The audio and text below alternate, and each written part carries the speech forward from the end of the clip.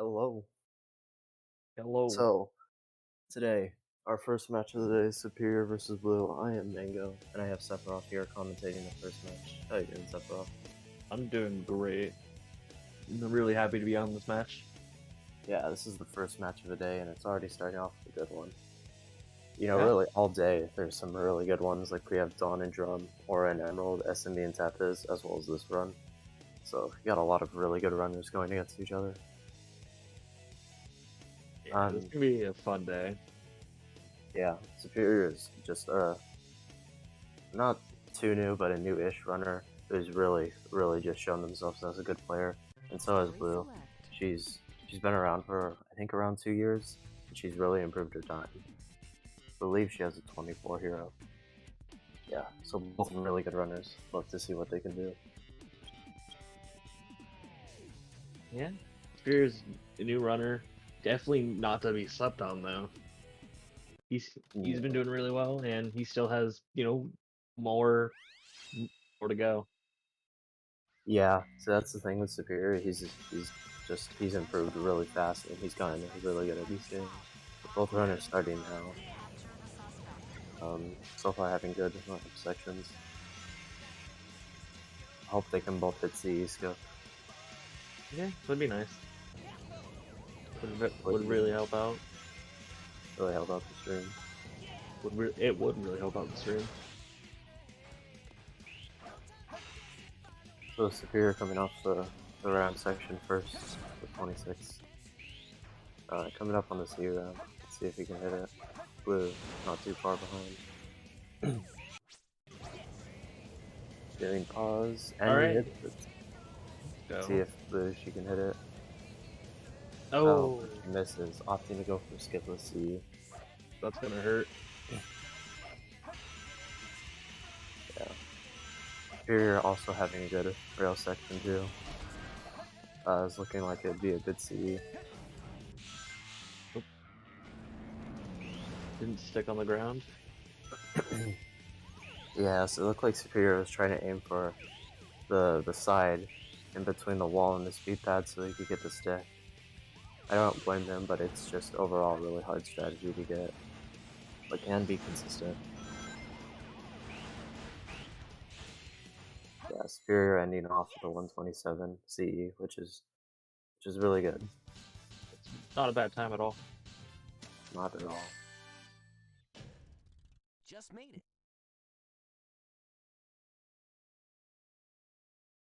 it. Blue just entering truck section. Also, you're getting the stick. We love to see it. Nope. This game of tag is boring. I'm out of here. Finally decided to show up, eh? Okay, bring it on. Spider Bigfoot reporting to headquarters. Intruder has been located. Copy that. Bigfoot should be a fairly easy fight. Yeah, looks like Superior goes for the somersault method, which overall is the slightly faster method. Using the somersault method on this boss, you can get the frame perfect boss fight, which I don't know if you can do it with the homing attack method, but I've never seen it. I've never seen it either. I only really see the somersault method. Getting a place pointed out by two priests. I don't think I've ever seen this. Oh no, I have. Never mind. It's a force rolling eyes.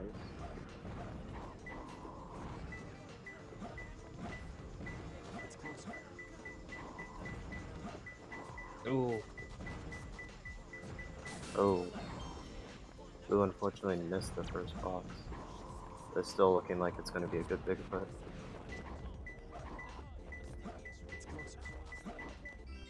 It's pretty okay. Okay set. Yeah, Superior getting a 34, which pretty good set. Blue just entering Wild Cannon. Yeah, this is perfect.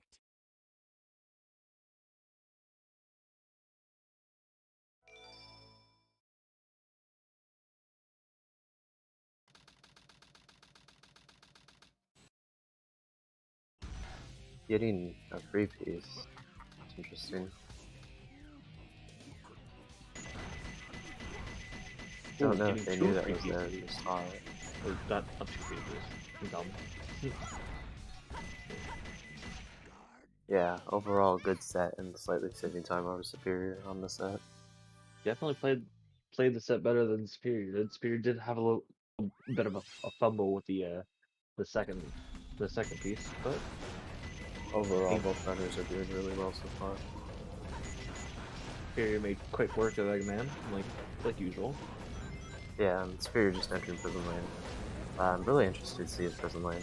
I do believe he has a pretty good one.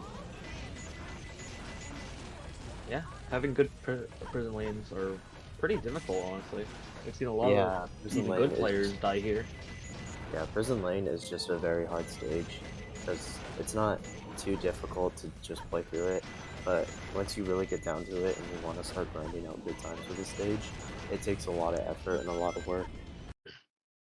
It's hard because you gotta find the good movement. Gotta get the gate hops. Gotta kill all the enemies while your movement. You gotta incorporate all that.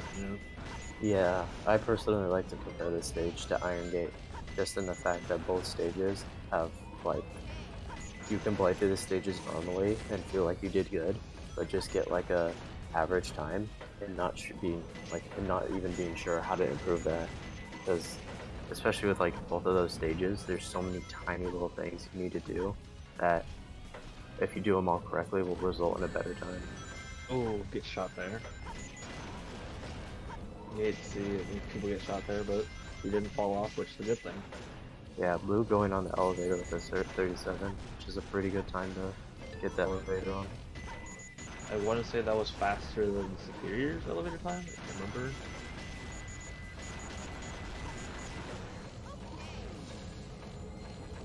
It's Superior ending off the 141, which is not bad at all. Not bad.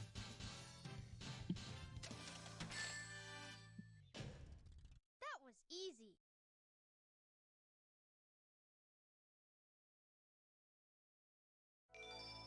Blue also looking like she's having a really good prison lane. Doesn't get shot by the beetle. Yeah, right as Superior enters Middle Harbor, be interested to see if he does Underloop. If he doesn't, which I don't blame him. Underloop is pretty hard. Underloop can be pretty hard, and if you don't have someone directly teaching you it, it's a very confusing piece of tech. Getting a really nice upgrade without Underloop.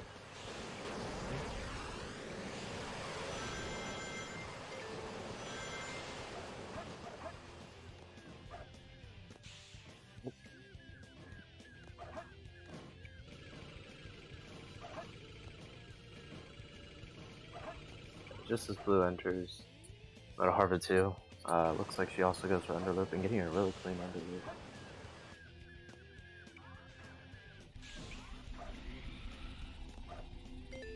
Here you're getting a 55 jack, which is also pretty good. Good rocket. Yeah. It's looking like it's going to be a good Metal Harbor. Oh yeah, this is a really good Metal Harbor.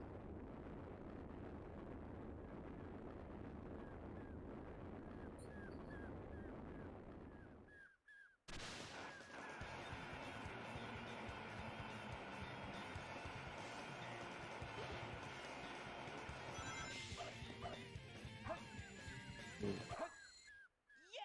I looked a little bit low, but could just be me. Yeah, that's a scary thing. That last jump can be really terrifying Barely because if you mess it up, you get set far back. And you have to watch the whole rocket cutscene again. Yeah, it's definitely a hurt to your time and to your mental. Phew. So far, so good. Shadow 1. Hey, that's That blue hedgehog again of all Yeah, places. going into Shadow 1, this should be a very Faker. simple boss fight. Faker. But I all the think you're bosses in this big game have hedgehog around here. You're they're mostly easy, but they can do things that just screw you over sometimes. Make you eat those words. Like with Shadow, you can do the same thing and he will just act differently, and there's not much you can do about it. I've seen some crazy stuff from Shadow 1 that I've never seen before. So you're not just a hedgehog. Yeah, that's another perfect example of this boss fight where Superior just light dashed accidentally, because this entire like stage or the arena is just like a minefield with rings. So you just one ring light dash on so many, and it eats your storage. Yeah. That's why I hate the light dash. Blows up?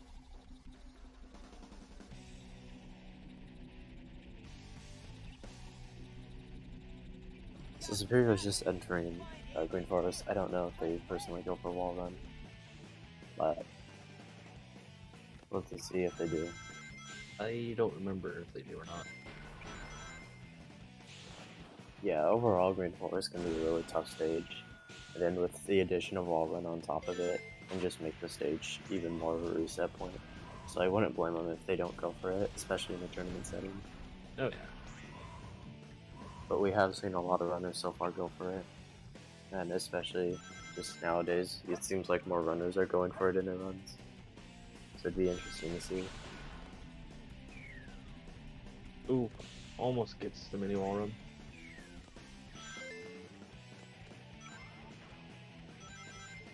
Just as Blue just enters Pyramid or Green Forest.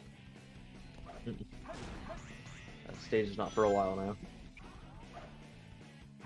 Oh yeah, taking the safer option, just going to the other side of the loop, not going for GF wall run. It gets the good light dash too. Yeah, that light dash can be very tricky, even if you know what to do. It could either just work or just not. Not up to you. Yeah, for those who don't know, that light to get that light dash, you need to have storage and hit the spring, and then you need to have storage, and that's the only way the light dash works. And even when you have storage, sometimes you can just get only a 2-ring light dash and be screwed. The worst part about it is even if you get that light dash correctly, next time you touch the ground, you will somersault because you have storage, Yes! and that could really throw you off. Pretty good Green Forest though. Huh. Yeah, 138 is not something you could be too sad about.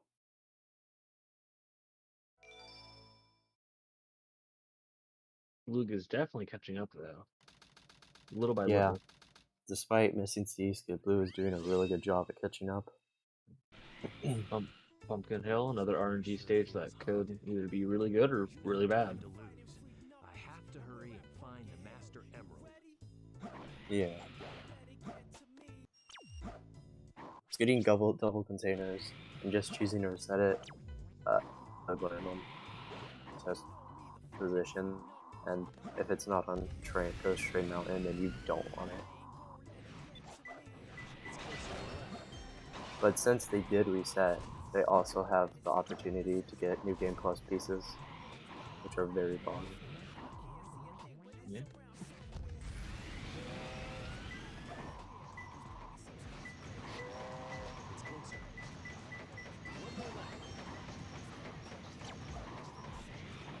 Place for Flames Cross.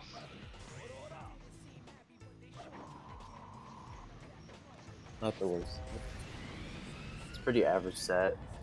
I would say, at least personally, that a pretty average set is when you have to travel to each of the major mountains stage.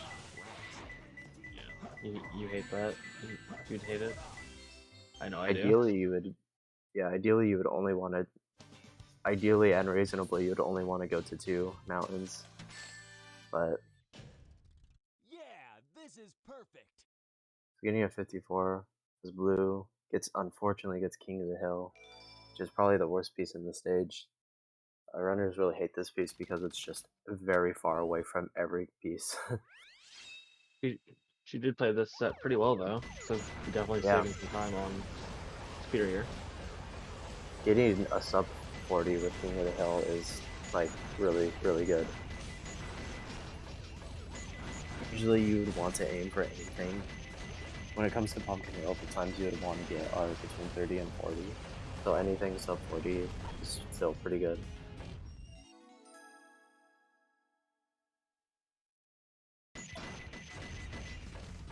Superior doing trying to go for zero cycle and getting a weight hop just as blue enters.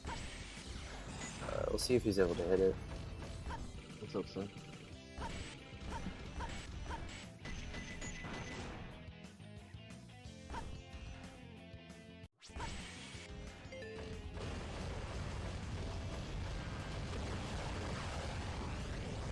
I don't know if blue was going for zero cycle there, or just had to rush it because she lost time. They're also missing weight hop. Still recover from this, but even now the runners are a lot closer. Oh yeah.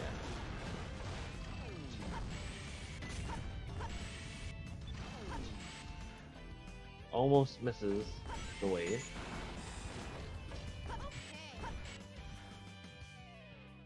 Does the safe Here, option and not go for the big cylinder. I think he got 0.5 cycle. Or Half half cycle.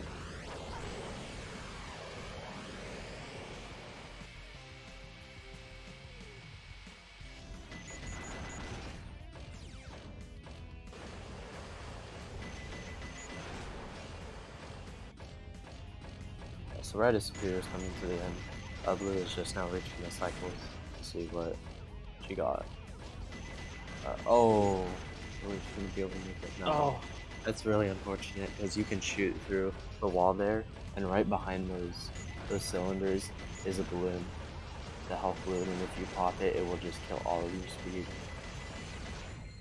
I did it!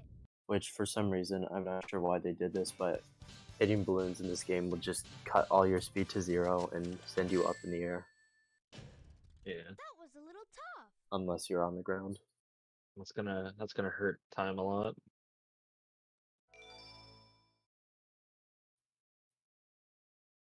This is the switch, goes back.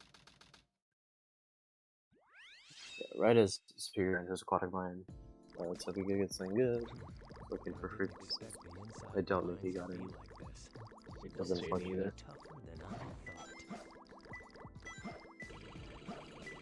I'm like getting a good piece one. Goes fully.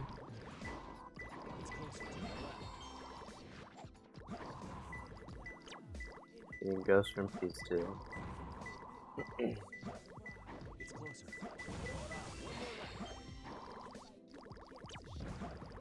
You can dig at the bottom of the slope. Not a So terrible overall, this isn't too good of a set, but Superior is playing this really well. So that's going to minimize a lot of the time loss from this set. I found him. 37 aquatic mine, not bad. Yeah, coming out with the 37 from a set that takes you from Ghost Room all the way to the other side of the map Yeah, this is really good. Right as blue just enters aquatic mine.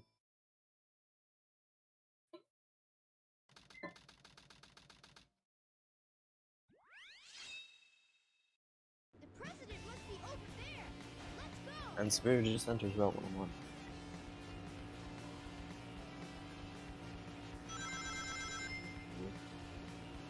Blue gonna get any. Oh, getting three 3 fans. fan. Love Yep. to see it. Getting no ping though. This can be scary. And 3 metal barrels, it's not the worst.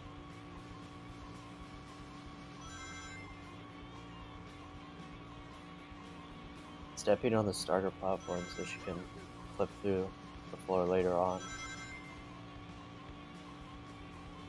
And get the camera. Bring the skulls facing each other.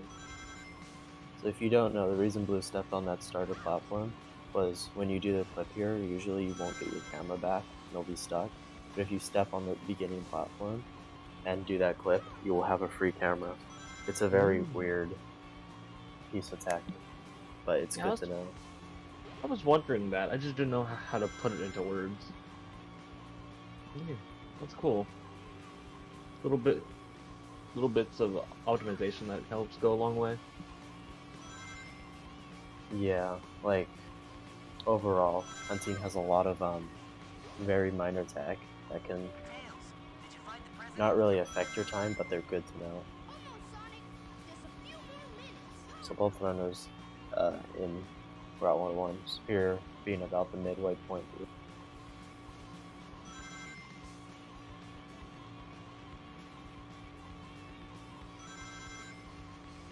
Route 101's being, well, Route 101. Not much to really say here. It's just cars going vroom. Yeah, this does look like a simple stage, but there's a lot that goes into the stage.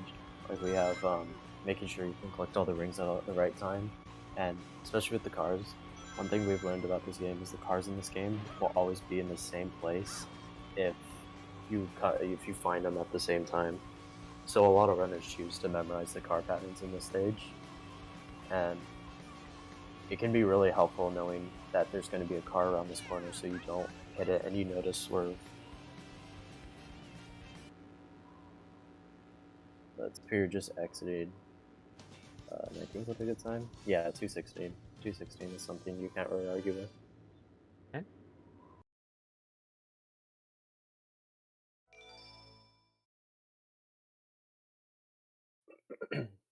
So we're on our way to entering Desert, which has a number of stages that can be really good or really bad depending on how they're played. Yeah, for the run, Desert's really where these stages ramp up in difficulty, because like you can lose time everywhere and you still have to execute. Like there's so many ways to die, and you have to do very like dangerous tech. Looks like Superior choosing to do Axle Jump here, which is probably the safest of all three of the options here, being Axle Jump, Pull Hop, and GC Skip, and Wanna McCormick. Can't forget Wanna McCormick. Yep. Shout out to the Wanna Maker over there.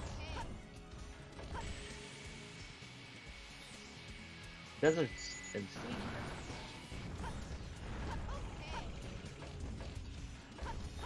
Sorry about that. Yeah. Desert's really, like, there's a lot of, like, hard stages, and then you have to do, like, in my opinion, the two hardest boss fights in the game. Yeah.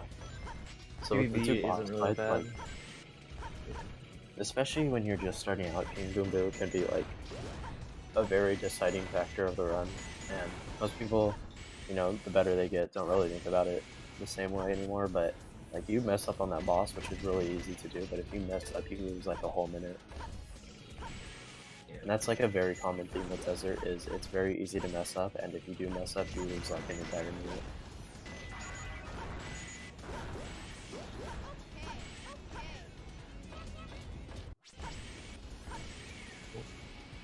So Superior so far having a good hidden base. Looks like Blue is frozen. Blue's a bit frozen. And that's soon enough. So, oh, Yeah. and she's back. Going Full Hop, but missing it, Opt out so of it. choosing to do GC I Skip. did it! Yeah, GC Skip. And making it. Yeah. And Superior getting 150 flat, which is a really good time, especially when you consider they just went for Axle Jump. That is a really good time to get.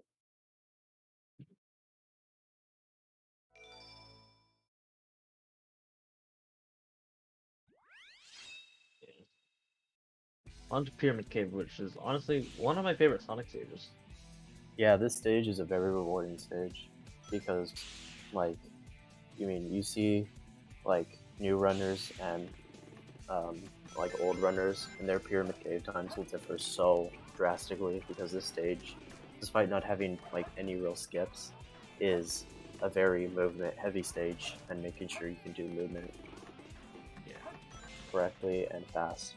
And if you do mess up, making sure you can back that up.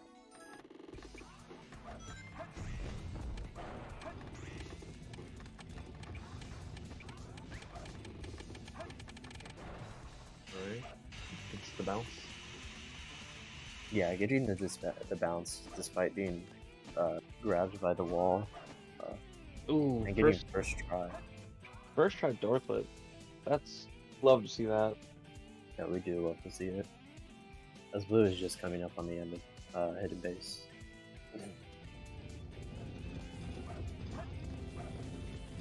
And getting a moonwalk off the wall. Unfortunate here, but she's gonna go for snake skip and looking like they make it very clean. Blue getting Very close. 157 also is a really good. Almost falls off, which would have been very sad after getting Snake Scoop. Doesn't quite get the rail, but mix it up with the bounce.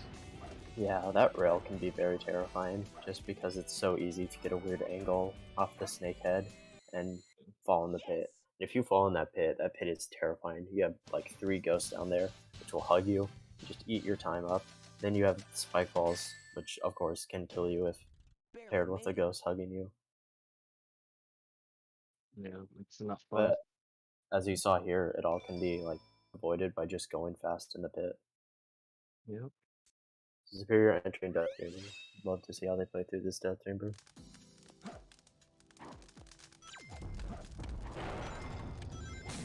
No free pieces with me and Snakes looking at each other. Just blue room. Oh, doesn't get the clip. Yeah, they unfortunately don't get the clip, but not getting the clip here isn't the end of the world because going through core allows you to look for free pieces. I believe there are 2 or 3 free pieces you can spot. Death tracks. Getting a first try death strats, we'd love to see it. Not grabbing the hints, but like getting it. Yeah, so it's very like you really have to decide once you get the death strat if you can just want to find your piece or if you want to grab the hint. Because the unfortunate thing about grabbing the hints is once you grab your piece, you have to wait for the hint to come back. You have to wait for the cooldown to be over. So if you just know where your piece is, Blue dies trying to go for Hex Skip, almost getting it, but dies. Then opts out of Hex Skip just to go for a Snake Skip and dies again. This is gonna hurt a lot.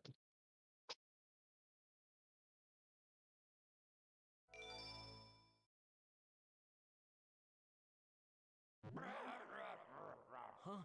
Who's there? What the? A ghost?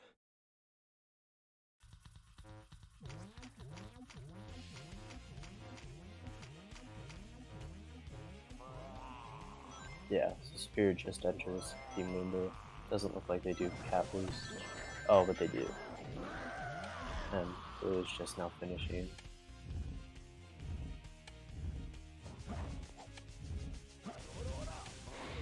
Luke is gonna need a really good set to pull back those 2 deaths.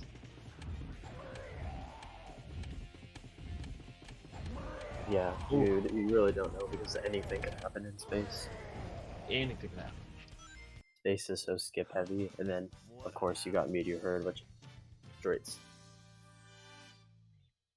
Powering Beetle, P1. Karen Beetle, which is also a blue piece, you love to see it. And Golem. Honestly, I'll say the hardest boss in Hero Story. Yeah, Probably in the definitely. game, honestly. Definitely. I don't know what else would be harder than a Golem. Well, Bile Lizard can be very annoying. But I feel like to if get you the know how to do spread down. I feel like if you know how to do the homing attack stuff, it's really easy. I learned it pretty quickly. Yeah.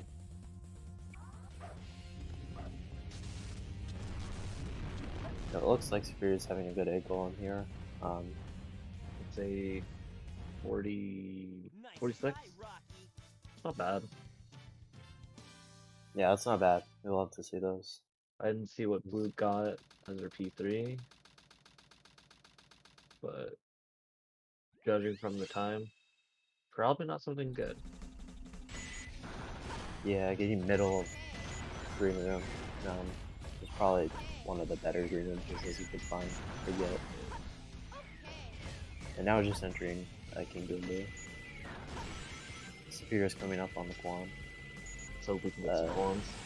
Really sick if we get to see a Quan cameo. Oh, yeah, we don't. so close.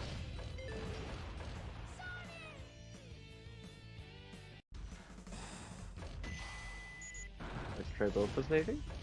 Hopefully. Oh, second Yeah, try. first try. It's really good. Not quite the Quan, but it'll still gain quite a bit of time. Yeah. And of course, any time loss Superior gets is helping out Blue make a comeback on this run. Ooh, missing the King Boom Boo dig, which makes this fight a lot more scarier. Because getting a first cycle King Boom Boo and making a mistake really is terrifying just based on time alone. Because you really don't have much time to get all 4 hits in. But of course, making it, what a game.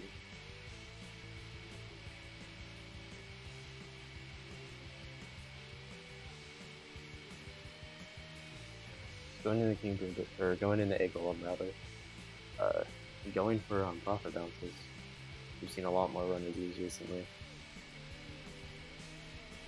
Oh, and also getting the Egg Golem delay, I forgot about this. For some weird reason, Egg Golem has this weird quirk where the more times you restart his boss fight, the longer of a delay he will take before he starts to hit you. And as you can see here now, he kind of just stood still for 3 hits in a row.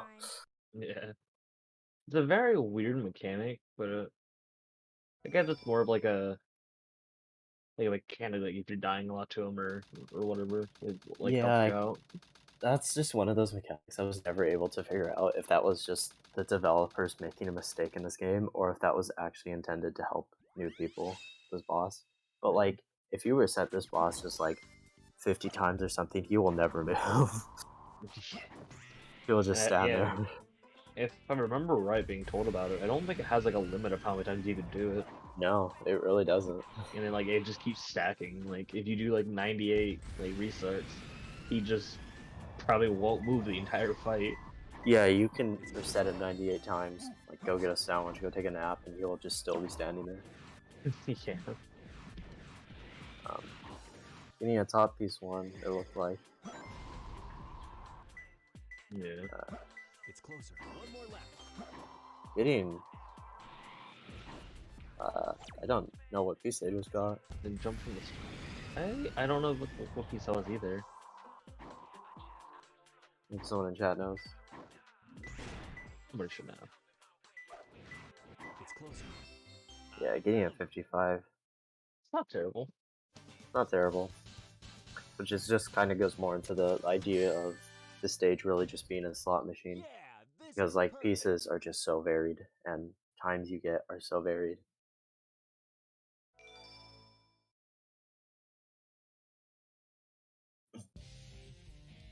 So blue looks like she's just coming up on the end of both Red is Superior and Judge Bruce. Superior still has CGSS to go if they go for it, That's a good one. which Emerald, talk can about be a this very next brutal try. skip. Like, yeah. There's really There's only been like 2 more things that could really devastate this, either CGSS or FR skip. Yeah, but in the last like 2 years, there's been a lot more discoveries for the skip to make it a lot more consistent Yeah.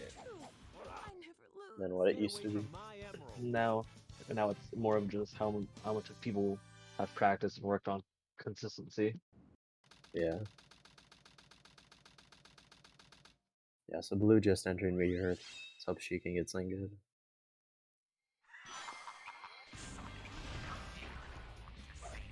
Setting the piece 1 and getting between the noisy machines, also resetting that. I feel like that's what most runners would go for. And resetting 3 times and opting to go back out for lives.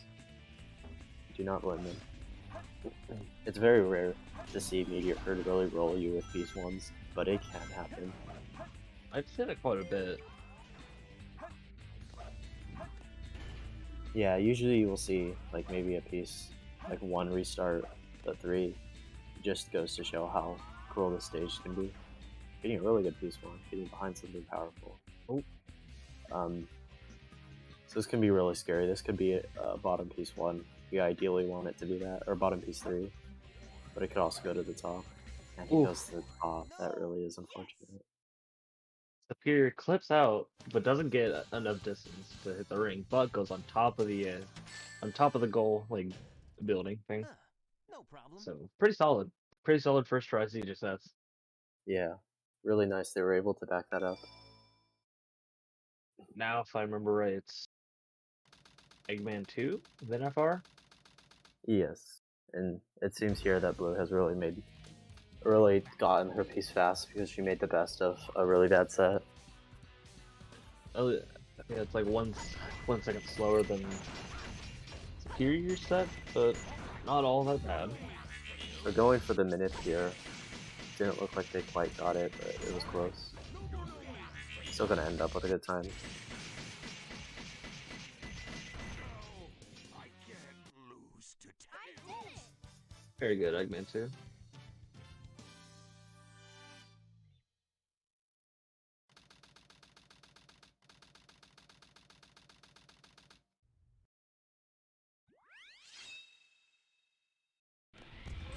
The Superior enters Final Rush.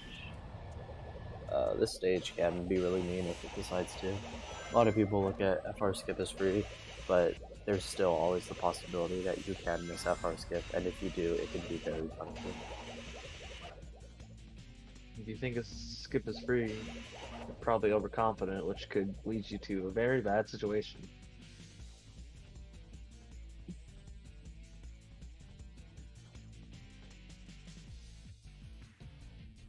So Blue is just entered Crazy Gadget. We hope we get to see a first try CGSS. Really good backup of missing the jump there. I think Superior's good. I don't know about the height, but we'll see once the collisions and stuff start to come Yeah, on Blue. screen. Blue having some really nice movement through this CG. Pauses. Doing the Deku method of pausing. Getting out first try. Does look like Superior has enough height, maybe? That looks That looks no. kind of terrifying. No, I That don't looks think that's gonna really make it. low. Yeah. Oh, unfortunate. Oh. Yeah, it's really unfortunate because this skip, you kind of have to base your movement off of just your own timing. So your height can vary, and it looks like here they didn't have enough height, so they have to restart the whole stage. Which is a very very annoying thing. This could honestly fare really bad for Superior. This is a pretty. This was a pretty close race for a while. Yeah, this race just got a lot closer. Oh, but the Blue does die to Eggman too. Unfortunate. The Eggman 2 can be very. Eggman 2 is just a very difficult boss fight.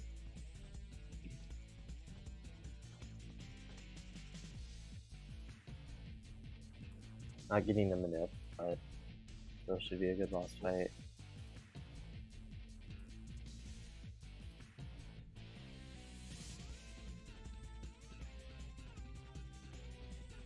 Beats Eggman with one health left.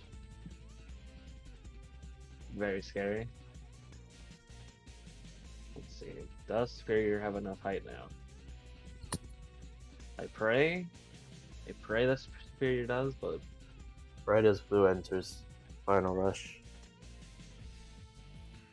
Even though they are relatively close, they still have a 30-second This gap looks- between each other.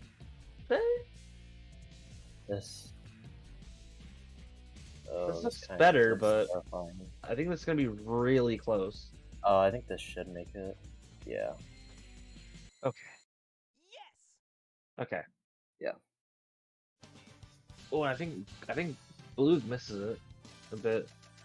Has to restart. Huh. No problem.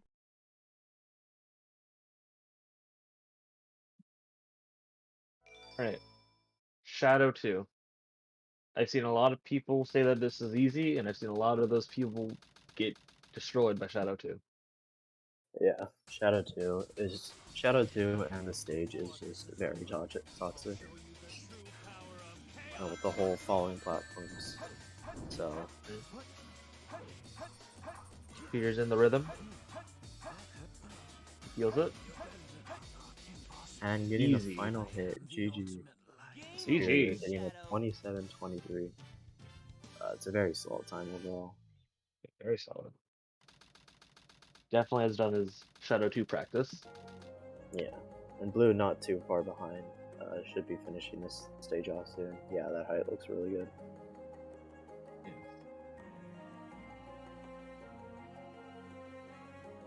Be really good. Yeah, overall it was a really good race between both Yeah. runners. Blue's still not done yet. Yes!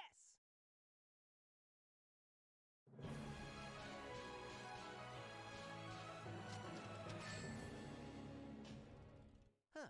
No problem.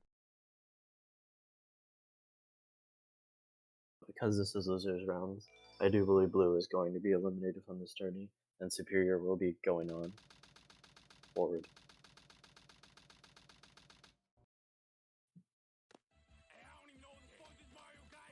Before this is over. Entering Shadow 2. Let's also hope they have a good Shadow 2.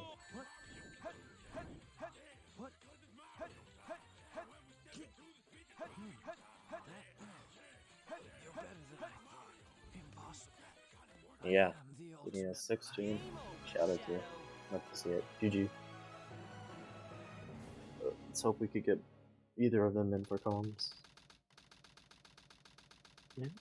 Comms would be great.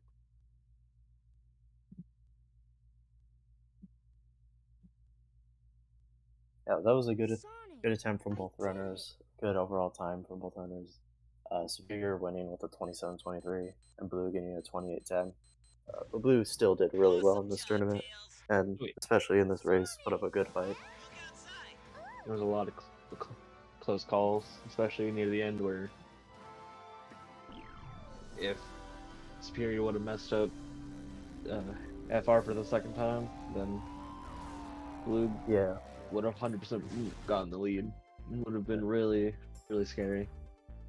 yeah, and both runners having some overall really clean movement. I remember Superior had a really clean Green Forest, and Blue had a really nice CG. Oh, and here they are. Oh, GG runners. How'd your race GG go? runners. You play Sonic Adventure 2. I don't think I know how. I feel that. Same, to be honest. Okay, so I guess I'll start off.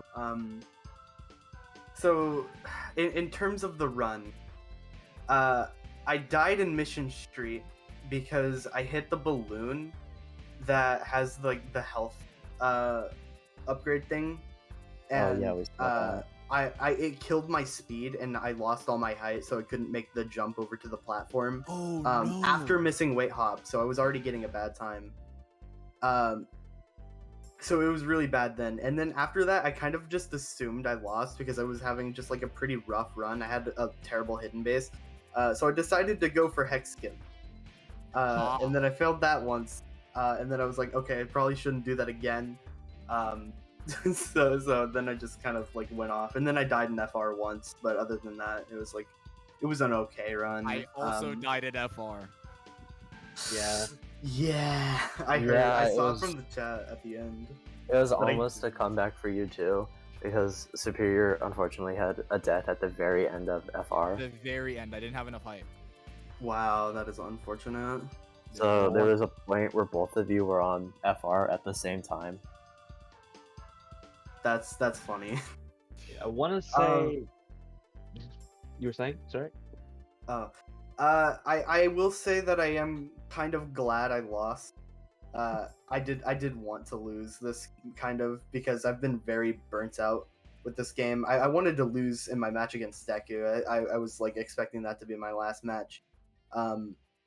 And yeah, I've just been really like burnt out of this game. So I'm more happy that I'm done than I'm sad that I lost.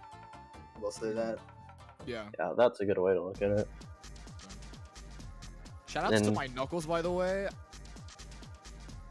My Knuckles was so good. My Knuckles was awful. Well, no, that's what I meant by so good. Oh, Yeah. It was like a 34 Wild Canyon, Ooh. 56 Pumpkin Hill, like 37 Aquatic Mine, 102 Death Chamber, and like, what was it, like 48 Meteor Herd? Yeah, you will. It was like a 55 megahertz, so you both Oh, kind of yeah, got no, it was equally worse. rolled. Yeah, you both kind of got equally rolled on the hunting stages. Yeah, So it's so not I like had one runner had a lead. I had like a 20-ish, like a 22 Wild Canyon, and then after that I had like a 39 Pumpkin Hill, 35 Aquatic Mine, like a 108 Death Chamber, and then I think I had like I don't remember what set I got in Meteor Herd, but I had to restart like 3 times, and I ran out of lives to restart, so I had to exit out and get more lives. Sadness. Oh, Yeah, no. you had if I remember correctly, you had 2 containers, then you had it behind something powerful, and then you had surrounded by spinner containers. Oh which yeah, it was a bad set anyway. Oh, ew. Yeah, it's really exactly what you don't want from a set, but you still played it really well. But yeah, that was a fun race. I had a lot of fun doing this one, and I'm just kind of glad I've peeled the band-aid off. Yeah. Yeah. The shackles have been released. You are now done. Yeah, I Don't have definitely to look play the forward to seeing more from you, Superior. You're definitely killing it with these what are they called? Losers bracket matches? Yeah, you are doing really good on this tournament so far. Oh yeah. But So yeah, any last words? no, I think I've said everything I wanted to say. No, yeah, none to say. Okay. Well, that was so that was the losers match between Superior and Blue. And Blue had lost, but Superior wins. So the next match we're going into should be SMB versus Tethys, commentated by Blue and Spec. So yeah, overall, there was a really good match between these 2 runners, and excited to see what Sephiroth is able to, or not Sephiroth, Superior is able to pull off. I'm very proud of Superior for pulling it off.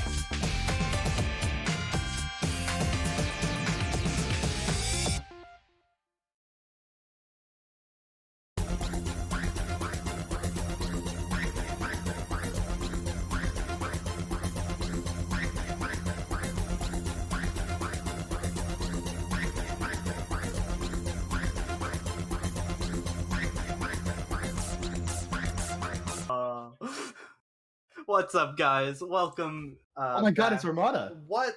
That's crazy. I wasn't expecting that already. All right, this is already getting a little wacky here. Okay, so let's see. This is going to be Silent Motorboat versus Tethys. This is going to be a winners quarters match. So technically, there's no stakes, but there are. There's still stakes. I mean, there's still stakes, but if you lose, you're not out of the tournament. Yeah. So that's good at least. Tethys coming as the underdog here, making his way through in winners quarters, and he's been pulling out some really good times. So yeah, he's been getting like 24s, 25s. Oh, they're off. Wow. SMB. I don't remember what he got in pools, but currently his only time in bracket is a 24:18, and Tethys's time in bracket is a 24:55. Okay. So those are pretty close. I know SMB has a 22, and Tethys has a 23. So Tethys is definitely, like you said, the underdog here. But that's why races are awesome. Races are cool because you just never know. You really don't. Anything can happen in a race setting. Yeah, like someone could like suddenly have a heart attack and die, and then the winner wins. That'd be crazy. One time during a run, just to keep with. Oh, that sucks. That's really unfortunate.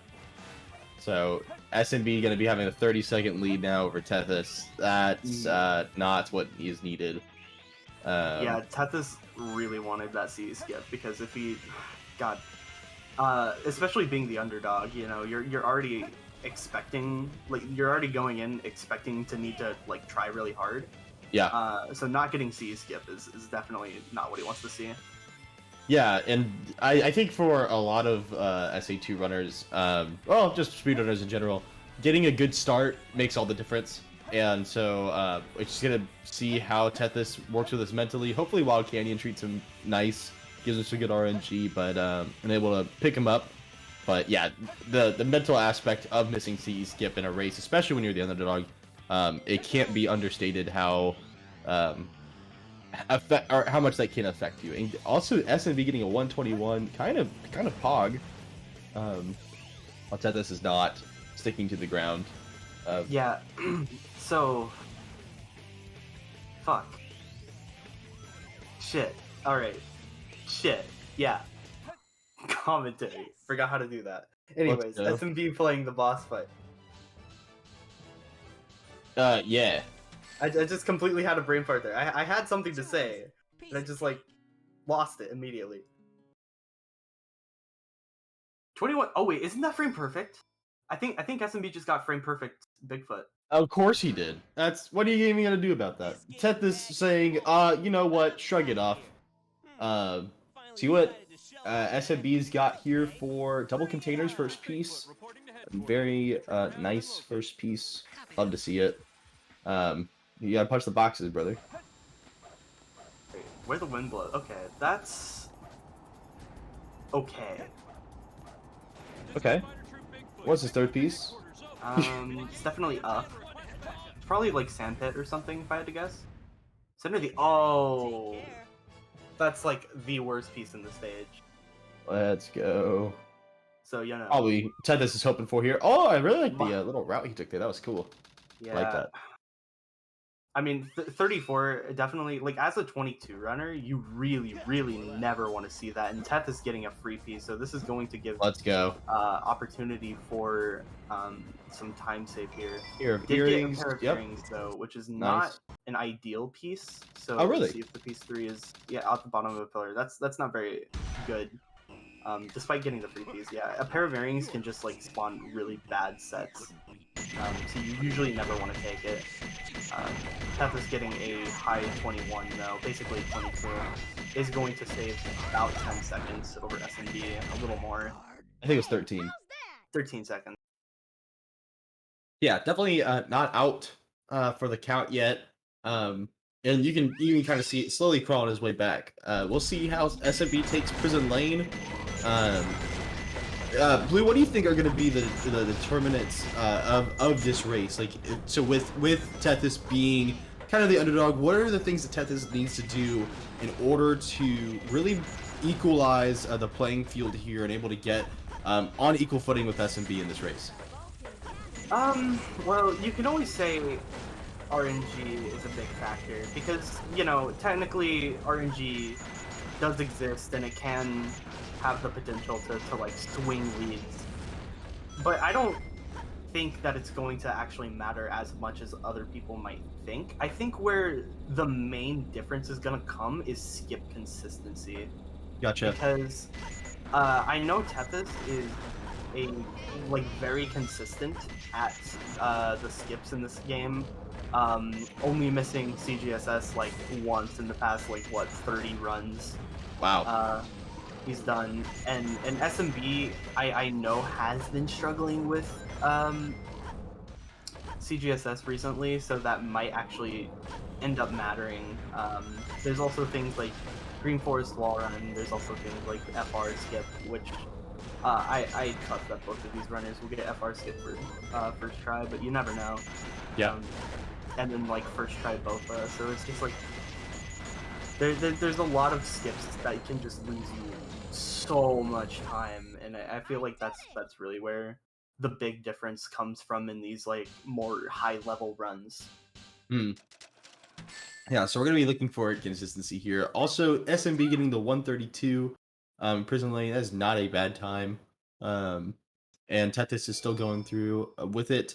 And not really any major mistakes outside of Miss City escape skip. I don't really know. With that being said, obviously he had a pretty shoddy truck section. Oh, okay, SMB. Got really scared there, but really holding his ground here against SMB despite City Escape being missed. Been able to pick up some momentum here. What's it gonna be? Yeah, The check? definitely not out of the count here. Getting a 21 upgrade, that is really not what he wants to see. You usually want to see around 19, maybe low 20. Yeah. Anything further than that is kind of bad. Me with my Let's 24 upgrade check. Yeah, let's go, guys. Basically world record pace. Let's go, yeah. KD4, be scared. I did not catch if Tethys got under loop here, but it does look like SMB is getting a fairly clean harbor, all things my considered. gosh. He was like on the very edge of that platform. I was very Yeah. I was like, dude, stop.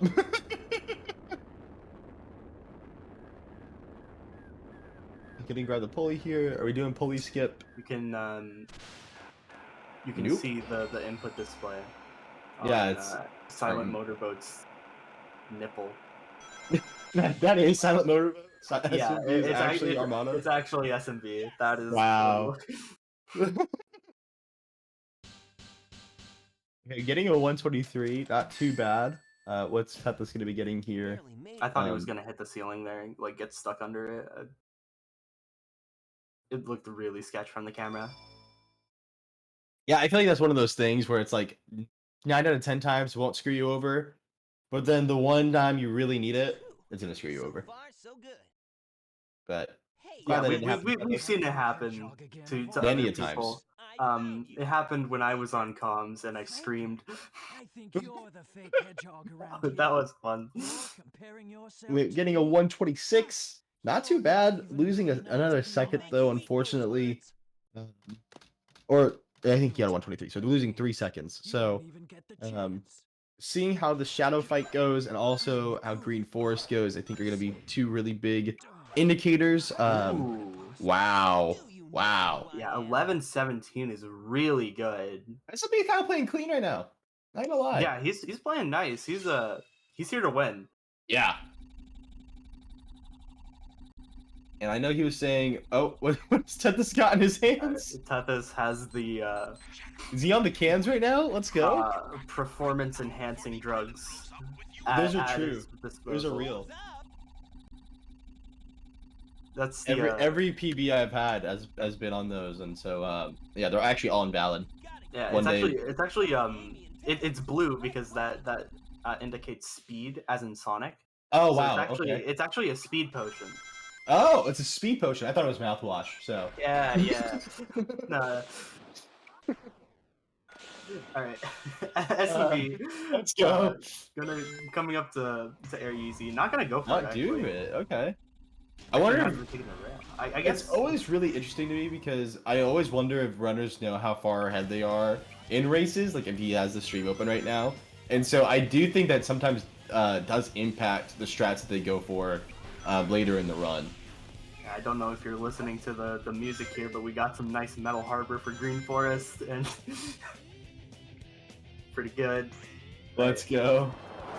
But yeah, that is a good point. You always have to consider, like, do the runners even know how far ahead or behind they are? Yeah. Wow, what that was weird. Maybe I shouldn't be Oh, listening to okay. the audio Dead? here. Ooh. You dead? Okay, still ahead though. Still has very some much ahead. Yeah. Opportunities to Going for the get a good pause time method. here. Nice. Okay. Going for task run. Let's see. Gonna jump off. This should be good. Yeah. It is. All right, that's really nice. Oh, okay. Okay. Oh. I was like, ah. Okay, I'm sorry. I guess I'll pronounce it as Robo 06 Speed Potion Liquid Meth. So true. Tethys, we have to cook.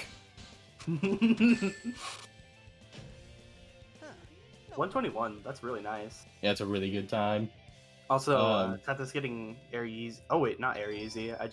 Okay. I'm glad I have the Twitch on standby for the delay in case I missed something. He got wall run, didn't go for Air Yeezy though. He just like hit the spring back up, and is still gonna get a pretty respectable time here. Gonna get a 127. Yeah, it's really hard because it's like I think Tethys is wanting to play it as safe as possible. Again, we're talking about Tethys's consistency, but I do think at some point. Oh, that's so lame. S&B, that's so lame, dog. Oh, that's so lame! Oh my gosh, everyone You're boo in the chat so right lame. now. Oh my gosh. God. No, Oh I'm my so god! mad. And you're gonna take this piece? You're gonna take this He should have just garbage-ass restarted. piece? I'm so mad. I'm mad. It's a bad set, Silent Motorboat. You got punished. Let's go. It's alright. Teth is getting a significantly better piece 1, getting under a chimney. Piece 2, gonna be going over to Pumpkin Mountain. Silent Motorboat finishing with a 39. Definitely has an opportunity open up for Tethys to save a couple seconds. So let's see what this piece 3 is. If it's not King, oh, That sucks. no, that wasn't me. That was you. You literally said it. You literally said it. wasn't me. You've done this every time we've calmed together. that wasn't me. You'll say, oh, hopefully it's not. Oh my god, he missed the piece. That's so unfortunate. Needs some more time here. Oh well. What are you gonna do about it? What are you gonna do when the blue comms curse you? You know? That wasn't me. 22 upgrade. Bam. Nice. Nothing could go wrong from that. From saying that. Yeah. It's just It is on the way. Just gotta say those like safe commentary. No compliments, no praise. Just describe what's happening right now. No analysis whatsoever. Playing Mission Street. Going through things. Got checkpoint. Let's go. Tethys gets upgrade. Pretty much the same upgrade as SMB. Let's go. That is pretty crazy. We're doing great. Actually, guys, let's just replace me in blue, which has a voice to text. We'll just type everything. This is like the pre-recorded like soundboard idea that we had. Yeah. Yeah. Good checkpoint. Bad checkpoint. Good time. Getting 0 cycle. God. Very nice. That's a really nice time. Yeah, he got out. He had like time and a half for that one. He was chilling. Yeah, free a 0 cycle is wild. Looks like Tethys is on pretty good pace for a 0 cycle as well. So definitely not going to be losing too much time here. Maybe I shouldn't have said that actually. Yeah, you should know. I was going to say, Blue, what are you doing? Please No, get this jump tap, I swear. I stopped myself. I Or stopped banning myself. Blue. No, I stopped myself. It's fine. Oh my god. Okay, we're good. We're good. It's so close. Okay. It's okay. Got 0 cycle. SMB Alright. finishing with a 202, which is very, very good. Yeah. That was a little tough. See how Tethys cleans this up at the very end here. Kind of what I was saying earlier, though. I think Tethys is playing really well, and he's playing really consistent. But I think at a certain point, Tethys is just gonna have to say, "Screw this! I need to go for broke," and really start to try to push maybe some more optimal strats, maybe some more optimal movement that may be riskier, because he's bleeding time in these stages, and I think the only reason to get that back is if he's going for more optimal. Oh, SMB struggling here, getting onto the pulley. Oh wow, good first piece. Okay, this is gonna be a good set at least. That is going to be the start though. That is going to be the beginning of you know, Tethys having opportunities to maybe save some time if he just has like a little bit of faster paced movement, maybe some riskier plays. Yeah. SMB finishing with a 31. That's an incredible set. And the trade-off is if, and he had no restarts if I recall, right? Yeah, no restart. Damn. Oh. In an oven for Tethys. Okay, this can spawn some very nice sets. So. Oh, goes to the wrong in an oven. Unfortunate, but. Very sad. Oh no. Wow. The president must be over there. In the So many triangle. ovens. Okay.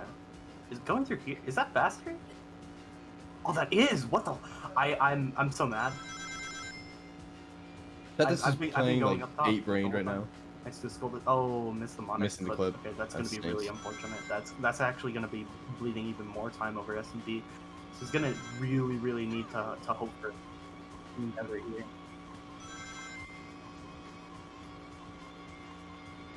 And now we're in the stage that me and Blue both refuse to talk about. So. What stage? Route 101. So. Oh, right. I've never heard of it. Never heard of it. Thought Must that be was like a joke. I'm It so must be like a stupid. mod or something. I don't know. Yeah, can't believe they can Um, play a mod with a Mario Kart track in it. That's It's kind like of some weird gentleman, right? yeah. It's gotta be a weird gentleman's. Yeah, Tethys is there too. Like what? Where's the Mario Kart music? Why have I not heard 180X where Coconut Mall is playing on this stage? That's what I'm mad about. That's Coconut Mall is over in Mad Space, so you say it's in Mad Space? yeah. Okay, I can kind of see it. I guess. It's pretty good. Did you find the president? Almost, Sonic. Just a few. SA2 ROM hack. Alright. So true. We got confirmation that Oddme has had Mario Kart music on his 80X, but unfortunately Oddme is not participating in this match. Ah! So mad. Yeah, just So found close out. to being happy. I just found out that Just found in his out. ring. I'm so upset. What's I came the here. point? What's the point? I came here to expecting to see like Drywall versus Mikey Cool Money, and it's Tethys versus SMB. What's happening? I hate this match. I want to go home. Nah, but yeah, SMB finishing up. What do you think the Armada there is supposed to mean for the casual viewer that's watching this? Is he trying to say SMB did what? His input display did what? Or did he just want to put an input display on Armada's nipple? I don't know. What's the artistic intent here? SMB got a 23?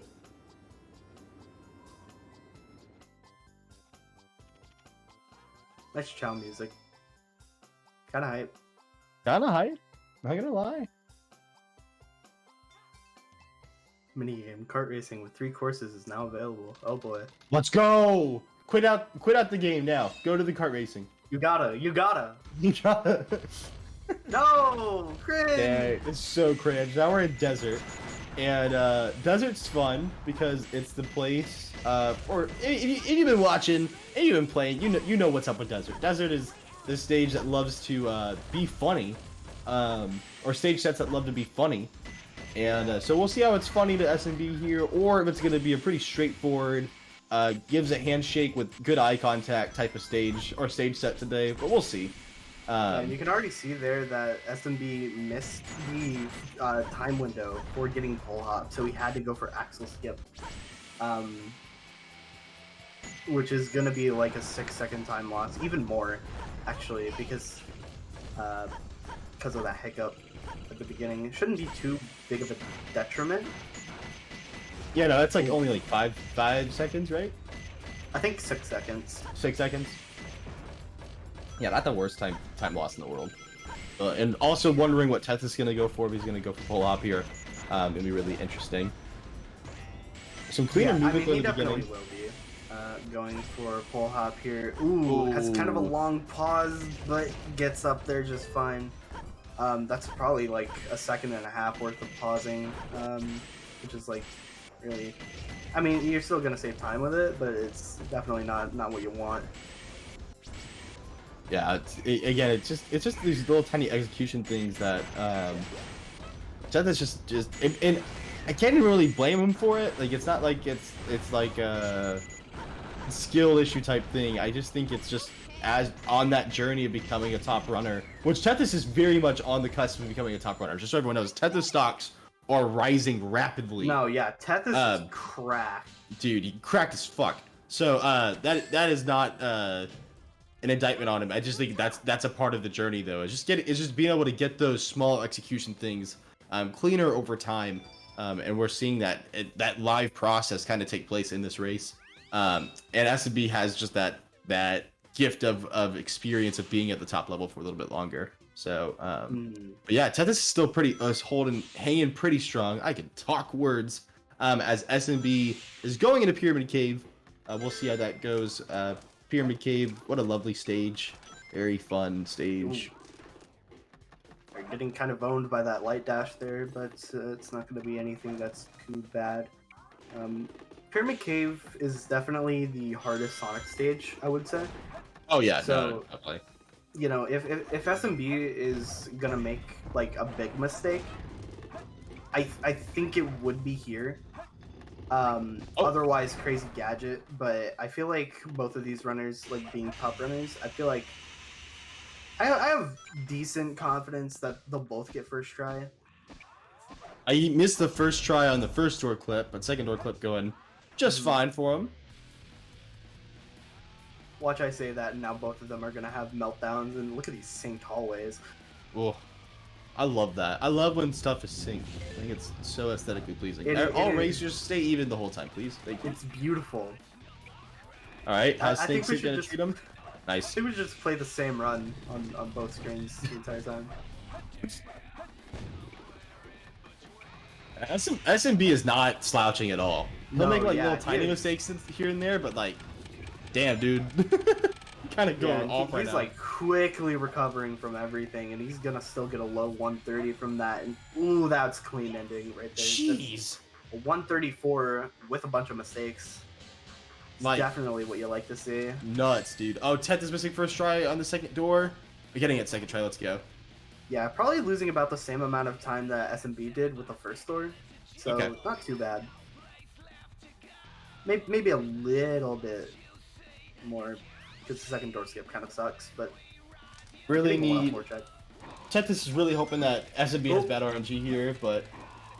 I don't think I'm gonna get it, because Roasted Keys is showing up! Let's go! See, I don't know if... I don't know confirmed sets, so... yeah, I'm not sure. Yeah. Me either. Okay, this is blue. Blue Golden Goddess, so let's see what the piece 3 is gonna be.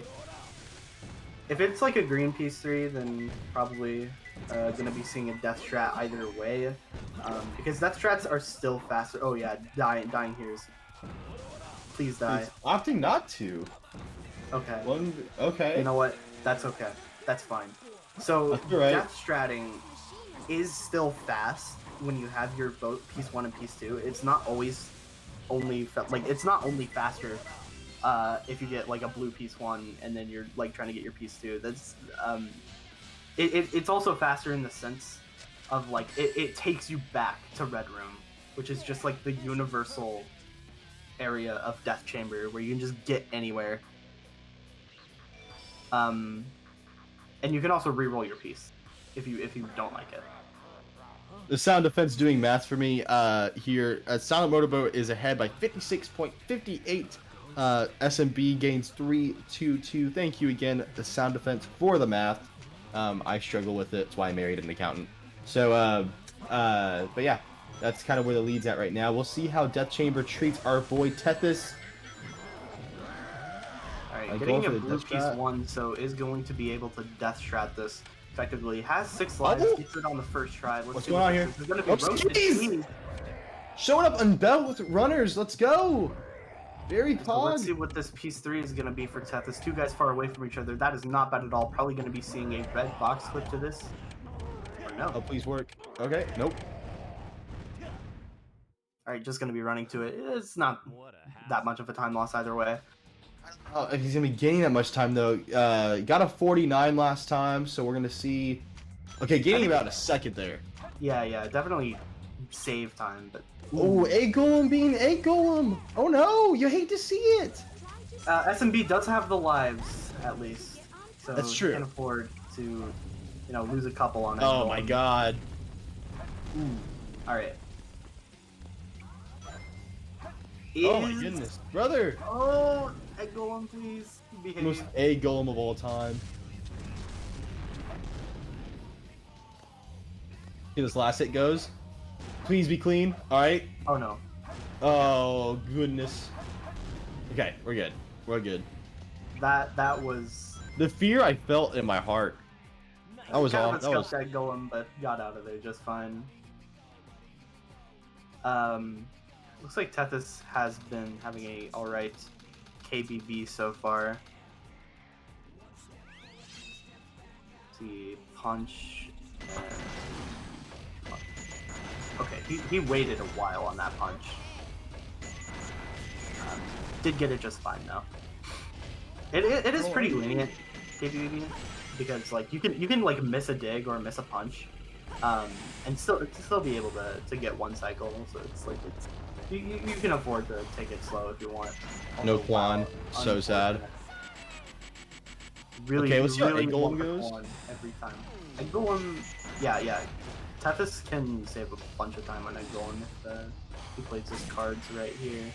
He's No gonna go for restarts. profit bounces though, so he's going to be getting around the same time as what SMB got. I was about to say what Egg Golem got. It's like, yeah, Egg Golem. SMB did restart a couple of times though, and had a pretty shoddy end. So I don't know. I think he's still gonna be getting a bit of time here. Yeah, it's gonna save time. Well, okay. Despite using the slow strat, it's still gonna be just fine. And they're honestly not that far apart. If Tethys gets the Quan here, it's actually gonna be a lot closer than like you might think. It might be like a 20-second difference if Tethys like gets the Quan. I said this in the last race I commentated. Space is that place where if you think you have a lead, you really don't. It's still anyone's game. And we'll see if he gets the Quan here, especially if he gets the Quan. It really will be. Oh, so close. Hopefully, yeah, maybe it actually would have been here. Bigger. It's okay. It's a lot bigger of a lead than I thought. Because if Tethys got the Quan, he would have been clipping out as SMB was finishing. So it is going to be kind of tough for Tethys to come back from this, but yeah, I think it's like a minute discrepancy right now. Yeah, it's like a minute, which can be saved. It's going to require SMB to mess up at this point. Yeah, yeah. Or get very bad RNG. This could happen. Bloom in front of the tank. Okay, that's good. PS1. He's going to be taking that one. Drum Basher raiding with the party of 4. Thank you, Drum. Yeah, I think it's just such an interesting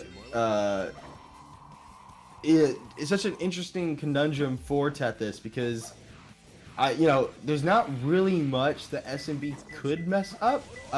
Even if he does make a big mistake here or there, like he's got enough lives, he's got enough.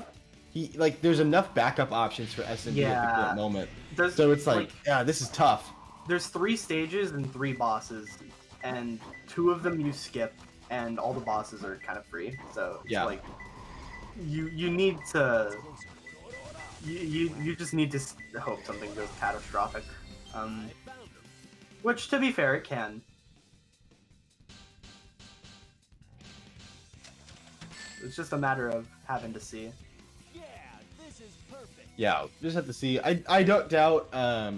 It's not over yet. Like I don't know why. There's just this feeling inside of me that says something's gonna happen, and I believe in Tethys. So, but SMB still kind of ahead at the same time here. It's still 1-11 ahead. So gonna see how that works out. Some big time gain can happen in Meteor Herd. SMB didn't have the cleanest one, but we'll have to wait and see. Tethys getting a kind of promising set so far. We're gonna have to see what this piece 3 is, but it's gonna be getting a one of the rare. Do you know where it's at? Okay. Get away from my emerald. Cajun okay, that's a good set. A really good set. Get it. Yes. Let's go. Let's go. Alright, getting a 43. That's definitely saved time. I don't remember what SMB got. I think it only gained about 6 seconds, if I recall. Oh, I guess there were some restarts though, so I could be lying there. I don't know math. I'm waiting for the sound effects to give me the math numbers. Thank you. SMB coming up to TJSS, which is probably the scariest part of the run at this point. Yeah. At this point, though, if I'm SMB, I'm saying I got a pretty good lead. All I need to do is just stay calm, and I'll probably get it. Oh, dying the first time. All good. Shake it off. Alright, let's see. You got 3 chances to do this, and you should be fine. It gets out second try. Yeah. All good. As long as he hits the goal ring here, he is gonna do no free cam, so it's gonna be a little. I think he's fine, alright. Yeah. Getting a 45 though, that is a very good time. And I know Tethys goes for free cam box hover, so like that being a slower strat, that might it's still gonna save time if he gets it first try, but I'm definitely not gonna be getting a marginal. Yeah. Time. Yeah, tough battle here. The only way this can come back is if SMB is a full-on meltdown in FR, but with how experienced he is, I really don't see that happening. But I feel like FR has become a lot more consistent over time, so but we'll see here. Going for the box strat. Fast What are we doing? Fast FR cannot. I don't think Fast FR can save this. I don't know. I feel like Fast FR can save SMB's run. Oh my god, stop. Tethys finishing with a 48. SMB on a 20 is on a 23 pace. I'm pretty sure if I'm doing that math correctly here. That's crazy. Shout out to Stellar. So true. Stellar. So true. High 20 high 23, maybe low 24. Kind of correct. Why? Yeah. You know, Stellar being one of the most famous mahjong players or something. I don't know. Solitaire? I forgot. Solitaire? It's some board game that's old. Mancala? Let's go. Monopoly. Monopoly, the most ancient of I almost said video games, of board games. Well, I mean, Monopoly video games exist. SMB looks good on height right now. Let's go. Yeah, if he gets this, it's pretty much curtains. But yeah, pretty good stuff.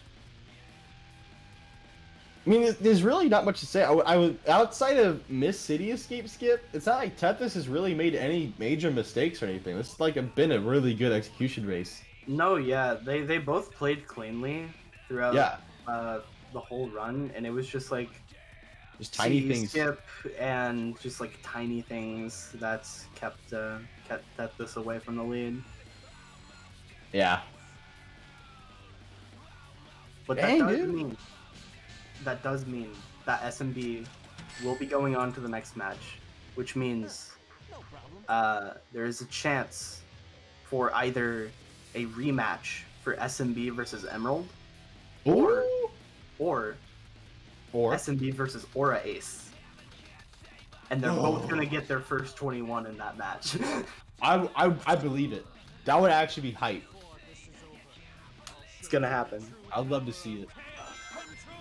So many more runners deserve the 21. I can see it happening sometime soon here. Looking at a high 23 for our boy SMB. Nice, GG's. 23, SMB. 36. GG's. That is SMB. crazy, dude.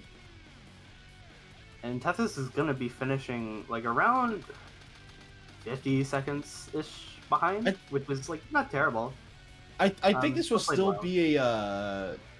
This will be his best time in the tournament so yes, far. that was the phrase I was gonna say. Yeah. I really definitely like. played well. Yeah, I really like with watching Tethys race, because whenever Tethys races, his opponent actually, I think, either consciously or subconsciously influences Tethys to just play out of his mind.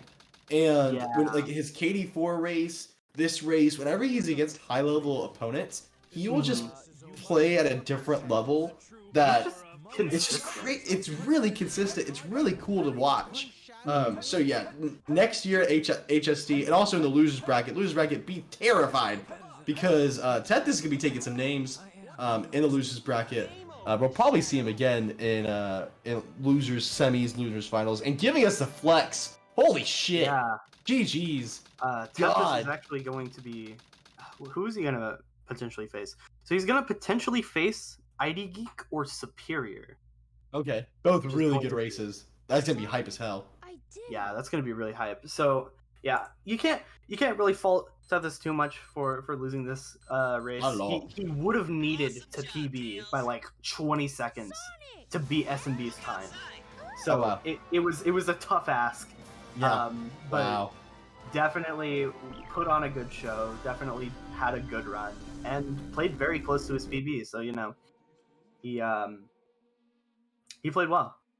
Yeah, Actually, really good. I don't think 20. What's up? I think like 10. GG's, guys. Really good play from both of y'all. Yeah, GG. For real. That was a race. I had like second try everything in this run.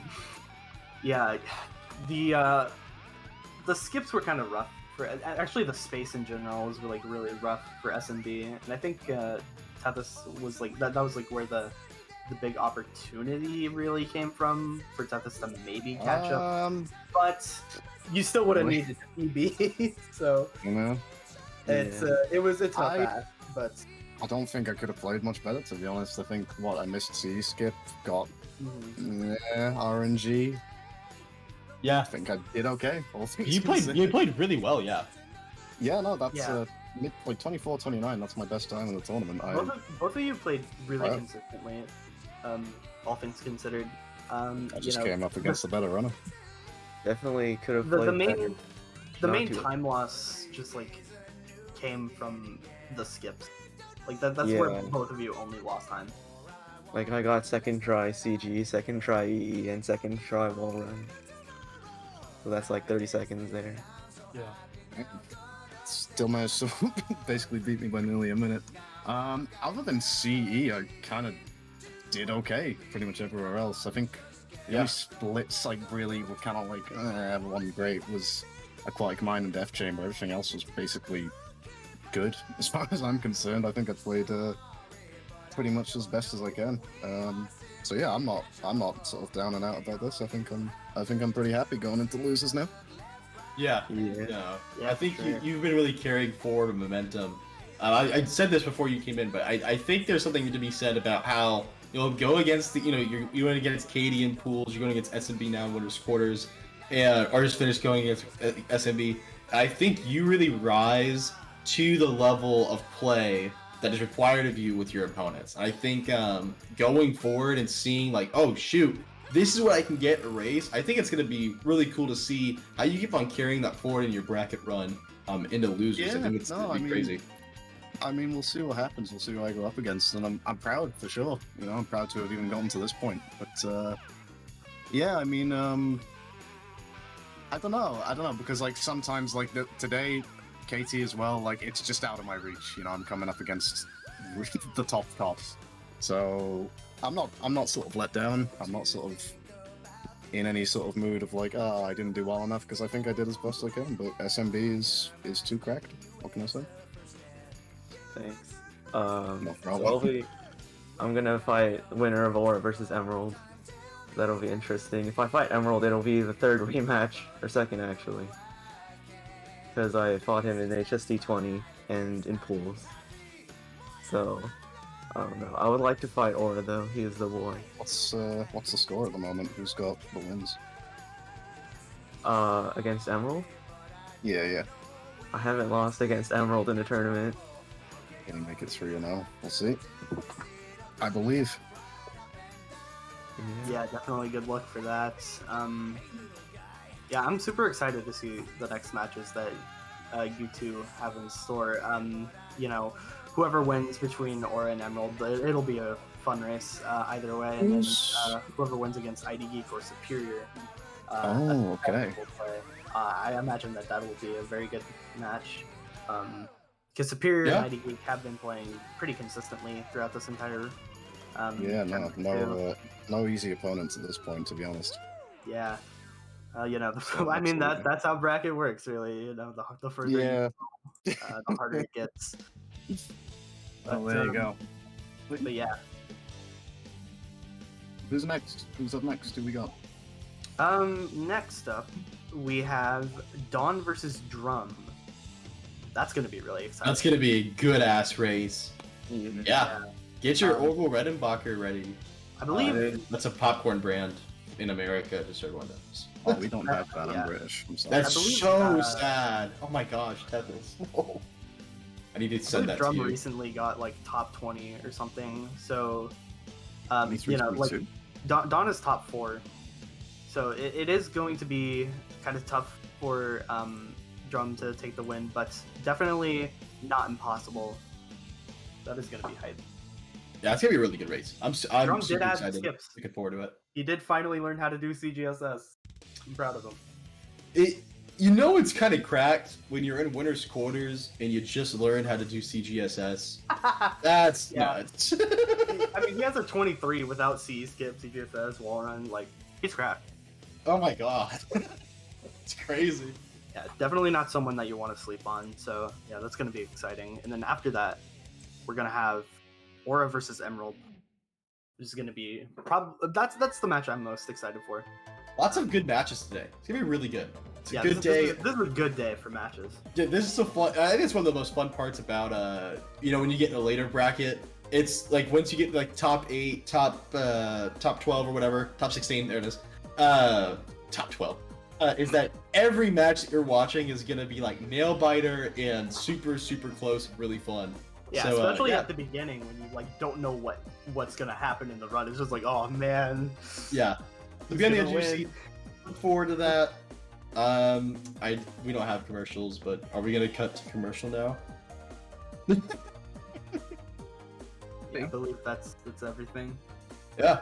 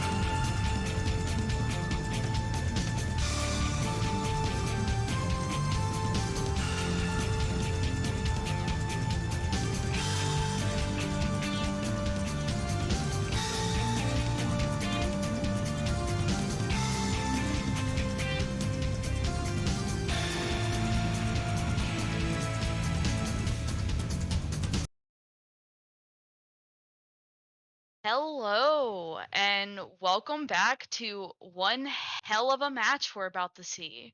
But before we get into that, Savik, congratulations on birthing Yanni this morning. Oh, I'm putting him up for adoption. Immediately? Yeah, I can't care for him. Birth was just that hard, huh? He was a big baby. He's Fair a enough. big boy.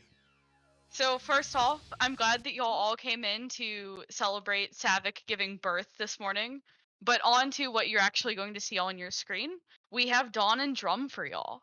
So this is kind of going to be an interesting match because these two met last year in winter semis. And if history repeats itself, you would think we were seeing a Dawn win. But Drum may just kind of come for his revenge. Savik, how are you feeling about this one? Well, first of all, I don't know how this narrative of me giving birth to the baby even started, but people are just really questionable at reading comprehension. But in terms of the match between Dawn and Drum, I am actually quite excited. As you said, this is a rematch from last year's Hero Story tournament.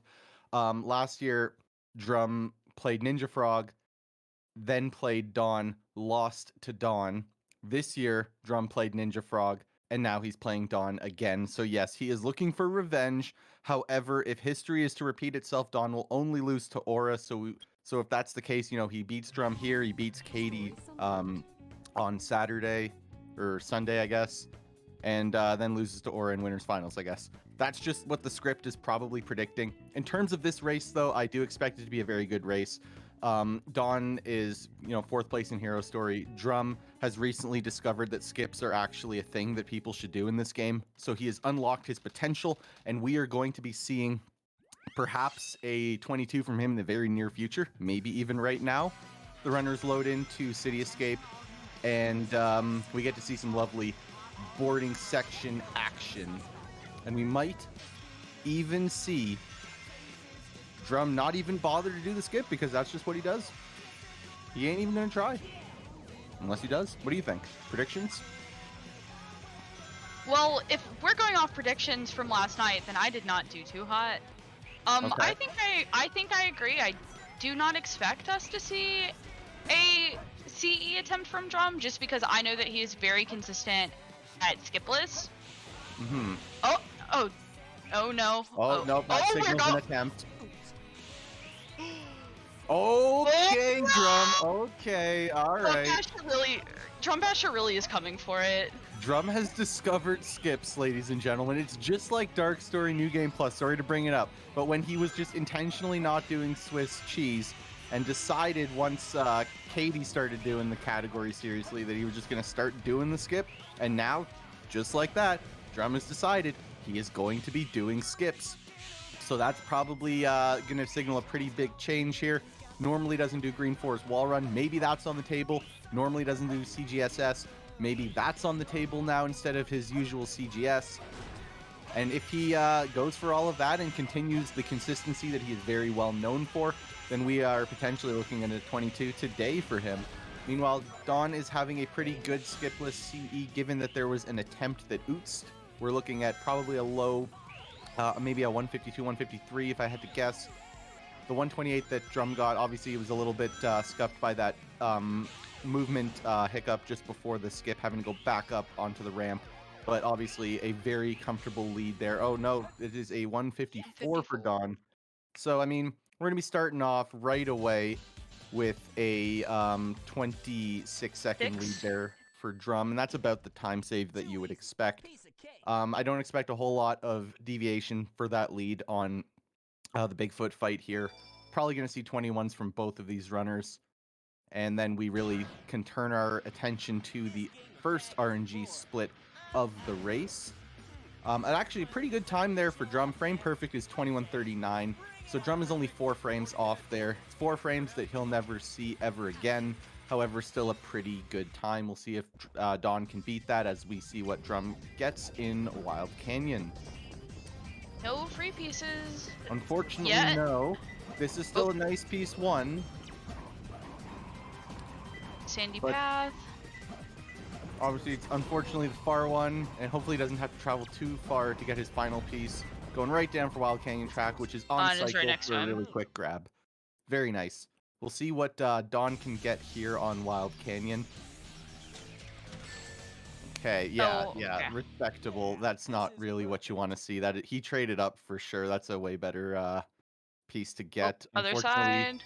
it is a 50-50. You can't really tell from radar. All he knew was that it was one of the front two. And going to be pretty similar piece 2. Hopefully, again, that his piece 3 is not going to be too far away, so he can be picking up a decent time. Unfortunately, did not see this on the way up. And yeah, that's going to be, especially with the reset, quite a bit of time lost there that he's going to be taking, probably roughly about 7 seconds. Drum, unfortunately, getting a 13 on the easiest fight in the game. I was going to ask, do you think that Dawn is going to have a 13, or do you think Dawn's going to clutch it out? All right, well, I mean, historically, Dawn doesn't know what a 12 is. Never seen one in his life. So, I mean, if he gets one, the world will be popping off. You know, I brought that up in another match that I calmed. He gets 12s now. I brought that up. I was like, yeah, Dawn like doesn't get 12s, and everybody's like, what? And I was like, yep, that's what Savick told me. He fixed that. It's like me and like the Knuckles and Rouge fight, just like an easy fight that just for whatever reason. Oh, look at that! 12.99.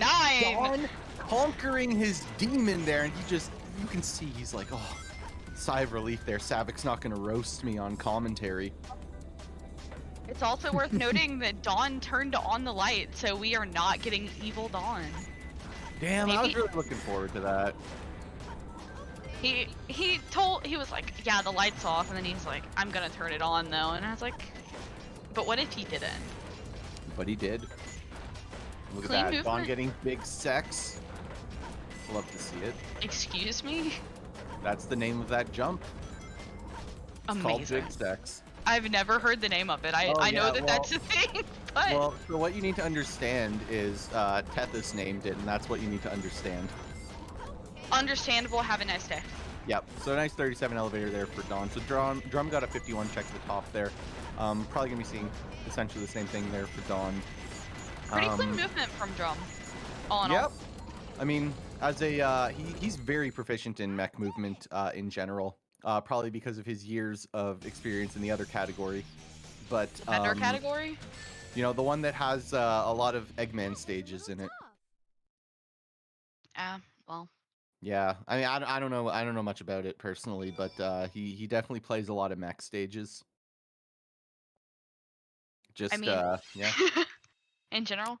In Here we general. go, loading into the worst stage in the game. It's true. The stage is boring. We talked about this yesterday. The stage sucks. I'm sorry, Mazino, but your opinion is wrong. This is such a bad She's stage. not even here to defend herself. She loves Metal Harbor. I was talking to her and I was like, wow, I hate... Oh, Drum? I had a little bit of a hiccup getting the... Are they...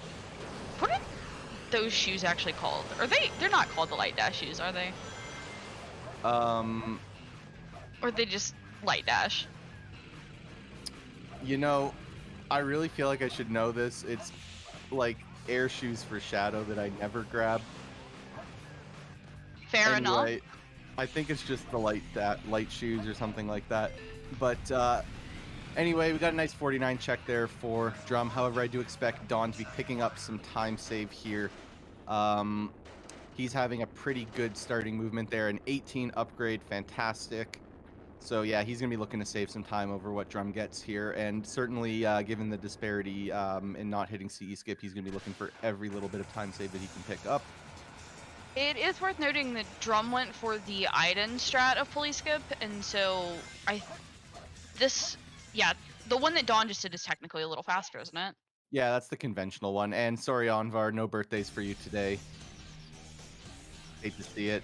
But yeah, that's a 47 check. Drum got a 49, so this is about the expected time save. A 53 there on the missile. Very nice. Not a 13 there. Less nice. Nah, 13s are really hard to come by. But Yeah, you know what? I'm actually a little bit interested to see what Drum does here for this fight, because I know that he's a fan of homing attacks for the Dark Story equivalent of this, so I expect to see a very similar strategy here. All bosses, of course, have predictable AI. Assuming that you do the same inputs, they will respond in the same way each time. It is not RNG. So he will have a strategy labbed out here. I don't know what that strategy will be. So now we just get to experience it. Oh no, he's doing a much more conventional approach. He messes the manip there, unfortunately. The reason for the spin dashes backwards like that were to prevent the high jump. However, We got the high jump anyway. Go right there. It looked good to me, so I'm not entirely sure why it failed. I think he might have just been slightly to the side. But there, for anyone who's curious, there is a instructional picture drawn on Microsoft Paint by Onvar that fully explains the interaction.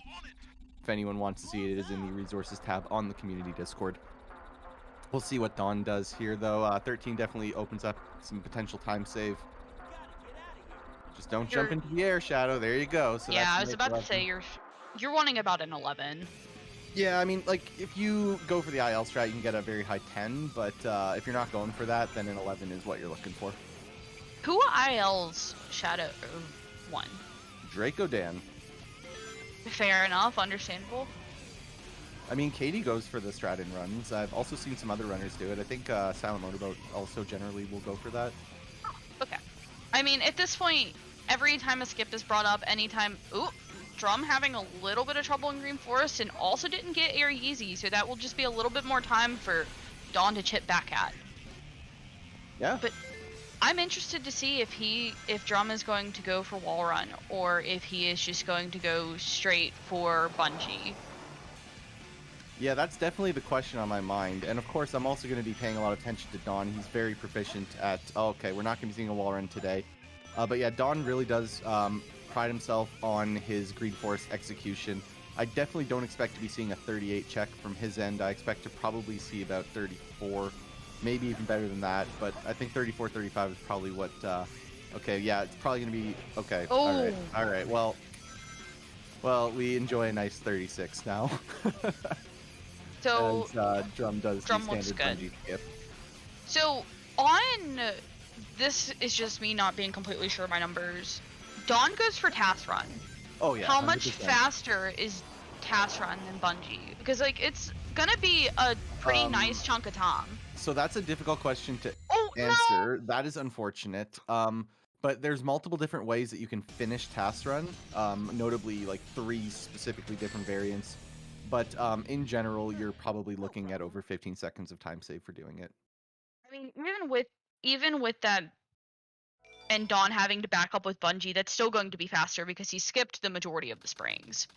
No, it Oh, is it going to be? Is it? Oh, yeah, it will be because he had to set up. Yeah. Sorry, I forgot about that. He got a 121 check. Drum had a 120, and in addition, Drum got the loop speed, and Dawn did not. An Air Jordan here will help, though. He's not going for it. It's a race. I respect that. I mean, didn't they all unanimously decide that this is, like, it's like Katie's law, nobody goes for a Jordan? Honestly, I hadn't heard that. Somebody told me, they were like, if Katie's not going for it, we're not going for it. Is that really the standard now? I mean, that's what I heard. Dang. All right, well then if Katie doesn't do a strat, nobody's allowed to do that. So it's illegal. Just FYI, Katie does not do the Twin Skulls check on the upgrade. So nobody is allowed to do the Twin Skulls check. Sorry, that's the rules. I think we will be seeing No, not from Dawn. I think he considered it, like, No earlier. Not shot. now. Not No now. Not shot. now. Yeah. Earlier, I think Maybe. he was considering it. But, you know, with the new rule set, obviously Dawn is aware that that going for a strat that's banned is just not okay. Not okay. Illegal. Okay, this is unfortunate. This is not good. I mean, he's coming from church. That is truly a 50-50. So, yeah, that just sucks. Okay, come on, game. Come on. Yes, Okay, let's he got go. the good one. Let's go. All right, that makes up for it just a little bit. I'm assuming that Drum goes for zero cycle because there's no like significant skip, I guess, that you're having to do. I mean, I assure you, we are not seeing a wall run from Drum. That's the only way, realistically, that you could expect a human to get something faster than zero cycle. Like, I don't think without it, negative 0.5, or God forbid, -1 is going to happen. The human theory task does hit -1 cycle for what it's worth, but it has the wall run in it. I've never seen the wall run. Oh, it's so sick. So, I've heard people talk about it, but I've never seen anybody do it, and I've also just never been bothered to look either. Because that takes effort. Yep, that's fair. But I can show it to you later. Sweet. Yeah. I was just gonna say Drum's movement through Prison Lane has been Yes, Prison this is Lane, the prison Mission lane Street. of all time. The prison lane of all time right here. For But the yeah, record, I think you did that last night, so we're even. No, I called Hidden Base Mission Street. Well, then I just went back one. It's fine. Yeah. Yeah. It's a Clean similar zero mistake. cycle from Drum. Oh yeah, I mean like, you have so much leniency in hitting zero cycle that you can basically int away 3 seconds and still get it. So I mean, he had such good movement there that he had so much time to wait. The cycle just right at the bottom. Dawn, of course, going for that little rail hop because it takes away a pause hover because pauses are timed. That is ultimately a time save strat. I mean, it's a little bit quicker too to get to the cycle, but that doesn't really matter because you're waiting on it anyway. And this is a very easy zero cycle. Yeah, we Walk on basically. very clean movement. See, I've seen a couple of people just like go like just forego the platform altogether, and that still terrifies me. So 201 is a very nice time there for Drum Basher for what it's worth. Good weight on the upgrade and just overall good finishing movement gets Drum a very nice time. Nobody's going to be super upset with a 201. What is the fastest? So Mission you can get sub 2 with zero cycle. It's just very hard. All right, hold on. We've got a little something on Drum's screen there. We got us a cute little free piece. We do. Okay. I was like, for a second there, I'm like, are we getting another piece up there? But no. That would have been. Okay, this set is still cracked. What the heck? Yeah, this what is. the heck? And he's playing it well too. Oh my god. Let's see let's go if Drum. That's gonna be that's gonna be hard to beat. Yeah, that's a tough act to follow right there. All right, any free pieces? Yeah, this is perfect. Okay, we don't have anything in the cutscene, but that doesn't necessarily mean anything. No ping. All right, Yeah. we're out of there. Okay, we've got a much more favorable ping now. And Don, of course, knows. He knows the radar. He knows what that is. There's only one piece that'll ping like that. And, ooh, that is not what you want to see. Having to Dawn? go all the way down here and then all the way back up. Up. Oh, Dawn's favorite God. stage is not treating him nicely. It never does. Told you. Tried to tell you this yesterday. You know, he proclaims it's his favorite. Oh, he So- loves the stage. It's just evil to him, you know? That's just what it is. So that is, if I'm not mistaken, about a 40-second lead now for Drum. We'll wait for the official mathematics there from the sound defense, but Yeah, I will wait for sound defense in my ear. yeah. See, sound defense is the producer here. We'll get the update shortly. If my eyes do not deceive me, I was half looking, but I think Drum is attempting the faster ring route. Drum No, I really stand corrected. came He out is not. here. He is not. I am mistaken. I mean, 39.4. That is the deficit there for Dawn. I mean, even without the faster ring route, Drum has really shown up to play and be like, you know what? Oh, that's We're not a mistake. repeating last year. That is gonna cost Drum. So he just lost a boost because he didn't have enough rings there. And that was a product of two things that happened. One, he didn't get all of the rings in that trail. but also because he elected to boost on the ground rather than in the air, it's a little bit harder to control tails when you're not on GameCube, because GameCube turns better than PC, and ended up not going for any of the rings on the right. So with those two mistakes together, that just costs him 1 boost. It's not a huge deal, but it is notably an area where where Dawn can make pick up some time. save, assuming that that it goes well for Dawn. So it's right here where the decision was to boost on the ground. Dawn did the same thing, however, did get the ring, so he should get a boost right here. Okay, well, so he missed a couple rings too. So But he got the boost. No, he did not. Oh, he did not. No. Amazing. Please, maybe they gentlemen's it. To not go to miss Yeah. like 1 ring. Yeah, okay. That was the decision there. That was a decision. Unless like he was mashing the Y button and I just didn't see the boost go off. Because I can't like the audio's on the other screen, but I don't think so. Anyway, it's not a huge deal. I would have expected him to have it though, so I probably just didn't see it. Because the ring route looked fine. Anyway, now we have Mission Desert. Street. Mission Street. Yep, this is Mission Street. Thank you. This is Mission Street. So Drum Bash is going to be going over for Zero Cycle here. Going to be going for the Mission Street wall run. Actually, there's a wall run on this stage too, for what it's worth. Oh my god. I do not expect to see it. There's 2 wall runs. There's a pass one and one that humans can do. IL pull hop for Drum. That is what you love to see, and no fear at all. Knew that the height was good. Did not even bother veering over to the left because wanted that faster, more direct line. So this is a really good start for Drum. Not even bothering for the pause hover. Okay, so I will say I turned my eyes off of Dawn's screen, so I have no idea how a 223 happened there. He just... It wasn't... I couldn't tell anything. You could just kind of see in his face. He was not pleased. And it seemed as though he may have taken his... I don't know this for sure, but like... He seemed like he was just going slower in general, and he just kind of was like, eh. Did he not have the boost at the final straightaway? He may not have. Oh yeah, that's that's one of the biggest time losses that you can take. Okay, another IL pull-up attempt, not going to get it, going to go for the second try, and because the approach was overall fast enough, should have no difficulty picking up this cycle. He is making sure to cut a very nice line over here, make sure, but he is so good there. There's no danger of missing that. Okay, but definitely, yeah, this is a nice finish there for Drum. It's going to be probably about 140. That's a very nice time for sure.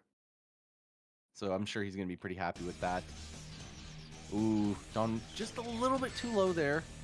And elects to just go around, which is a safer option. Of course, if he would have went for that and not had the height, which he almost certainly did not, he would be dragged down into the sand and ultimately would have died. So good awareness for sure. And now we get to see some Pyramid Cave. Pyramid Cave. We love our Pyramid Caves. You know, Savik, I've hit second door skip at least 3 times. It's not that second door skip is hard. Second door skip's literally free. It's second try, second door skip that I say is hard. Okay, but like, I can still do it. Okay, because like if someone, well, I just want to clear that up because if anyone's gonna reference me talking about that door, first try's literally free. It's second try, second door skip that is like impossible, and then third try is also free for whatever reason. Even though it's exactly the same as second try. That is not the camera you want to see. Ugh. Little bit of trouble for Drum, but nothing that I don't think that he can come back from. Like, he seems to be making his way through. He's doing fine. Having a nice second tunnel for sure. This is a difficult tunnel to maneuver through and not lose tons of time. But overall, this was fine. The 102 check is due to earlier mistakes, not the tunnel movement. A nice snake skip there for Drum, and is overall on a decent clip for sure right now. Yeah, We'll see everything how Dawn can do. So far, I mean, in the first 20 seconds, it's looking pretty okay. Just gonna be probably about 131 maybe. Okay, not 130. even 130. So that's, I mean, Dawn can beat that, but it's not going to be easy. I mean, assuming that he can get everything cleanly, like that looks good. Just little places. I think I talked about this. I can't remember if it was with you or with somebody else, but like, yeah, there are definite. Oh, Ooh. Dawn having a little bit of trouble getting the hourglass. All right. So Drum is very well known for his Death Chamber prowess. So this is unfortunately okay. All right. Well, you know what? Drum making an uncharacteristic mistake there on the red box clip. But generally, this is not a stage where you expect a ton of mistakes from somebody who is this practiced at the stage. So of course, going for the death strat here, hoping for a nice spawn in the red room. Not going to get it. So we're going to be just re-rolling until something shows up. But Drum is pretty good on lives. Oh, assuming look at this. Look at that. A little bit of time save for Dawn. This Okay, is very unfortunate for Drum. Okay, it's I swear it's a good piece. He's getting extremely unlucky. We are getting very unlucky. We are down to 2 lives. We finally have something. Okay. It is Bugs baby. So if that took 1 or 2 more tries, this was going to get a little bit scary, but 2 lives is more than enough at this point. Pattern shorts a booty clip from here. Huh. Dawn will not be death stratting this, will he? Probably not. Man, I was really hoping for the red clip, but I mean, I think this is probably the better option. He thought about it. Where? Okay. I was like, where are we? Oh yeah, so he's going over to the blue secret area. And the hope with this combo is that you oh no, he's not even gonna bother. He's just going right back to the red room. Okay. Hoping. I mean, the hope is you get a blue piece 3, but okay, well that's green. This is certainly gonna be a red box clip attempt over to Bug Tree, which is in the green path. Clean box clip. Oh yeah, easy, very nice. You can even see the piece out of bounds. It is a dig piece though, so you must be digging to actually collect it, which is why he had to clip back in and go for the dig. Ghost. But yeah, this is a pretty big lead for Drum right now. So Don's got some work to do if he wants to bring this one back. We got the bait there for Drum, and we have a nice cat boost, not boo. Cat boo. I mean cat boo. We have cat boo is nice too. Don't get me wrong. But we also have cat bag. I mean, we have a lot of various cat boo emotes on the channel. Shoutouts to cat boo. Okay, Oh, okay. no. This is just not Dawn Day. Missing cat boost, and you could see it on Dawn's face there. You can see the frustration, and like honestly, I don't blame him. I mean, like nothing's going really. Okay, so that obviously signaled a profit bounce from Drum. The reason for the reset there is that Egg Golem becomes more sluggish every time you reset. And basically this allows a little bit more leniency in doing this setup before he punches Drum. So ultimately it worked out, and it's not a huge amount of time lost. That was maybe, you know, it was less than a second, probably about 0.5 to 0.6 seconds of time lost for that reset. And for the safety, it's the right call. I mean, especially if he knows how far ahead he is right now. Clean-ish, at least. We've got 2 clean super bounces. We're going to knock a third. Oh, the greed. All right. Okay. Very good. Potential to pick up maybe a little bit here. And now we see, can Drum hit the Quan? I think he can. I actually do. I think we're seeing a Quan here. A Quan from Drum? We are seeing a Quan from Drum. We are not seeing a Quan from Drum. Like I always say, Drum can't hit the Quan.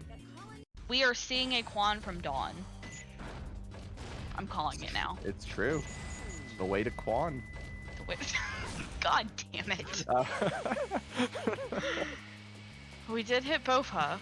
This is it. This is it right here. The way to Quan. It's coming up. It's not coming up. All right. Like I always say, Dawn never hits the Quan. I always say that. You always say that. Yeah. But it's okay. We're gonna be seeing a Bofa from both runners. It's free. Bofa is free. So, just thinking forward for this race, Drum, if he does not go for CGSS, this is still doable. But that's going to be the big question mark because, you know, if there's a big RNG disparity in Meteor Herd plus CGSS versus CGS, that actually can still bring this back. Even though the lead looks insurmountable, it's actually not, depending on the strat selection that we see in the next few splits. Does Drum do FR skip? Oh, of course. I yes. wouldn't. I was about to say Yes, I would. yes. I don't see why he wouldn't, and that's He's going for that. that was more, I guess, of an ignorance question. I would assume that he would because skipless FR is kind of disgusting. I mean, both of these runners love restricted. So, I mean, as far as I know, there's no gentleman's agreement. However, both runners do very much pride themselves on their Hero Story restricted gameplay. So here it comes now, Meteor Herd. What are we going to be seeing? Okay, so that is a piece that is just so unbelievably mediocre. I don't even know where to begin. So you're never going to see something incredible from this, but it is okay. It's just never like, oh man, I'm so happy that this gave me a great set. Never. This is about as good as you could hope for, though, because that is a great piece 2 from here. You can respond to any piece 3. Oh, okay, yeah, so could have high rolled on container that doesn't float, but this is definitely a trade up here.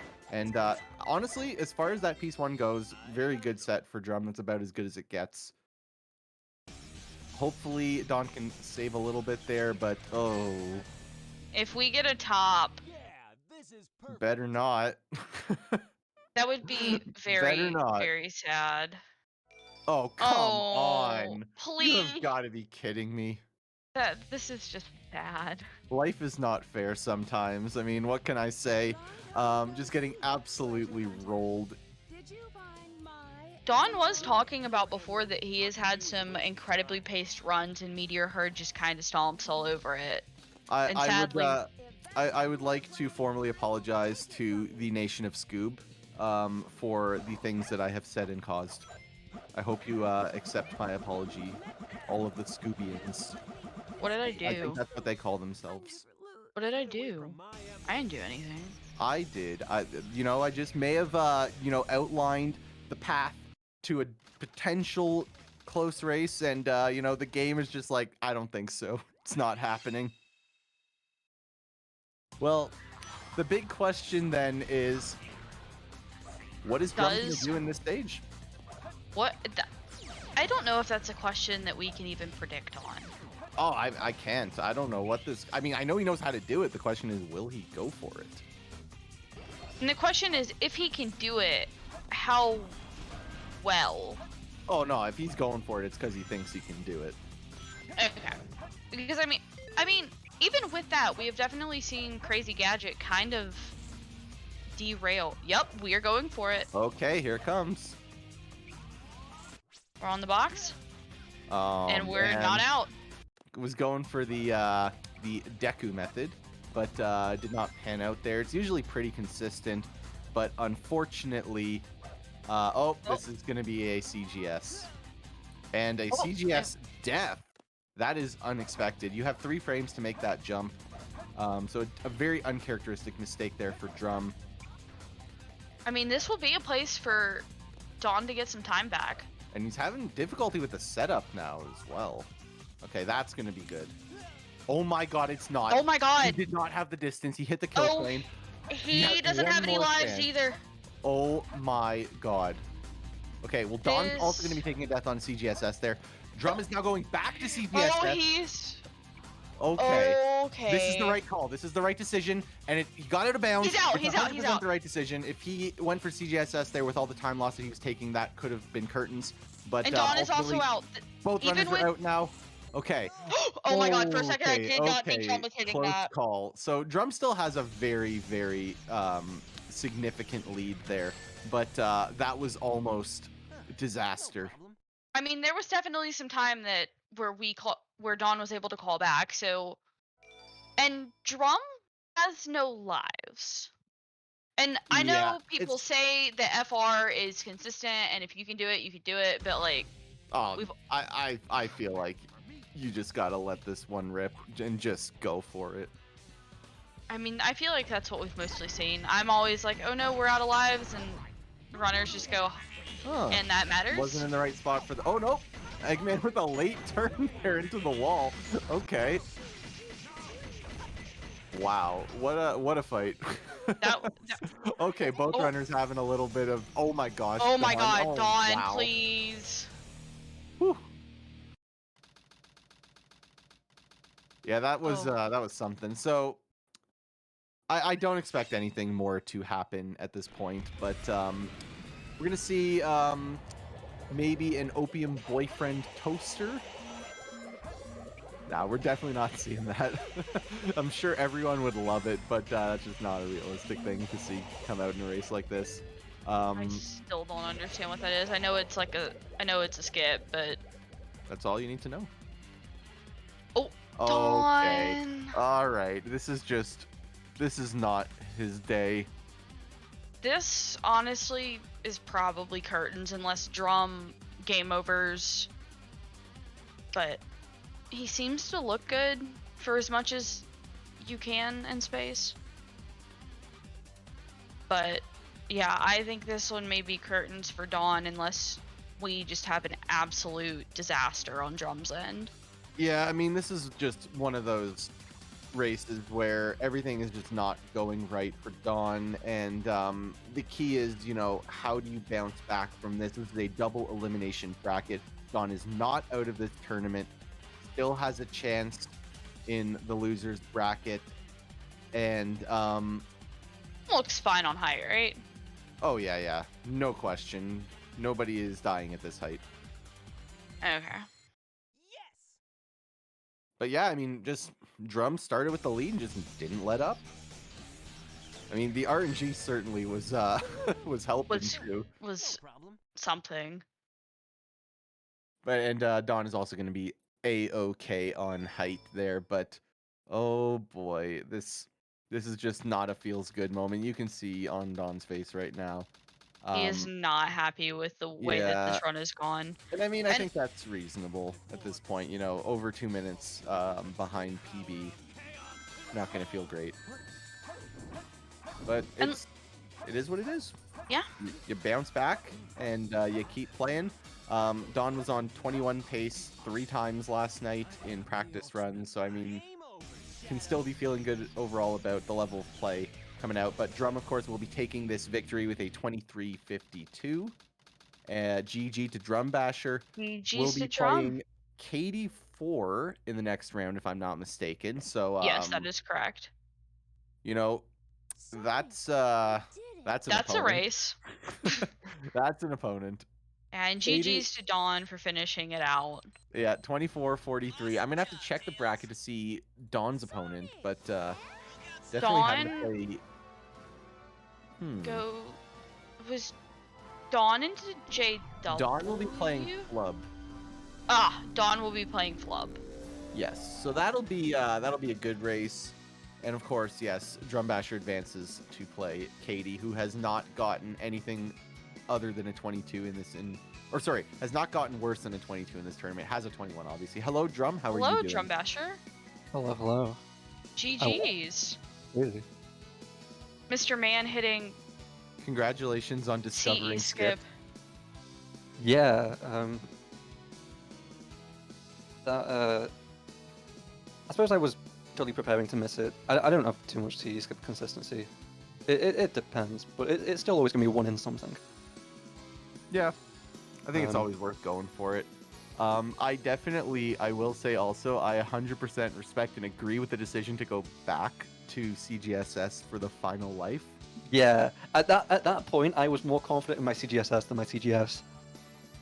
That's fair. Yeah, I mean, like you had what looked like a decent setup and just didn't have the distance. So Yeah. it is what it is. Hey, Don. Hi, Dawn. GG's. Yo, GG. So it seems that Drum has taken revenge. That is Yep. Oh, true. that's true. Revenge from HST 2021. And No, Go now ahead. we gotta meet again so we can get the best of 3. That's true. And Coming soon, Coming HST 2023. Yeah, either later this tournament or next year.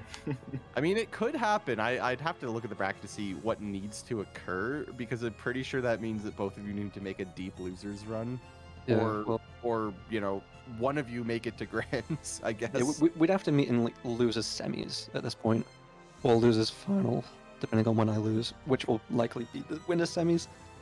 I mean, I don't know. It's only KD4. Yeah, this run was 22 pace, and Yeah, I know. she's I already. was really hoping to see it. Yeah, so going into this run, my CGSS wasn't too hot. I've not perfected the Deku pause yet, and so I was like, I'm gonna get the stream up on my phone. I did that during the Faker cutscene, and I put my phone face down. Okay. And so now I was like, when I beat Meteor Herd, I'm gonna check it out and see if I'm doing CGS or not. I had a feeling. I feel like that was actually why I thought that you went back to CGSS, because I figured, if you went for CGS there and something happened, then you would lose the lead. Yeah, I took one final peek as CG started, and I knew I had a 7-second lead plus whatever Dawn's Meteor Herd was, and I saw he was like 38 seconds on the clock taking the rocket up, so I was like, okay, I've got like a 52-second lead perhaps, and so I'm -7 right now, so I'll go for the one CGSS attempt just because I can. I have 11 seconds to throw. Missed that. Tried CGS. Probably should have practiced that a bit because under like the nerves, I just couldn't get the jump off. So on 0 lives, I was like, at this point, if I'm going for CGSS, I'm still losing. The only way I can win is if I hit CGSS right now. Yep, agree 100%. Yeah. And I must say, I'm so sorry, Don. The game was so cruel. Yeah, I paused like a few frames early for CE skip, and then I didn't move a few frames. I moved a few frames too late for task run, and between that, it lost me like a minute. Damn. So that shows you hero story. Yeah. Frames of differences can lose you a minute. But yeah, GG I Drum. mean, I mean, that's you the played well thing. and capitalized on it, right? So like, you deserve the win for sure. Yeah, apart from the CG semi-meltdown, it definitely was a good run from me. Yeah, I checked. I think I usually don't check the stream, but I like kind of needed to know, so I checked out of Aquatic Mine, and yeah, you were definitely on PB pace, so you had a really good run. Yeah, 100%. This is the first time I've ever checked a stream during my race. Yeah, At least on purpose. I never ever do it, but I checked because I was like, I was like a minute behind out of Green Forest, and I was like, yeah, I kind of just need to know like if something's going on, like if this is still winnable, or if I need to bust out the crazy shit. Yeah. But yeah, I don't know. So what I will say, based on building off something that you had just said, Don, and for anyone who's watching this and might not be as familiar with the run, like Don was saying, the difference of a couple frames on 2 different strats was a minute of time loss. And when you see very skilled runners of the game just hitting all of these strats, you don't appreciate necessarily how hard some of these things are to do. And yet these runners will often consistently nail each one. But these are very hard strats that runners are going for, especially at this stage in the tournament. Everybody is very good, very well practiced, so you just don't often see some of this stuff go wrong because of how practiced they ultimately are. But yeah, it's a hard game, it's a hard story. This is why we should all run Dark Story. Shout outs to Dark Story. Story's got its own issues. Fling and sandwalking is the same thing. Well, to be fair, sandwalking is literally a frame perfect trick. Yeah. So This must have been so close for when like looking at my CG, like Dawn must have been catching and like basically tied. I mean, there would have definitely been a shift if you would have game overed. Yeah. But CGS, I guess. I mean, that would have, yeah. I don't. Helpful to go for CGSS, yeah. Yeah, like Dawn, or not Dawn, Drum very much like YOLO'd it and was like, 0 lives, let's go. Yeah. And then- And when I got out, I was too sharp on my angle downward, and I was like, I've got out, and I've not made the distance. And then I just barely got it. I was higher than I thought I would be, and so I just managed to like use the move to like clip me in. Yeah, I noticed yeah, that. It was a I little thought I bit was dead. spooky. Yeah. Yeah, that was very much the theme of this run. Was like I was literally just slightly off in like City Escape, Green Forest, King Boombu. I was like right next to the flame.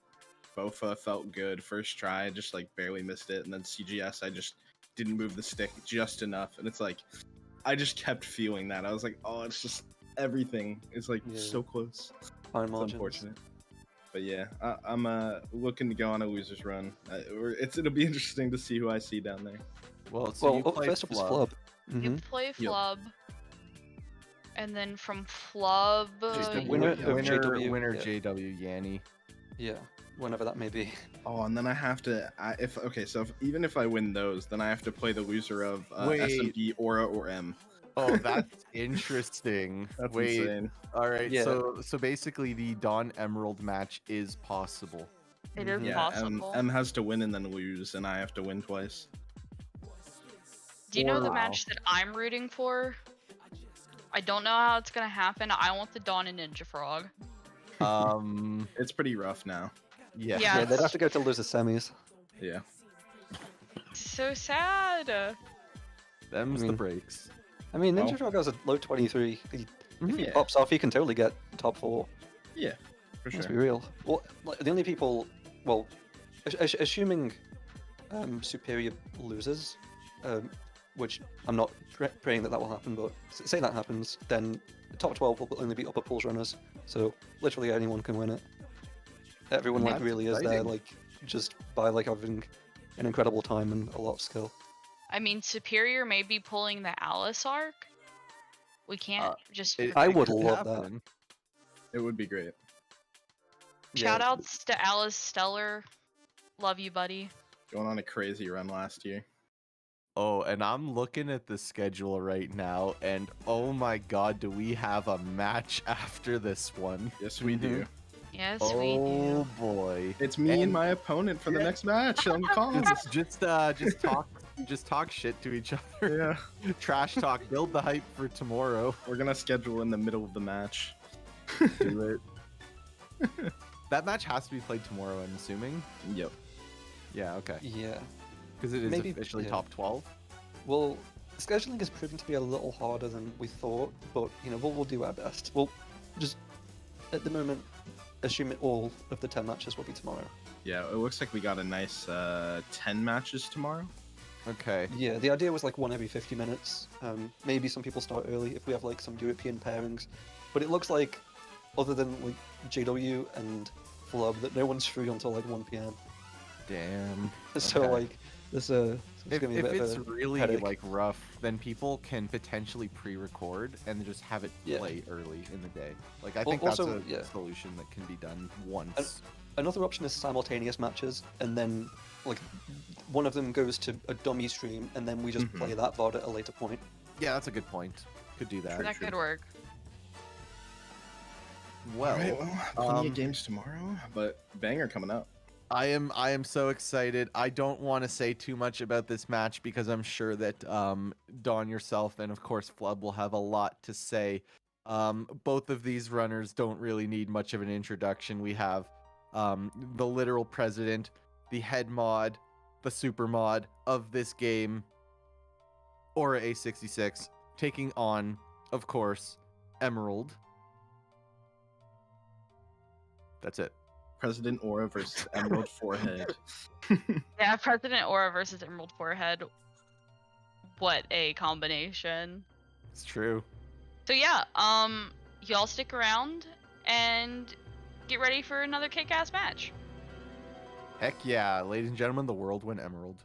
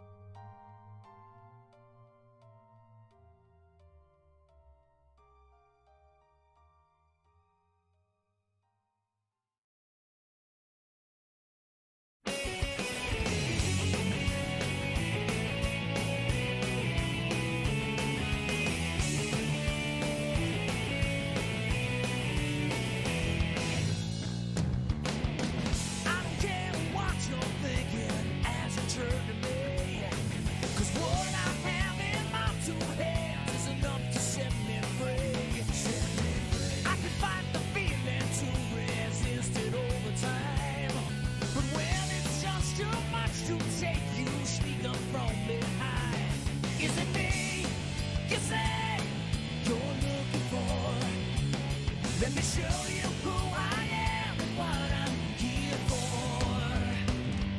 Here for. Hey, trying to reach inside of me, trying to drain my energy. Let me show you just what I'm made of. Simple curiosity, trying to take a bite of me. Let me show you just what I'm made of now.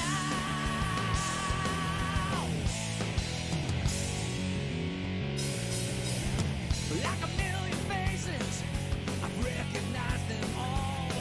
And one by one they've all become a number as they fall. In the face of reason, I can't take no more. One by one they've all become a black mark on the floor. Is it me? You say you're looking for? Let me show you who I am and what I have in store. In store. Hey, yeah! Trying to reach inside of me, trying to drain my energy. Let me show you just what I'm made of. Simple curiosity, trying to take a bite of me. Let me show you just what I'm made of now. You can take another lifelong try. You can take another try.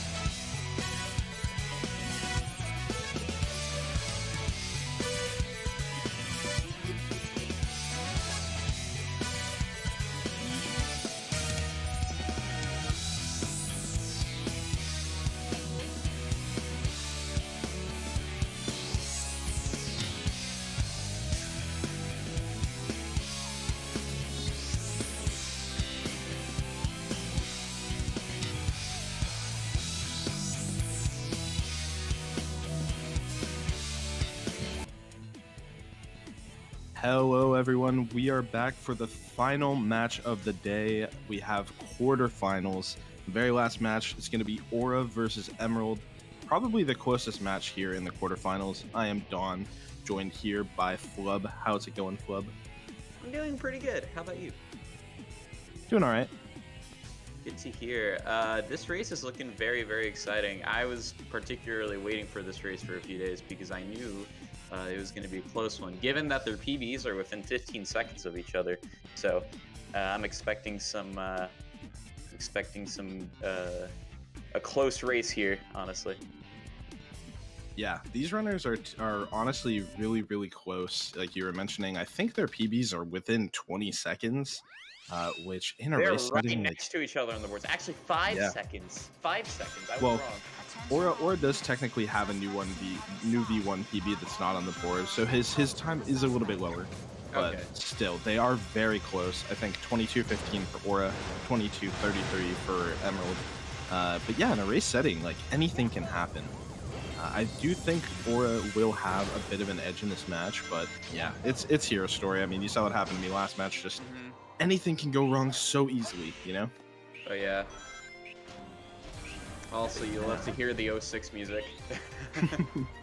Yeah, it's honestly, like, I didn't really think it would fit, but after hearing it a ton, I actually really like it here. Oh, both of them pause and miss it. Wait, and both of them going for it again. Yeah, neither of them got... This is just like a mirror match right now. What is going on? Emerald pausing for 5 seconds, and they both hit it! Oh, yes! Let's go! Okay. I cannot believe that they both retried it and got it at the same time, pretty much, too. Yeah, so M mentioned before the match that recently he's kind of been struggling with CE skip, which, you know, he's been good for like a year, and like it's been rare that he misses it. But he mentioned that pausing for a really long time helps for him right now, which he doesn't normally do. Normally he pauses for like 0.2. The first time he did one of those quick pauses. The second time it was like 2 seconds or something. So, I mean, if it helps that consistency, that second or two is probably my worth. god. The RTA sync! The Look at that. RTA sync is real right now. You see, Frames apart. now we switch to M's audio. Crazy. This is a great start. I didn't think it was going to deliver like this, but here we are. Wow.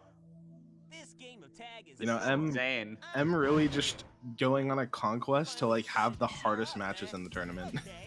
First played SMB, then JW who played amazing, then Frog who played amazing, and now he's here against Aura. If he's able to win this one, he has quite the resume on his hands. Right. Oh my gosh, they're just in sync perfectly. This is, dude. Both of them doing the somersaults. Yeah, this is wild. You know what's also wild? Wild Canyon. Here we go. I'm gaining a 1-frame lead. Let's go. We begin. This Oh is where my they gosh. separate. Hopefully, unless they both get the IL. So. Imagine they both get the same set. Okay, both get a ping. M with the red ping, though. Tears with 2 legs. Does M get any other free pieces on the way up? Good piece 1 for Aura. Doesn't see any free pieces, though. M with the ping on the tilted pillar. Already. Over Yep. to tilted pillar. Nice. Yeah, Aura's definitely going to be getting a worse set here. Emerald getting the better set of the two. Mhm. Sub 20. Oh, they both got over the tilted pillar. Wow. Aura missed it, though, because he went low. That's a very rare set there. If Aura would have spotted that, it would have been even, but that's a weird free piece to check, especially when you have a piece over there. It's so rare. Or not too happy about it, but I don't blame him. We've all missed that piece once or twice.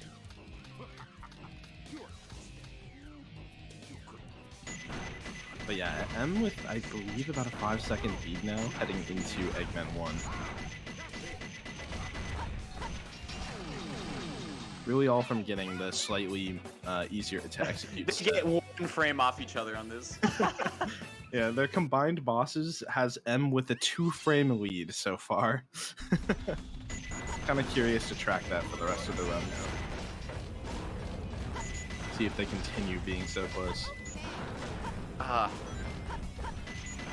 I'm glad the hype is delivering so far. It's looked like Aura doesn't even go for the lock on. early Ocon, which is interesting. Yeah, I think it is a bit more consistent to just forego it, but if you're able to get the double lock on it, it's just so fast. And with the 24 check and Aura with the 25. So M gaining a little bit of time. As people have mentioned, M's specialty is definitely his mech.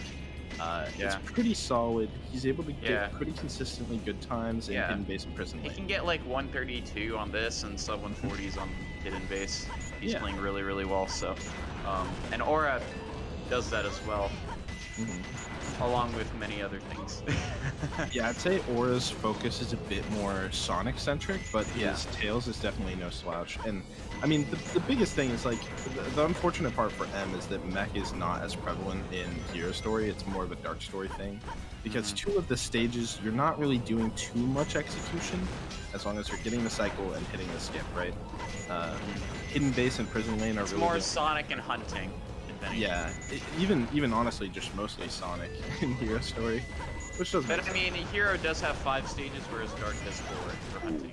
So that is the difference there. All right, well, M was in the lead, now taking 3 shots from the robot. It looks like. It's like M is throwing for content now. He's losing about 4 or 5 seconds. Yeah, no, that was like 5 or 6 seconds there. He was on pace to get a very similar time that Aura got, but that's a very rough mistake to make. And now Aura's in the lead by about a second.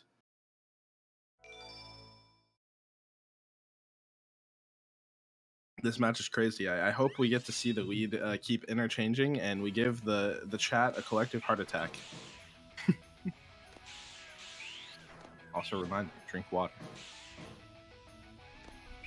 And I'll give another reminder later when it's time to get snacks.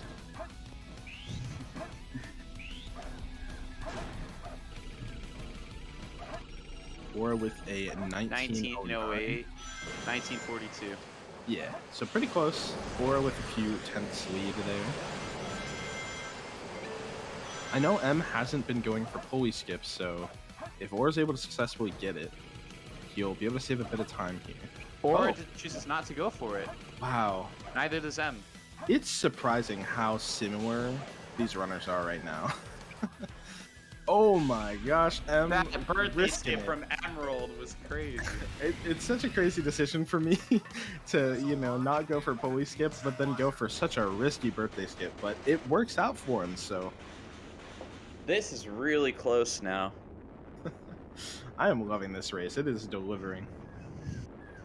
It's already bringing me back to M Frog Skater. It's the same thing all over again.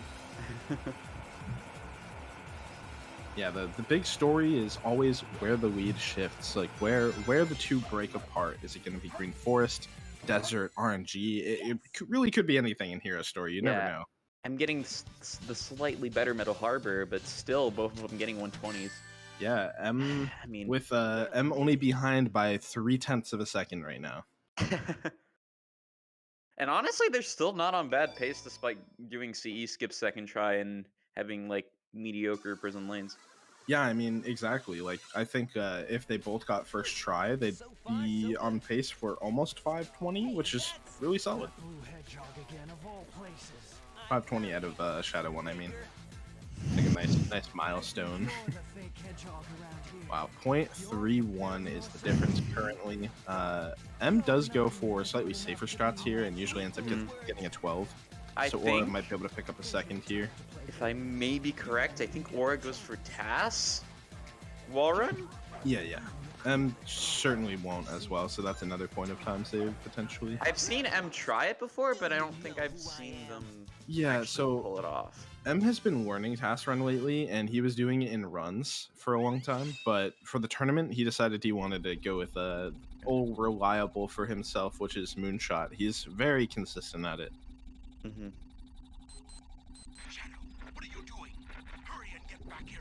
All right. I think this will most likely be the big difference maker. If this goes well for Aura, he'll be able to save probably anywhere from 5 to 10 seconds over M. But you never know what can happen. It's a very punishing stage.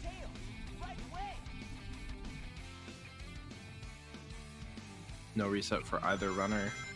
And with the 1 life lead, that might. I mean, come they in want the handy later. RTA sick, don't they? they want M wants to have content.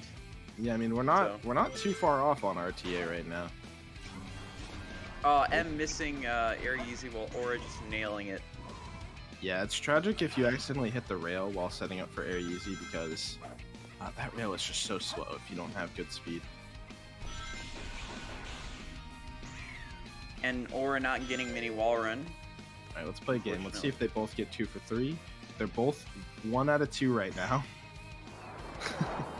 So, yeah, except wall run different will skips. determine. Yeah. 1 hit air easy, 1 hit mini wall run. Let's see who hits the big one. Aura doing that pause. And Task there you run go, for task Aura. run. M is also on the tree. Or with the But task run is just gonna make him pull up so much now. M with a moonshot. And yeah, like you're saying. Very good. Aura's going to be saving about 3 to 4 seconds, it looks like, by the checkpoint. I didn't see Aura's very well. Boot speed for M. Not able to get it super well. 651. That's still very, very good pace. Yeah, 116 for Aura. We're looking at about a 123 for Emerald, I believe. 124. And M So has a that's- 659. So literally 8 seconds deficit right here. Yeah, that's between gonna be the a two pretty runners. big. It's gonna be a pretty big pickup for Aura here to make some distance and, you know, maybe negate some RNG if it goes in M's favor, right? Like that's really the big in stages like this, is to make sure that even if RNG doesn't go your way, you're giving yourself some wiggle room. Oh, Aura's stream is gone. I'm I don't sure know. we'll be able to get it back soon. Unfortunately, we lost the RTA sync. Oh, there we go. Well, a little bit closer now than it was. Tells time for Tells Emerald. time. Good I haven't seen one. that piece in a hot minute. Under the chimney. This can be good, but it's very 50-50. Ghost Train. Or gets the top one, so the better of the two, in my opinion. Uh-oh. Oh, they both get the same piece too, and it's not a great one. Suffering from Suff knows. Okay, I think Emma's just gonna choose to climb up. Probably a decent play. Sad-eyed. Or getting the better roll here. They both get the far away pumpkins, but oh, actually, wow, they're a 10th, literally a 10th. Yeah. I don't know what happened to Aura, but he looks. I guess that middle island, that middle island was rough. He lost a couple seconds there. So Aura with slightly better RNG, but they pretty much exit with the same time.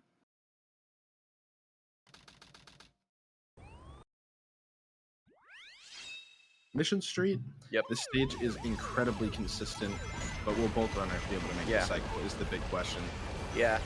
And I mean, if Aura loses 0 cycle, then they're literally going to be tied, I think. Yeah, I think M will have a slight lead, but it'll be a lot closer than it was. It'll be seconds. Yeah. Well, yeah, if say say Aura got half cycle and M gets Don't want to 0. say anything. Yeah. Commentator's curse. Emerald getting weight hop. Aura getting weight hop, or that was a little scary, but he got it. All right, and he made the cycle. He manipulated the cycles a he little. got the GT minute pretty well there, actually, getting a 43 check. Yeah, M manipulated a little much so that he had to pause hover, but he was able to make it. And Aura manipulated a little bit less so that he wouldn't have to do a pause at all. Oh, Aura might miss 0 cycle here now that just happened. Yeah, as long as the rest of the section is clean, he should be okay, but he does need to... It's a little bit tighter now. Oh, that's it. I think that's it. Okay, if he gets an early box shot, he can maybe do it. But he has to play for it now. Oh, no. Yeah, now it's it's gonna be over. close. Oh, yeah, he's just going for the half cycle. It's oh, wait, over, no, not yeah. even half. Oh yeah, it is half. No, I think, I don't even think... Is that half? Yeah, that Yeah. half cycle is going that route, and then first cycle is the one after.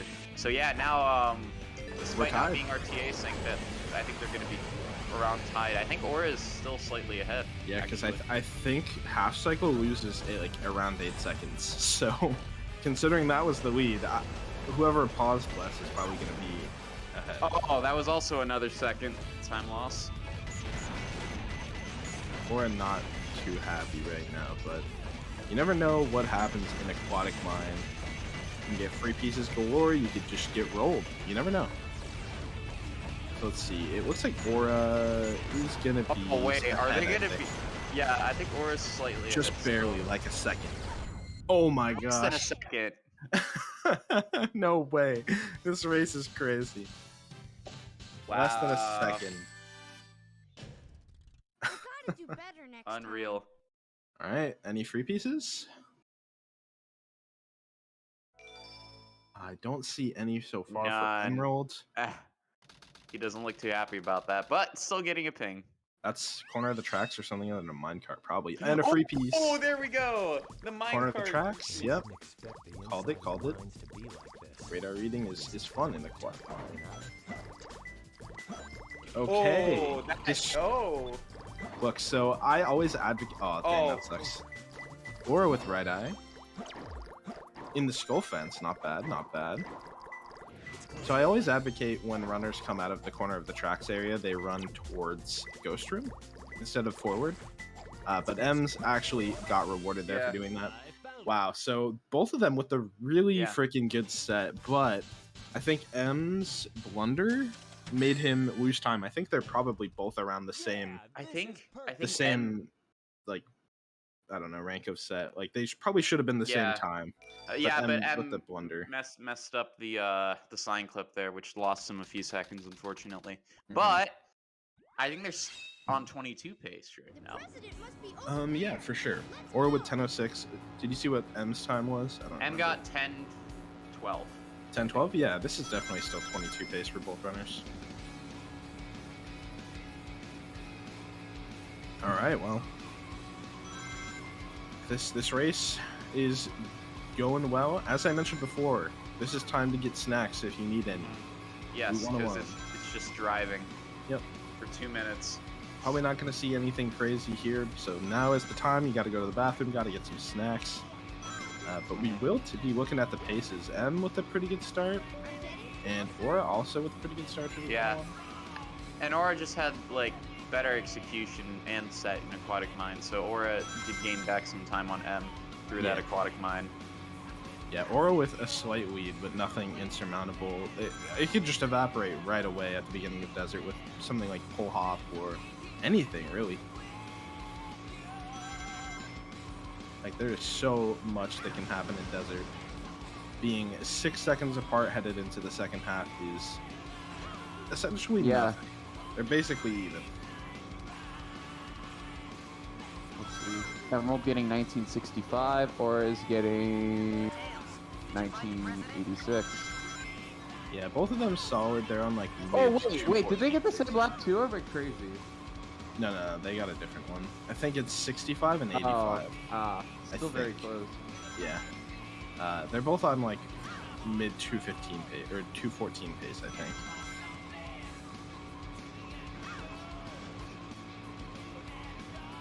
I think they will be too fast for Melon Skip, but we'll see. Unless they're so fast that they get past the blue car, and then there's another car in front of it that you can only skip on. Yeah, we were talking about that, but you'd have to be crazy fast, probably like IL world record pace fast.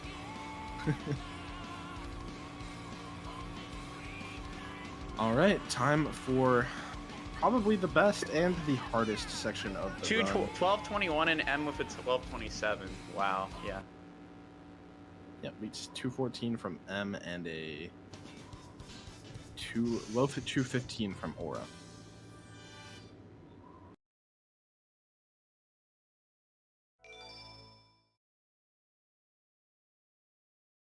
All right, so as we mentioned before, right away, we have a really big trick in hidden base, Pull Hop, which... I know M does IL Pull Hop, or attempts it at least, so...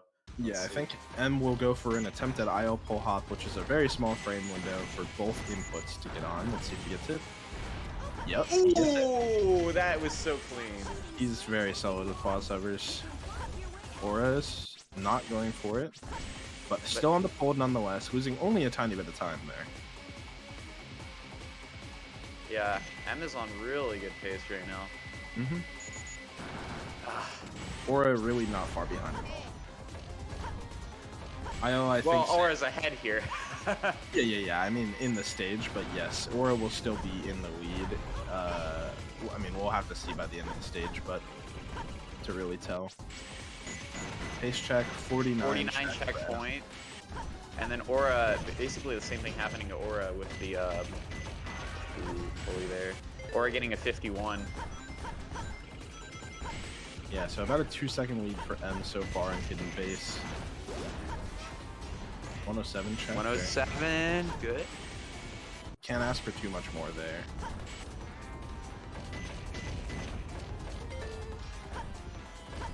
Oh. Being in his way, that's unfortunate. Oh, Aura. Missing the pulley. Wow, we might be even here. Getting the triple lock on.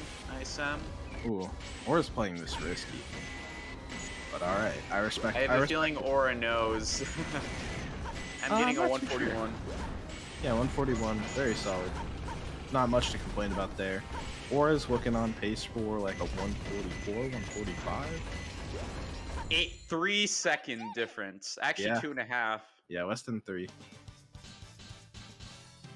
Alright, well, Pyramid Cave. This one definitely got to favor Aura here. But it's a very difficult stage, and M is solid at the stage as well.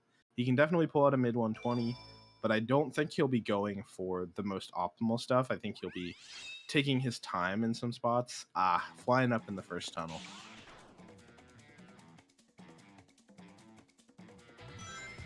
Recovering well, though. Aura with a nice first tunnel, getting a mid 12 check. He's zooming right now. Aura very much seems in his element in Pyramid Cave. Not surprised at all. He always talks about how much he grinds this stage, so yeah, not surprised to see a 28 check. Very solid.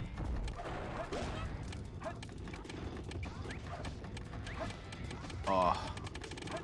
Alright, M, there we go. Second door skip. First mistake coming in from Aura there, bonking the place where the first key is supposed to go. So he doesn't get the first 2 rebounds.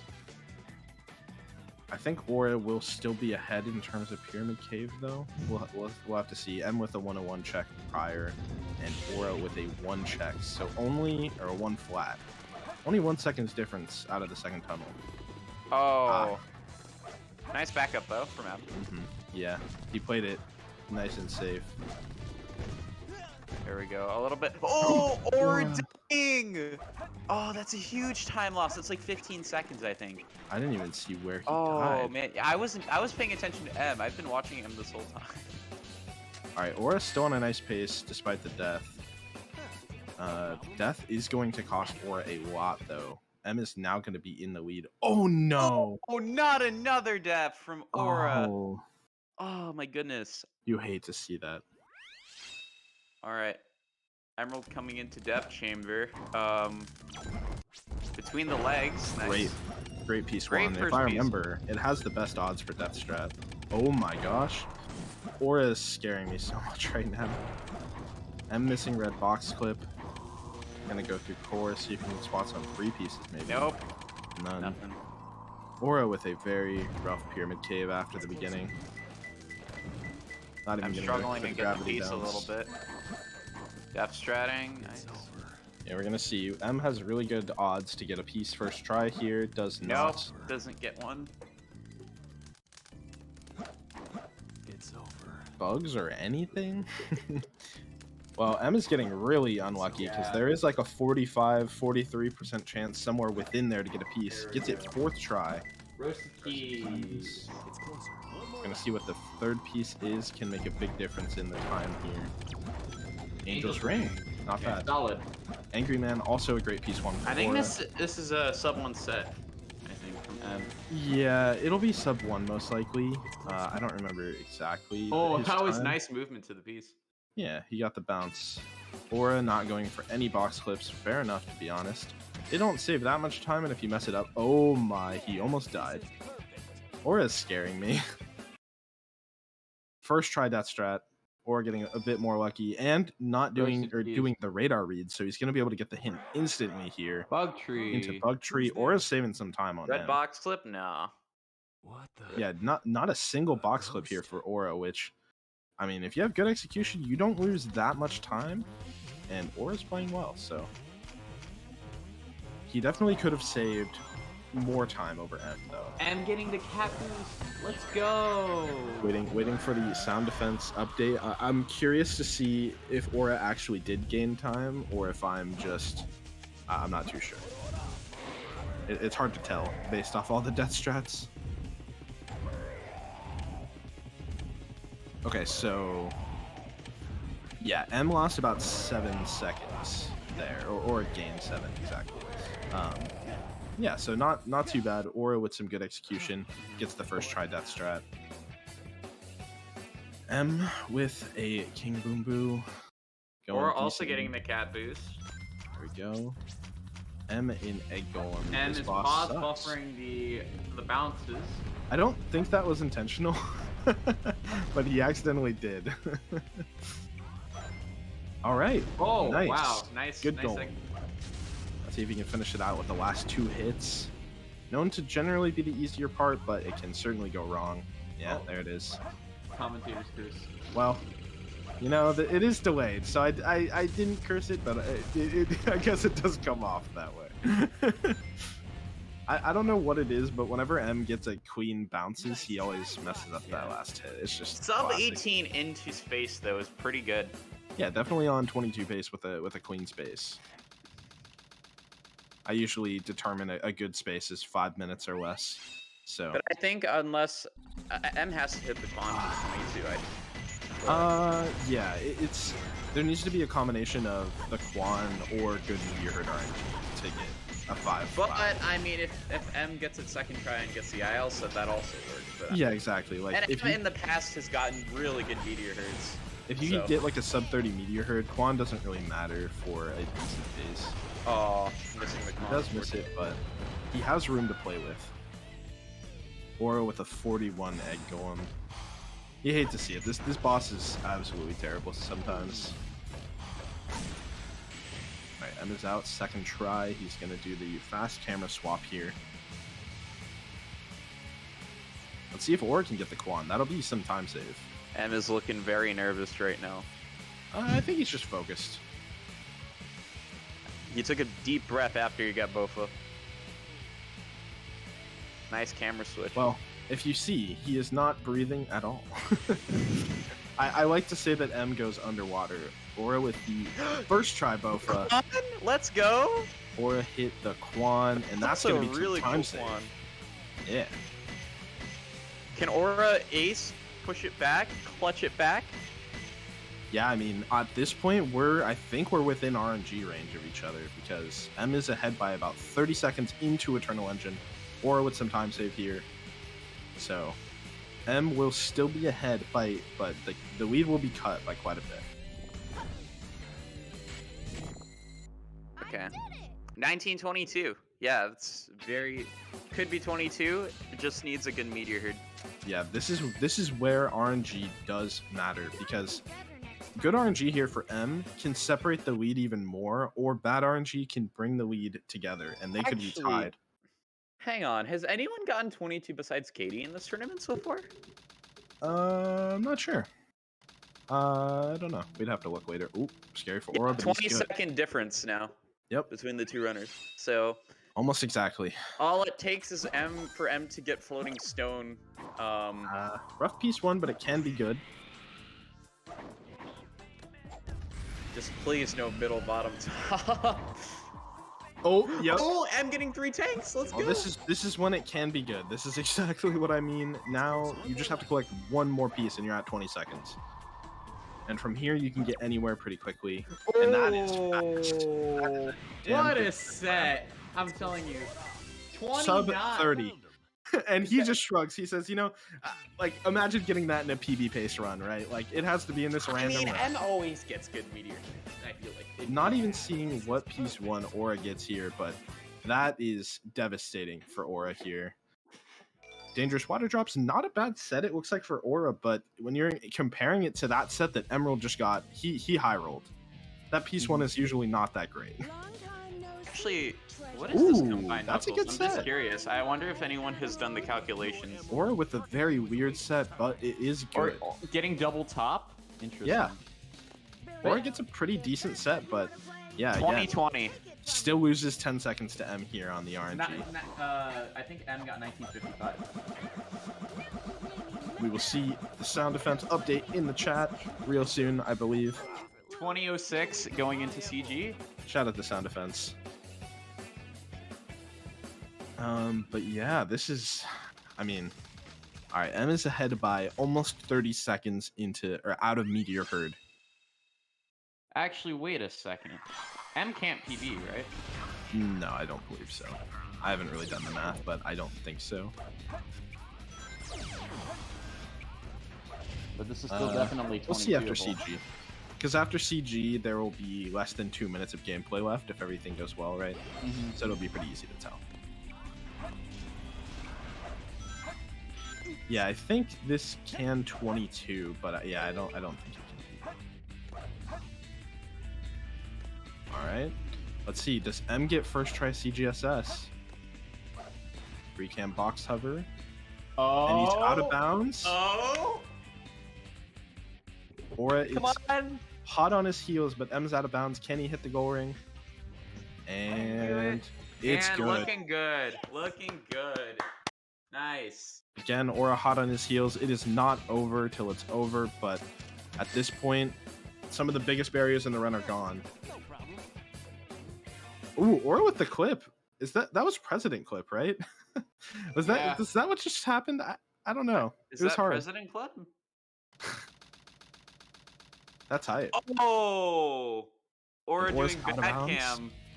Doing the original setup for CGSS bad cam with the jump off the ledge. Does he make the goal ring? Oh, Yes, he that's does. so clean. I love watching bad cam. There's just something about it. nice. All right, M with the Queen, Dark Pro Manip for Eggman 2, very solid. M with 2 splits left in the run.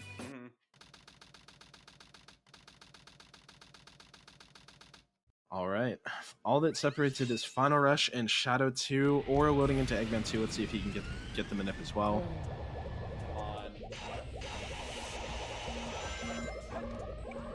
Either way, no matter what happens from here, both of these runners with a fantastic race, they both showed up to play today.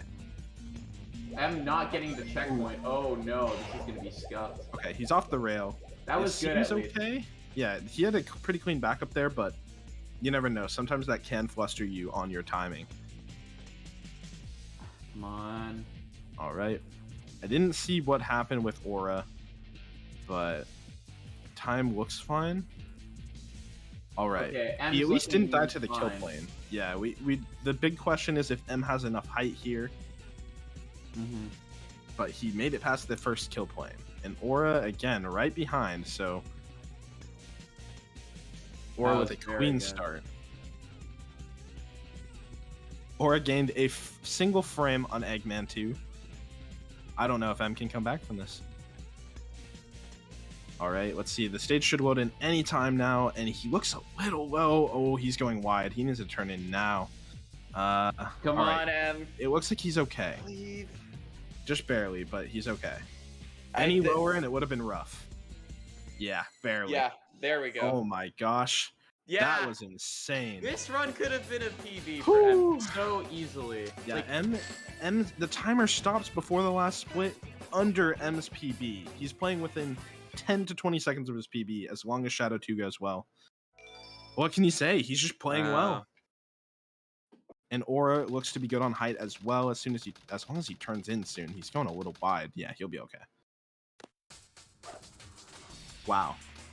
M with 5 hits to go. And the run is over. That's hit 1. 2. 3. 2 more to go. 1 last hit. 2247. No No way. 2247, upsetting Aura. Let's go. M will be advancing to face SMB in winners semifinals. Wow. No way. Insane. Crazy. No M checking way. the stream and popping off when he sees that he won. That's a crazy. That's a wow. Double. This has just been a crazy day of runs. We are in the final stages of brackets, folks, and this is what's happening. 23-12 from Aura. GG's. Not a bad run at all. To both of them, man. That was such a good race. Aura still with a great run, just M with a better one. Crazy. What a way to end the winners quarterfinals. M popped off so hard. Oh my See if we can get the runners in here for interviews, Yeah. but wow. Sonic, I did it. Insanity. Glad I was here for this match. Yeah, top 8 for both of these runners. Top 8 is guaranteed. Well, for Emerald, Aura will be going down into the losers bracket now. Yeah, I think now Emerald has to face against SMB, and then Aura. How's it going, guys? Yo, what's up? Yeah, yo, dude, GG on your runs, incredible. actually GG's. Like, good job to both of you. You guys played really, really well. I'm not gonna lie, I will say, because a lot of people will know that I was definitely super carried by RNG that run. I mean, yeah, it was solid all around, but like, bro, a 28 meteor herd. Funny enough, I think you guys really had very similar RNG until the meteor herd.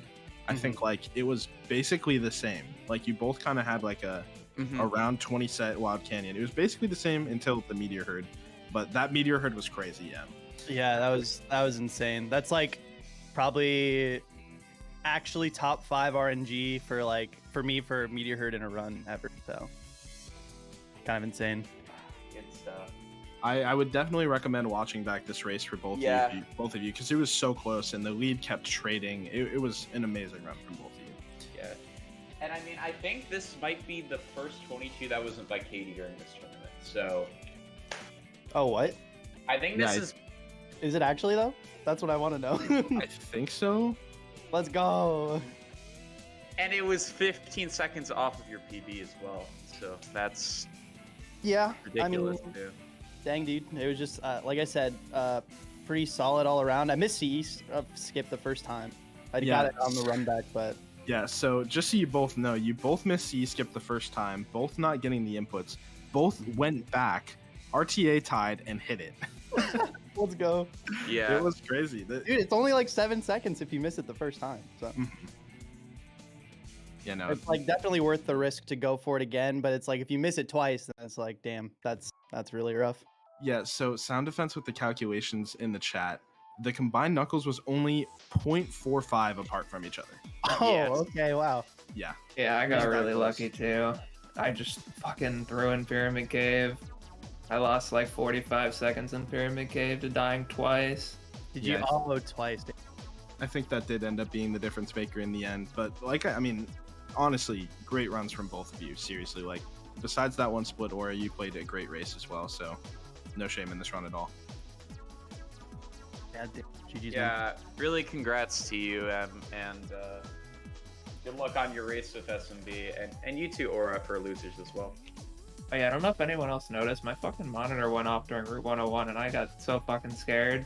Oh, really? Did not pay attention. I don't know if anyone saw my reaction or probably no one was Was it paying at attention. least at like a straightaway or no? It was like, no, it was like right after a corner. It wasn't, it was like in between lap 1 and 2, and if I hit the ramp, I definitely could have died. Oh my gosh, damn. I'm glad it didn't go off again, but Jesus, that really sucks. Yeah, I didn't even notice that at all, and I mean, you still got like a low 215, so good job recovering from that at the very least. Yeah, definitely.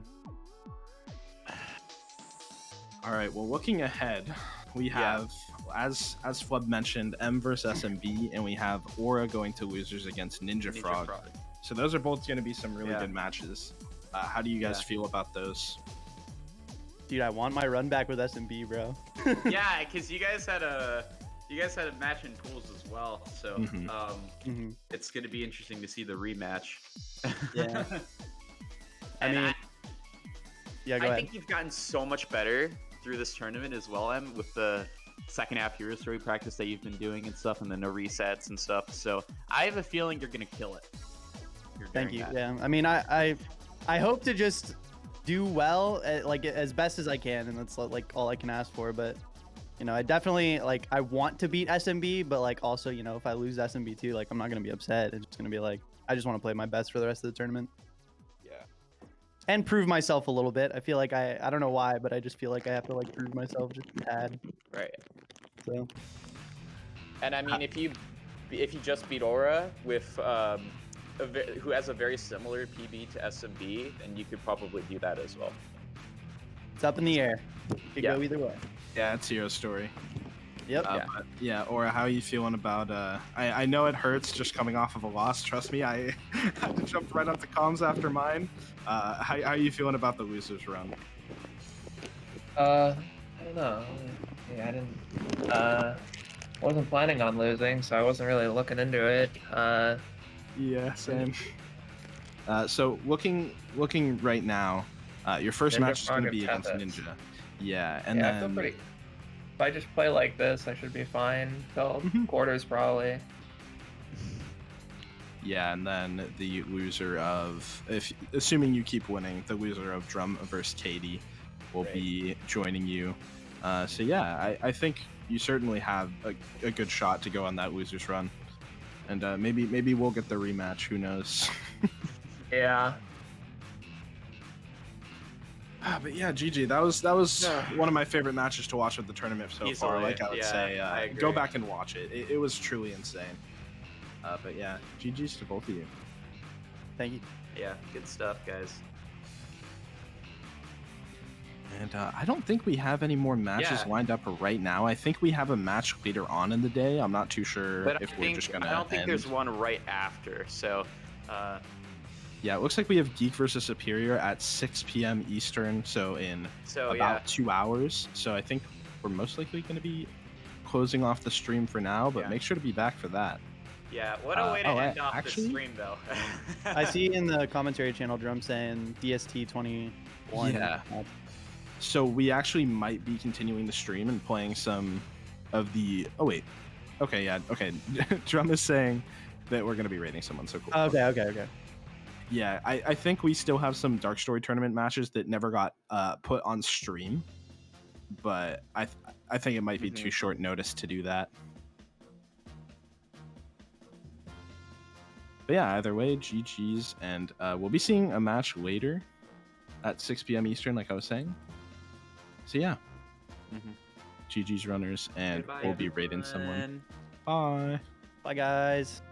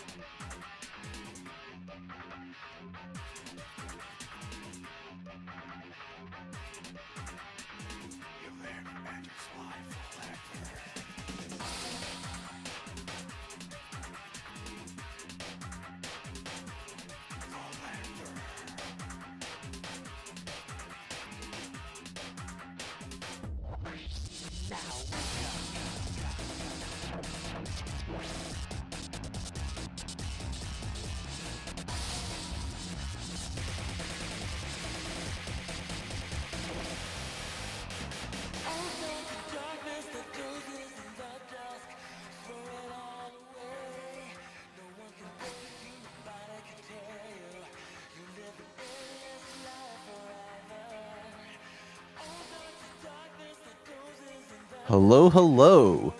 Can't believe Welcome. Dark Story time. Get a reprieve from Hero Story. We get to watch this lovely match between GURP98 and who is GURP playing? Someone. I don't know. They might be. They have the same name as me, so Are I'm they thinking. an imposter? It's really Understand. weird. I guess I have a doppelganger. That I just didn't know about. I But guess so. yeah, that's really interesting. So yeah.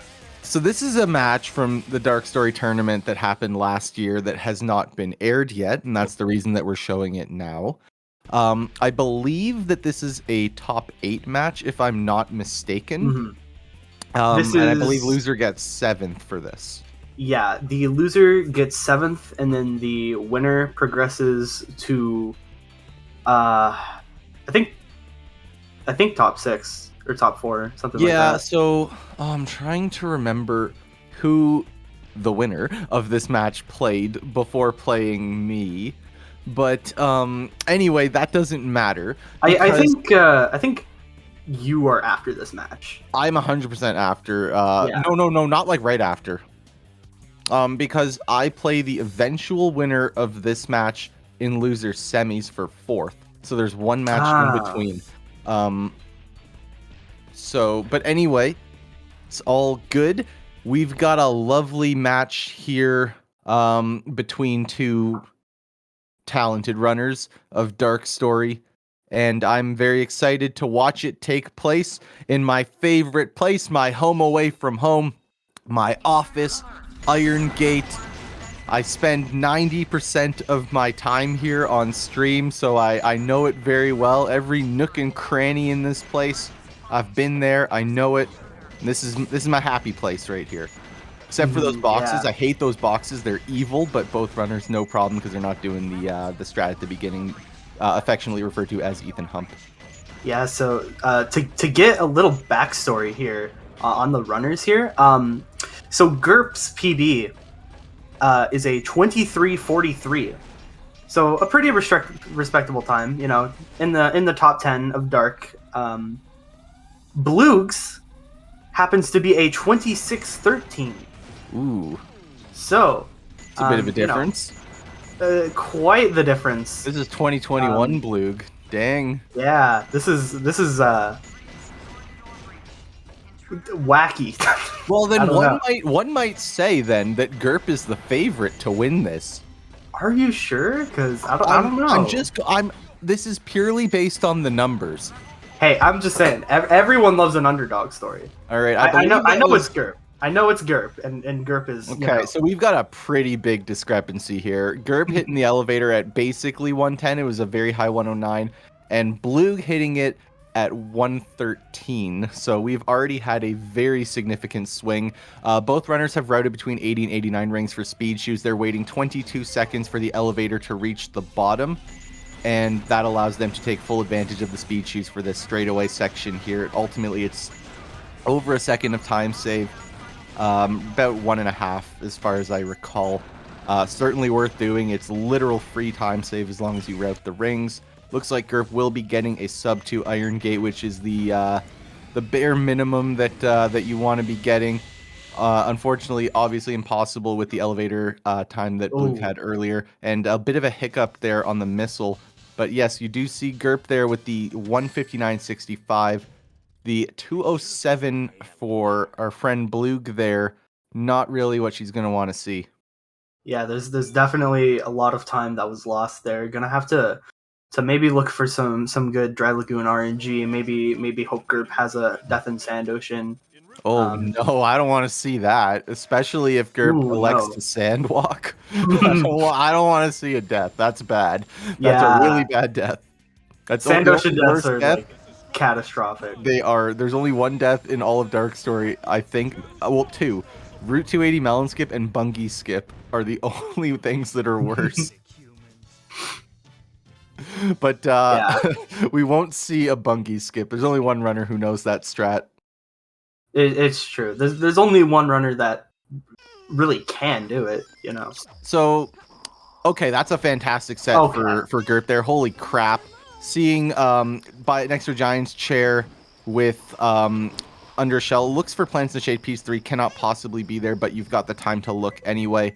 If I remember correctly, this is like go up and down the stairs or moving between the large and small. I guess not. I clearly don't remember, but that's obviously a fantastic set. Can't remember which piece 2 I was thinking of then, but anyway, Blug with a much worse prospect here in this piece 1, having to get the storage area there, and hopefully getting something close to Turtle's Path. It is going to be the farther Turtle's Path, you can tell, because the radar went from yellow to green, and this indeed would have been a wall run opportunity.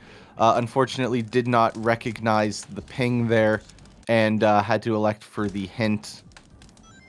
But yeah, that's going to be a pretty big difference here, as we see Gerp now set up for first cycle. Okay, Gerp with the disrespect, saying, I don't need to sandwalk against you. You know, just trying to give his competitors a chance, really, because you know, Gerp 98 always wins these. You know that. To be fair, I think this is the right call. I did not sandwalk in most of my races unless I was against somebody who I knew was a sandwalking player. Could have been the difference in one of my races, but anyway, that's the decision that I made. Yeah, it's definitely a big decision that you have to make. Oh, we've got a Pikachu. Yep, and we've got.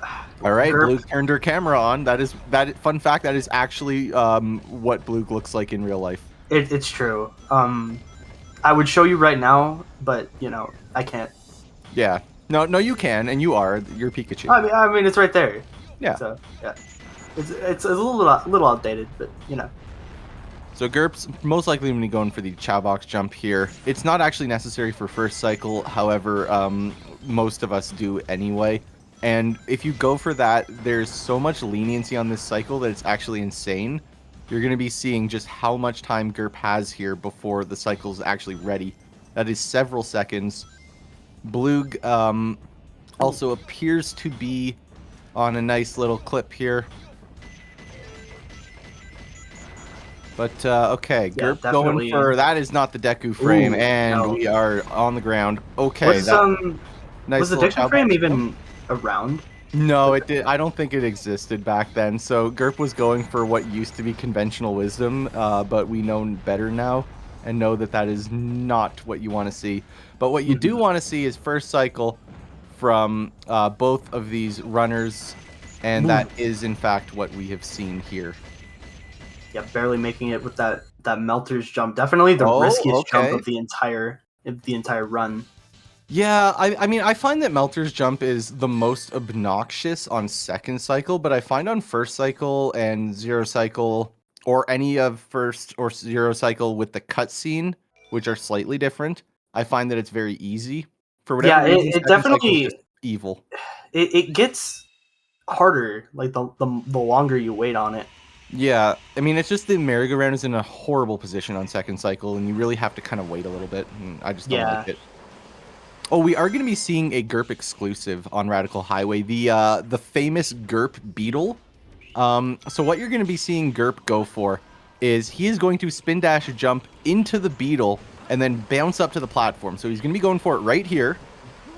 And, of course, taking the ledge grab. So it does not actually afford him any time save. But when it works in a nice way. That is the GURP Beetle. He's the only person in the entire community who does that.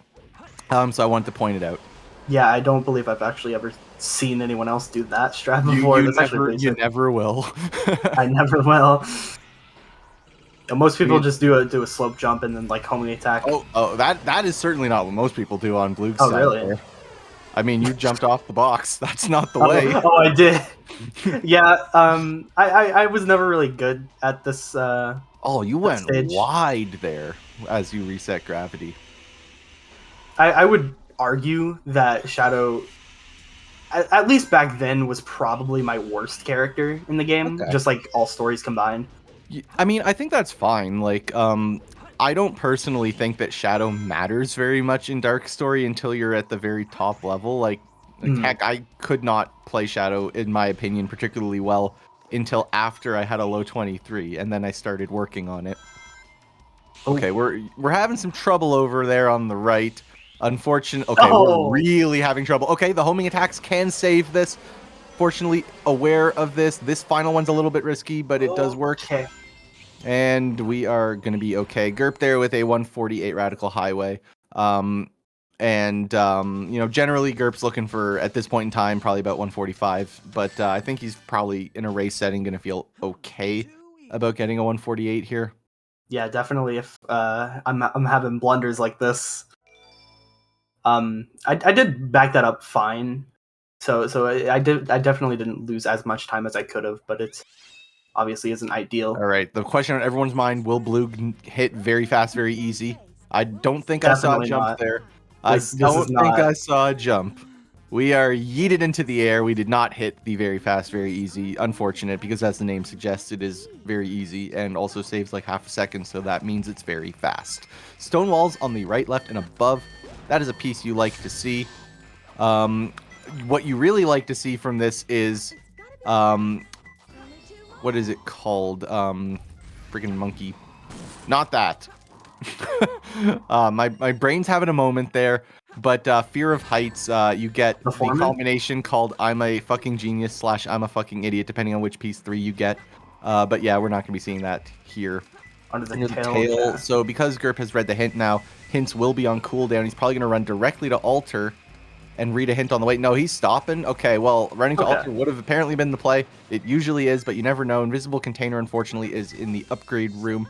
Although not actually that unfortunate, because we're playing a story, so you need to go in there anyway. There's actually a couple really nice confirms in the story, 1024 with Invisible Container, but not sure what the play is going to be. That's not the piece. That's also not the piece. It is in the back left there. That's the piece. We're having some trouble. Oh, okay, we got the kick. Let's go. You love to see that kick. And we're going to be reading a hint, and that is in the green hallway. I would certainly run to this. That is the red room. That is the red room. We are running to the red room. Okay, we are taking the scenic route. The strat here, I think, is to be looking for an exposed piece here in the altar, and it is not there. So, unfortunately, this gambit did not pay off. So, I think at this point, Blue might be realizing that that she did not run the correct way. Yeah. Possibly. Just And we have a Yes. no, this is in the blue room! No, why are we taking the absolute longest possible pathing? The only thing that could have been worse is if you went to the upgrade room through green. Oh. Blue, You know, I why? just decided that I really wanted to take the scenic route. You're playing against a top 10 runner. Come on, Bloog. I don't know. The 128, no. Oh, no. I can't believe you. I had to see this hunting meltdown. I'm usually not that.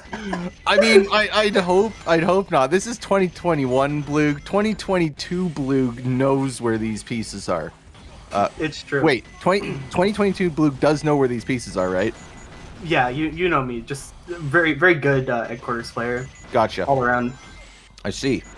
I'm known for my headquarters. Gerp going for the speed shoes, routing enough rings for that, and that allows him to just run over to the elevator slightly faster. Because Bloog took so long in headquarters now, we actually get to see some gameplay while Gerp is in the elevator. Although the elevator, according to the YouTube algorithm, is the most important point and moment of viewer retention of my old 2315 Dark Story run. So don't know why everyone loves the elevator, but apparently everybody loves the Lost Colony elevator, and I can't get over it, and I keep talking about it. It's a really interesting part of the run because you get to see what the runner does when they just have some time to chill. And Big the Cat is a thing that's there. It's true. You have to see Big the Cat every time you watch a Sonic. By Shining. Yeah, I never do that. I can't believe you wouldn't say hi to Shining. I'm just not a big Shining fan. You know what? This is sad. Oh, you went so high.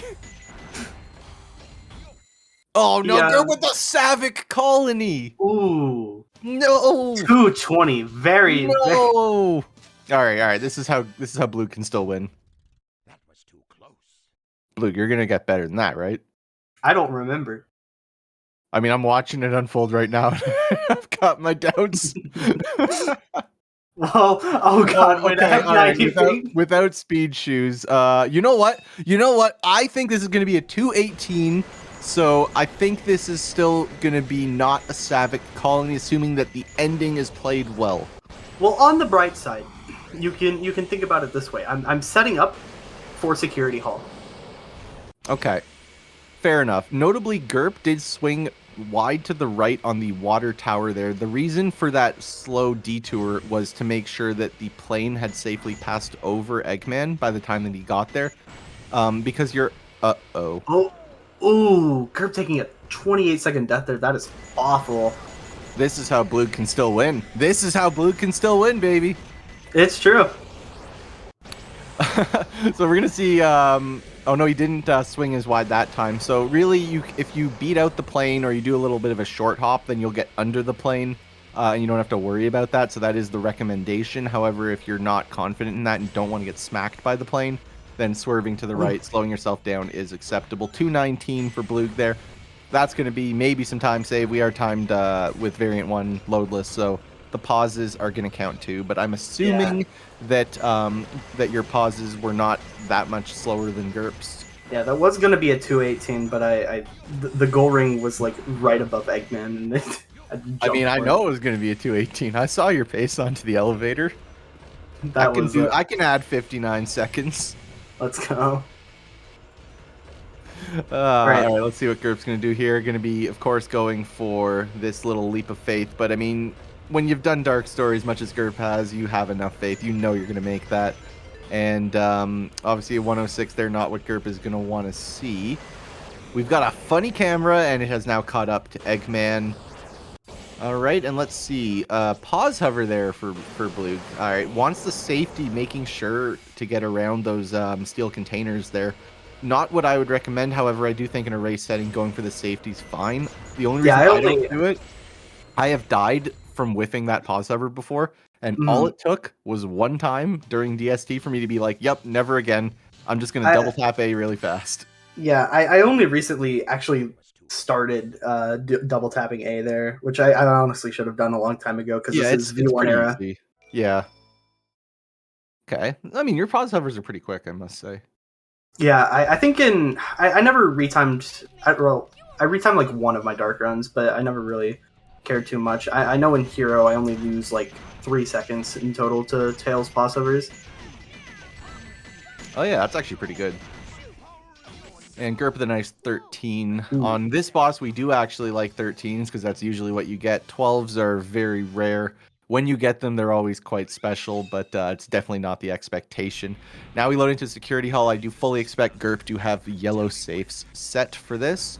I also do think that it is very unlikely that Gerp exits sub 12 from Security Hall, given that he's currently at 11:59, so he's not going to be super happy with the pace. You can see also in the cutscene here, blue safes are deactivated, which means it's going to be yellow.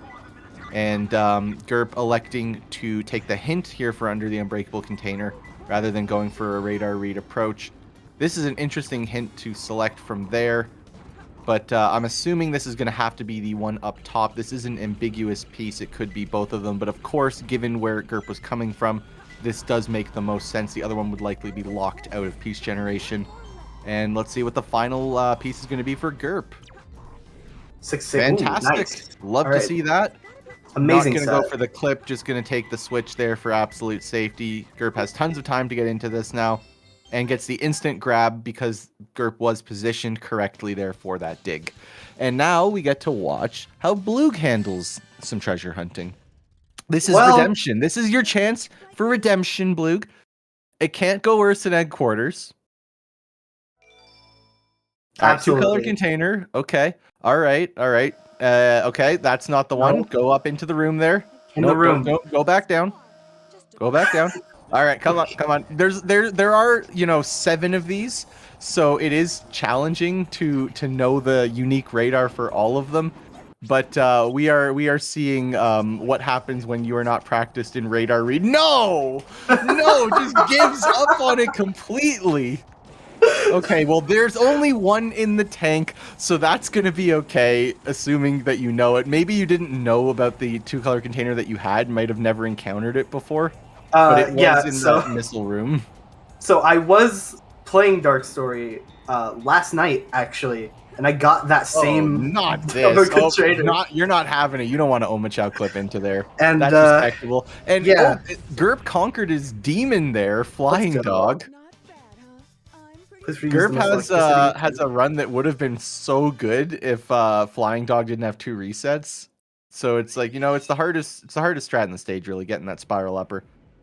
All right, protected by lasers. This could be 4 different pieces. Interesting that you would check those 2 first rather than the 2 up here. Despite the fact that you had in the tank, this is still totally in play, and you get the static one. So, I mean, this is a pretty big lead for Gerp right now, so you're going to have to find a way to out-execute Gerp in the remainder of Dark Story with only Mad Space left. It's going to be a tall order, but I think it's doable. I'll just get one of the Obama sets. It's okay. I mean, are you going to know it if you get it? This is 2021 Bloog. I'm sure you know them all now, but this is 2021 Bloog. I mean, this was before the esteemed Chungus hunters got into Mad Space, so true. There wasn't a lot of action going on. Those Chungus hunters have discovered that Mad Space is a stage in this game. It's true. They really do be playing it a lot, must say. Well, we got speed shoes for Gerp. Okay. Gerp never misses this normally, but I wonder if the speed shoes are going to throw him off. Of course not, because Gerp is the goddamn goat of spring skip. Never misses. And I don't know how you got Flying Dog over here, but definitely not going for the AI manip. So Flying Dog's taking a tour around the arena. I'm assuming that's what put us in this position in the first place. No AI manip. Yeah, I don't think I think I recently learned it at this point, so I wasn't too well practiced in the manip. All right, well, Gerp getting a 140 on White Jungle, so I mean, you could potentially get back over 10 seconds here. So that's what I'm expecting. Missing the speed pad at the start. You have already lost well over a second, but that's okay. We've got a lot of time to work with. I'm sure you'll be picking up at least 8 seconds of time save. One would assume. Absolutely. I'm gonna get Actually, I'm gonna get like a 129 here. Actually, I can just feel it in my bones. I mean, you know what? I'm about it because if you can get a 129 with this start, that's pretty damn good. Yeah. Oh. If you can get a 129 after this start, you're like drummer Katie. I think I might be Taz. You can get a 129 after this start, you're Katie. I mean, you know what though? It's possible.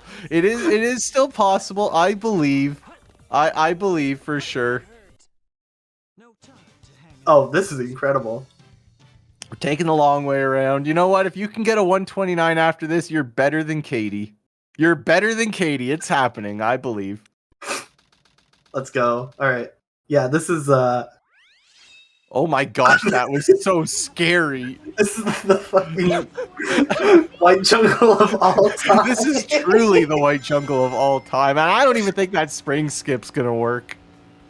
Oh no, it did. It will. It did. Okay. All right. All right. You know, in a sea of misfortune, at least what? You didn't even let me finish my sentence. I was gonna say at least one thing went right, and I mean, I guess that's technically still true, but damn it. So for a lot of people who have seen how I do that part, they always they're like, oh, I see you don't do the spin dash jump. Well, that's the reason that I don't. I literally just walk up to the edge and just spin dash off a cliff. It's not even a hover. I just spin dash. And he just makes it. And as you can see there, I missed spring skip the second time around.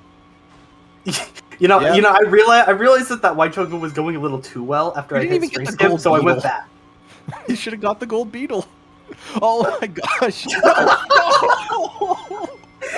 Oh my god. So yeah, don't homing attack on those. He just goes right into the ground, doesn't get anything for it, and then you did a homing attack cancel, and then you let go of the B button, storage happened, you rolled. This is just not what you want to see. Yeah, 157 though, pretty good. This is a interesting pace for Route 280. I'm assuming it's PP skip, but a 43.05 is definitely not what you want to look for with that. So, and now we're getting that transitioned into a lot of time loss actually. So 126 here. The only positive here is that the red car is going to be not super dangerous here because Gerp should effortlessly be able to dodge it in this section. Yep, just like that. It looks scary, but it's really not. You're not really going to bounce into the edge as long as you're holding left as you collide with the wall. So I'm expecting, assuming that Gerp has a clean finish here, probably 245 is what you're looking to see. 246 is what you're looking to see. Yeah, this has been quite the Route 280. Luckily has a lot of time to you know. I mean, I definitely you know, admire well played Route 280. So I'm sure that that's what I'm going to be seeing on the right side. You know, at this point, I know I'm probably behind, so it's like I gotta pick up the pace a little bit. So I'm gonna get a 129 actually. If you get a 129, I'll just, you know what? If you can get a 129, please DM me after this race so I can understand how to effortlessly get the world record in this category. Okay, yeah, I got it. See, as you can see here, I have about a little less than a minute to go in Route 280. Right, so I'm just waiting to see how it's going to happen. So you do ultimately have the better first lap than Gerp. Dodging the car, I think given how bad the collision was that you just had, using that boost is pretty reasonable. So likely to just let off the gas a little bit in the air there to catch more of that downhill to speed back up. Oh. That is not a collision you want to take on the red car. And yeah, not getting any of the downhill there, so that's going to cost you quite a bit of time, actually. But now we see Gerp is playing a real stage. Actually, that's not even true. Skyrail's half a stage. You skip half of it, literally. And yet somehow it's still not the shortest shadow stage. Because we don't even touch the ground in Final Chase now. See, I blame this and Final Chase for being the reason why I'm so bad at Shadow. Skyrail? Oh yeah, because you just never get to play Shadow, right? Well, you're on rails for 90% of Shadow, so it's just like. I mean, yeah, Radical Highway's got rails too. It's like you got nothing going for it. I mean, yeah. Okay, we are. This is hit every car challenge. No. Trust the Can't process. believe you dodged the taxi. You know, this Hit the was walls, looking too. promising, like you were gonna save some time here, but now I seriously have my doubts. You don't have a boost here. You still don't have a boost. That is rough. So Gerb is gonna be going for the new JW method of egg golem. Was actually new at the time of this video.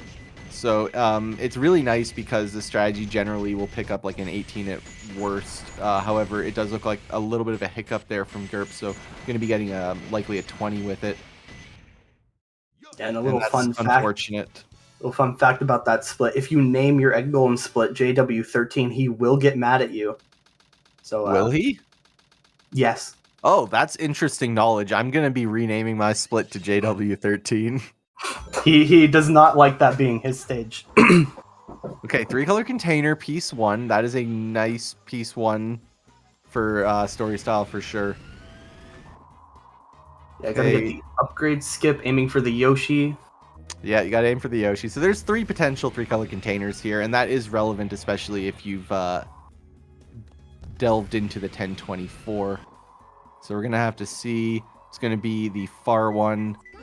So let's see what the hint is going to be. Machine 1, yeah, just go right to it. Oh, not taking the spring. Okay. All right, so let's see. Honestly, if this is a set, I don't know it. I don't think it is, though. I don't think it is. Yeah. I mean, honestly, now that I've seen what Gerp just got with it, knowing this knowledge wouldn't really help. I mean, other than you dodge a hint, that's it.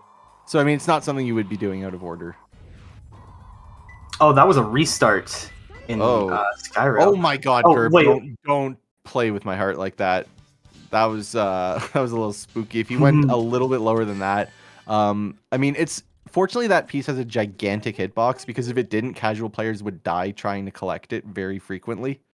But it's got a bigger hitbox above it than below. If Gerp went a little bit lower, he probably would have missed it and died. So fortunately, that is not what happened. So Gerp fans can be happy. Oh, nice. Oh, that is not something I was expecting to see. An IL strat coming out of Bloog. The IL rail switch, pauseless as well. Yeah, shout out to almost dying. You know, honestly, going for the IL strat and then just spectacularly failing the ending is just amazing to witness. Truly. You gotta put on a show, you know, if you're... Yeah, you went under the goal ring and then went over the goal ring. I don't even know how that incredible. happened. I don't know how well, you can spin dash under it. If you don't jump, you're not going to get it. And then you slope jumped and then went backwards and went over it. Oh, dear. All right, so Blue goes up for the JW13 split now. Looks like having a considerably better showing than... Okay, please tell me those connected. They absolutely did. Okay, they did. Okay, so having a better showing than Gerp for sure. An 18 with the death abuse could have definitely been a 17 there. And we're going to see how Gerp handles Cosmic Wall. Everybody's favorite. Fun fact, this is where donations were invented. Donations didn't exist before Cosmic Wall. It's true, actually. I mean, we really did get people spamming donations during DST. And now we've got a command for it as well. But fortunately, we do get to watch some Mad Space. I have no idea what your piece was. Box surrounded by red lights. Why would you do this? No, I don't know. Wait, you joked that you might get an Obama, and you actually might. I actually don't know if I do or not. Oh my God. Okay, I definitely don't know it if I did. Okay, all right. I'm watching very intently right now to see what this is going to be. Okay, so there's a lot of sets with this piece 1. Okay, this is not one of them. Let's go. Obama dodge. Wait, hold on. You didn't have like 3-color container, did you? No. Well, I don't think I did. Let's see. This is 3-colored Obama! Oh, God damn it. I did get an Obama. So. You just didn't see it. Aw. So, fun fact about this set. If you know that 3-color container is there, it actually confirms red light balcony. So the correct thing to do is actually ignore your piece 1, go up for piece 2, then get your piece 1, and then get piece 3. So that is in fact a confirmed set. You were joking earlier that you were going to get an Obama set. You actually did. It was not a named Obama at the time, for what it's worth. This was only more recently named. But yeah, cool. We got to see an Obama set. You can technically say I discovered Obama. No, we could not say that. I did not do that. All right. Well, I will say I didn't see the piece 3 either. But okay. Somebody watches my stream too much. I can't. See, I don't even watch you that much. It's just, and when I do, you never get out of like fucking security hall. I mean, hey, getting out of security hall is like the goddamn goal. I want one of those per night. People have been spoiled because I've been getting a lot of streams with 3 out of security hall per night, but yeah, 1 is good for me. And Gerp is lowering his height just to make sure that he does not connect with these sphere-shaped camera triggers. However, his height is actually going to be fine. He's just going to make it onto this platform here. Actually, a little bit of height to spare. And yeah, going to be collecting a 322. I don't remember what times he was generally getting at the time of the tournament, but definitely around 320 is what you usually see from him. But 322 is fine, given kind of a bit of the movement hiccups that occurred earlier. But we're going to see, obviously, a 315 from Blug. I mean, you probably should have been into the inverted tower by now to make that happen, but you're Had a little bit of find a way. Had a little spaghetti at the start, but you know, it can still happen. I can. Yeah, all right. So not nearly enough to the left, so you're getting owned by the collision, and unfortunately did not know how to save that, so you just need to go to the left. As long as you hug the left, you will not collide. This is way lower height than you had the first time. But, okay, well, the height's not going to matter now because you're going to have a ton. So, but obviously this is extremely slow because of the amount of time you spent ascending.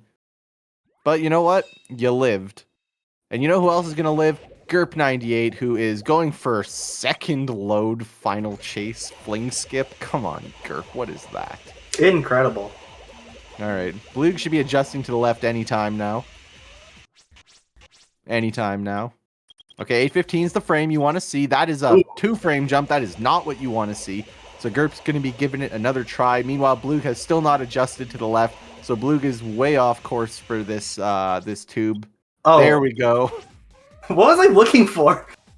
You were looking for the inverted tower that just popped into view because that's what the Savick tutorial says to do. Yeah. But the updated out of bounds tutorial shows an extremely optimized out of bounds route, but you just you were using the original. Yeah, so it's a cool 3 seconds of time loss. Nice. Very good. Okay, this is like so cringe. I don't even know where to begin. I hate these pauses. And he's not holding up for long enough, so he's not giving himself enough to play with, because the balance that you have to do is you need a lot of height, and then you need to also speed yourself up by bringing Shadow down. So the more starting height you have, the better that's going to go. But he's just not giving himself the best conditions for success with this skip. Hopefully does get it soon. As you can see here, Blug is coming into view of the final tube there and is on the right side. Optimal movement will get you on the left side. Gerp finally does get fling skip, so that's going to be good. However, maybe Blug can get redemption by just, you know, banging out a first try fling, showing Gerp what's up. Yeah, definitely. I'll I'll be entering final chase about a minute behind Gerp. Maybe a little more as he's exiting final chase. But you know, maybe I can bang out something clutch here. You know, we saw it happen with Wilson, so fair. Also, fun fact about Final Chase. It is, assuming you're not TAS, it is actually faster to play Final Chase for Fling Skip on the GameCube. And the reason for that is that the camera turns faster when you're holding the camera triggers, so you Oh my spend less God. time going the wrong way. So I was playing it on Dolphin last night, and I was just effortlessly getting 37s with the poverty frame, and that's like usually nearly impossible. That's awesome. So yeah, it's like, you know, GameCube needed to have another W. They didn't have enough, so they got that one. Speaking of W's, Grip's gonna be getting a 26.05 and taking this match. But now we get to see Blue glowed into late game here. Tails 2. Been watching too much of that other story, unfortunately. To be fair, this is the second time you play as Eggman. True, it is. No, it's not. I don't know. It's definitely not true. So I was gonna say, you know, before I wanted to see the strat that you go for, but I don't really know if I could call that a strat. That was just sort of existing and shooting. And Yeah, hoping for the best. I never really went for any like boss manips. All right, so any it's boss, time. really. It's time for the moment that I've been waiting for. Fling Skip. I Surely, guess he was okay. a regular All right, hedgehog after it's all. time. It's time. We had to watch the cutscene. Oh! What? No. Nice controller? No. Surely this is okay. Don't reboot. Okay. Okay. We're back. And restarting because it messed up the controls. That's fair. Well, that is certainly not what I expected to see to start this off. Definitely. Oh my gosh, pauseless. And that is the wrong frame. That is one frame too late, unfortunately. Had to go for it, you know. I mean, you didn't, but Had to you go did. for it. All right.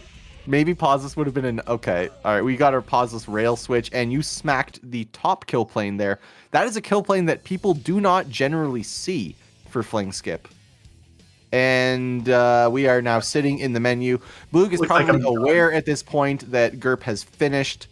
This menuing is timed, by the way. You can see. Okay, that looks like. I think that's gonna do it for Blue. I'm assuming. I think that's it.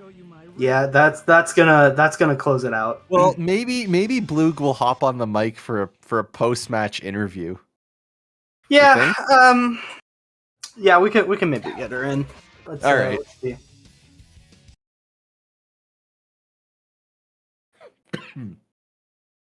Okay. Bloog just came back. All right, Bloog, how do you feel about your race?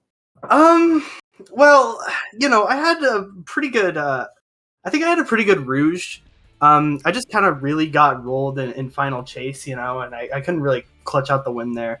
It was really unfortunate to see. You know, I had amazing RNG. I wanted to talk about that. Can you walk me through that egg quarters?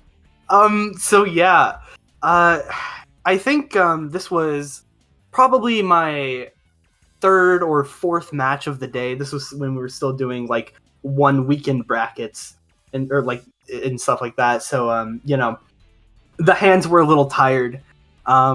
So you know, they kind of had a brain of their own.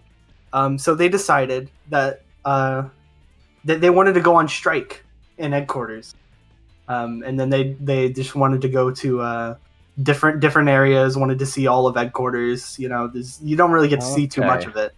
So yeah, just had to get it was because of your hands. Absolutely. Okay, so what I will say then is it's very unfortunate that your hands didn't know the location of that 2-colored container piece 1 security hall. Your hands just did not know the radar pattern, so that reset was unfortunate to see. Yeah. I think, it was just all you unfortunate. should maybe, you know, get your hands to do some times 25s or something. Learn the pieces. You know, just they were having an off day. You know, I'll put them in therapy or something. I don't know. So did your hands unplug your controller during Final Chase, or what's the story there? So this actually predates this match. If you were paying attention in my match against Wilson, right before this, probably like an hour before this match. Oh wait, yeah. I of course I was on commentary for that. Yeah, you can see at the very end in Shadow 2, my controller messed up after I had already finished. And it was like still plugged in. Oh, I thought that you just popped off so hard that the controller like flew across to the other end of the room or something. Nah.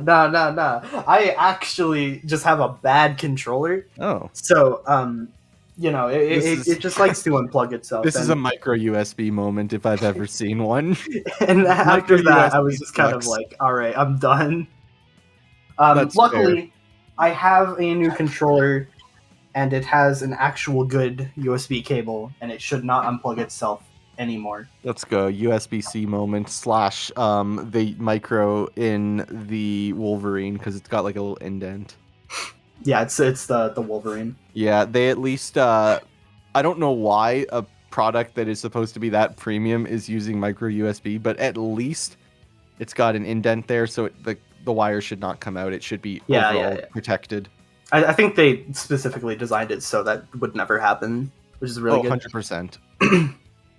But yeah, pretty good race. Yeah, I mean, I thought that you finished strong, given what happened. Yeah, for sure. I do actually remember. I believe it was after Route 280. I told the organizers to let me know when GURP was done, so I could stop playing. Oh my god. So that was very fun. But yeah, GURP is going to be moving on to the next round. I believe he's playing you next. I might be wrong about that. I do not believe so. I really think that GURP had one additional opponent to roll through before me, because I think that that I played Prophet into Melters, I think, in losers quarters, and then I know I played GURP in losers semis, and then played Hedera in losers finals. That's So GURP has somebody to play. I have no idea who that person is, but GURP has to play them before he can make it to play me, which may or may not happen. I mean, I don't know. I don't know the future. This is a year ago. Yeah, absolutely. Could be anyone. I'm actually just really struggling to kind of think about who it could be, though. Because, oh, wait. I'm trying to find it. I know. I think I know what it is. Unless I'm mistaken, maybe I didn't play. No, I must have played Melters, because I'm trying to think when I played Divu, because Divu got the shortest stick I've seen anyone pull in a tournament ever. Basically, he got knocked out of winners by Drum. And then immediately played me because I had unfortunately been upset in the first round, so he had to play the two top seeds back to back, and that's just brutal. But yeah, I think that was actually earlier. Now that I think about it, so yeah, I have no I idea. don't believe it. I'm trying to look for the schedule right now. It's just Hero Story 2022. I mean, I know I play Melters at some point. Although I know that it was before top 4 because I asked for race mod and Melters didn't want race mod. And if it was in top 4, I could have forced Melters against his will to do race mod. Oh. As I did for everybody else. All right, I found the bracket, so let's see here. Bracket. It was... Okay, hold on. Could it have Deku? been... It was oh, Deku. Deku. That's who GURP played. Okay. Okay. And then I played Melters, and then we played each other after that. Mm-hmm. Who do I play in the previous one before Melters? Was that Prophet or... It was Prophet. Okay, gotcha. You played so Prophet, then Melters, then GURP, then Hedera. So I knocked Divu out before Prophet, I guess. Yeah, you knock Divu out. I had quite a loser's the match run. Before Prophet. I had such a loser's run until... You had a funny I've got my kryptonite, I guess. What can I say? Should have sandwalked, lol. Or should have, not tempted the IL fling gods. I went for that frame 3 or 4 times in tournament, and it finally failed me. Oh well. Yeah, It happens. But so in terms of where we're at today for the stream, I'm not sure if there's another DST race that's going on or what we're going to be doing, because I know that there's another match for HST which is scheduled to happen in 1 hour and 20 minutes, and that's going to be Geek versus Superior Losers round 5. But yeah, not positive what the game plan is here. I'm perfectly content to go on a 1 hour and 20 minute monologue about the awesomeness of Dark Story compared to Hero Story, and or why Last Story is apparently greater than Hero Story. That's going to be a challenge for me to do, but I'm prepared to do it. However, there are 2 more Dark Story races. I am down to do it. I don't know what it's going to be. Don't know who's going to be co-commentating with me. However, I am down to do it. We can maybe take a quick intermission. I will say that go I from am there. not able to make this next hour. Oh yeah, that's fine. Yeah, we will have to find another co-commentary. So that's going to be it for me for the day. I might be back tomorrow. Who knows? Maybe. All right. Stay tuned. All right. So then I guess what I will just say is don't go anywhere, because we've got one more DST 2021 match for you between 2 runners that I don't know who they are yet. Maybe it's the Bluke match. Maybe it's the other match. I don't know, but I'm sure it's going to be good. And if anyone has any hunting flubs, I will probably notice them and talk about them. If we have confirmed sets, I get to talk about that, or I just get to be talking about how much I love Dark Story. But either way, it's going to be fun, and I hope you stick around and watch the Hero Story waiting room.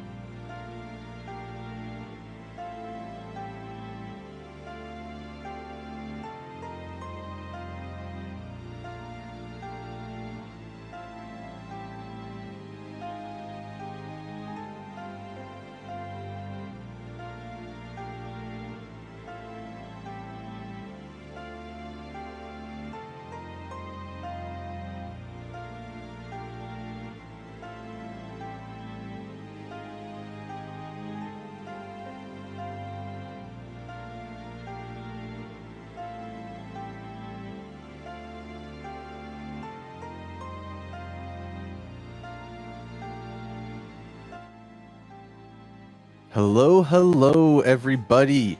Can't believe it. Time for some more Dark Story 2021 action. I am Savick, and I am going to be flying solo for the commentary today.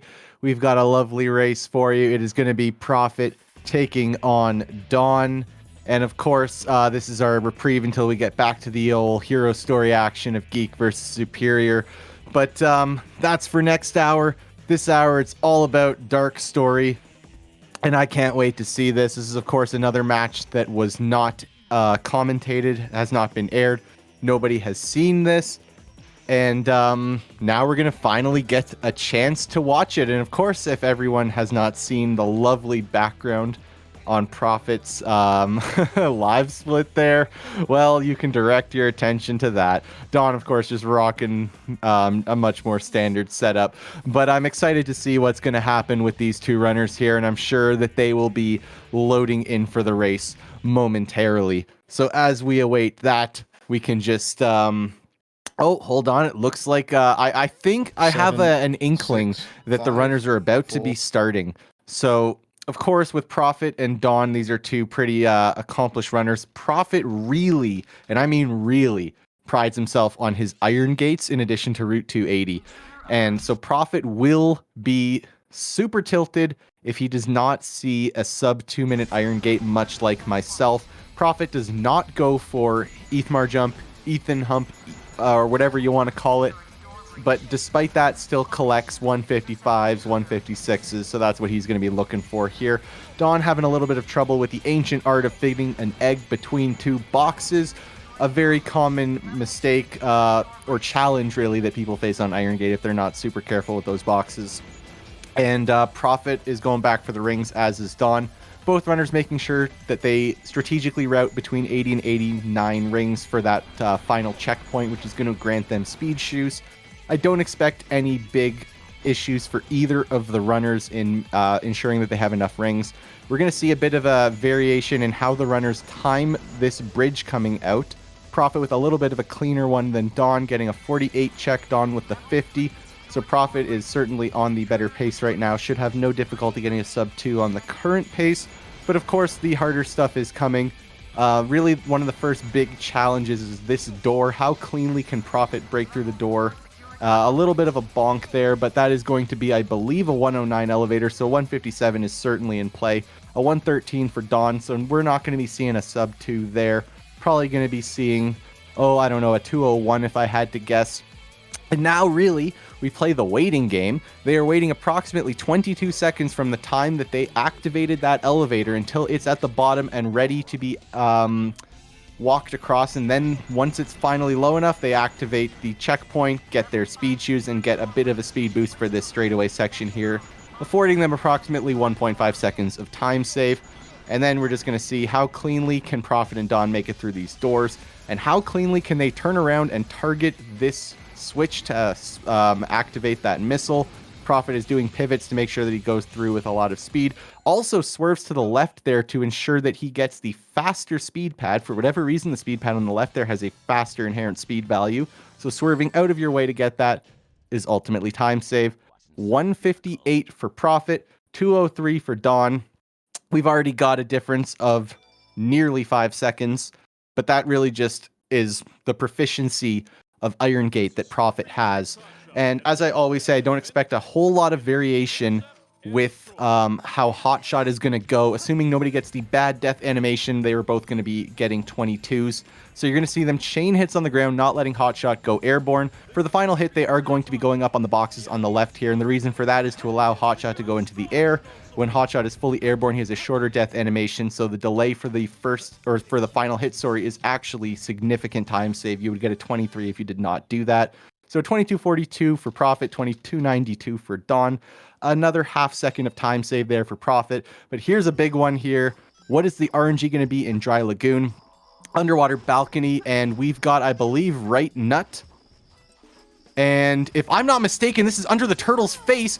Zether is probably popping the hell off right now because that's a confirmed set. And Dawn also getting the nut. Assuming that I'm correct here, I think this is under the turtle's face. And oh no, it's not. Okay. What is the set supposed to be then? Oh no, it's a check. Sorry, it's not a confirm. It's a check that you're supposed to do. Okay, I understand now. Because I was retiming this recently for Zether to see how fast the that set actually is, but I guess it's not actually a confirm. It's just something you're supposed to check for. Good to know. But anyway, we now have grown the lead even more. About 8-second difference separates these two runners. Now we go into Sand Ocean, where we are unfortunately going to see a gigantic swing potentially. Prophet is definitely going to be doing pauseless sand walking. Dawn is almost certainly at this point in his Dark Story career going to be going for first cycle.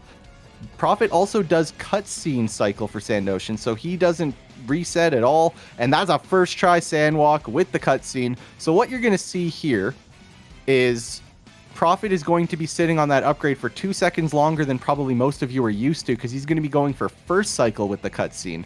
But for those who are unaware of how sand walking works, it's a frame perfect trick. If you touch the sand, you actually don't die until the second frame that you're in contact with it. So what he did was on the first frame he hit the sand, he shot an off-screen balloon. That popped him into the air.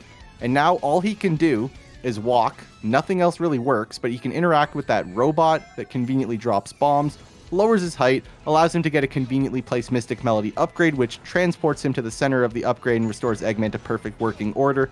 Makes it all the way over to the end of the stage here. Meanwhile, Don's going to have to progress through the vanilla way, and he is, I believe, on that should be... You know, I feel like I should know these checkpoints better, but I don't think this is first cycle. This seems too slow, but I'm not sure. I'll know a little bit better later. Because now that I watch again, I think this actually is first cycle. However, he has now lost first cycle, so it's going to be a second cycle ultimately. And Prophet with no difficulty making it across that gap. Going to be using these falling pillars for a bit of a damage boost. Oh, and there's the first cycle that got away for Dawn.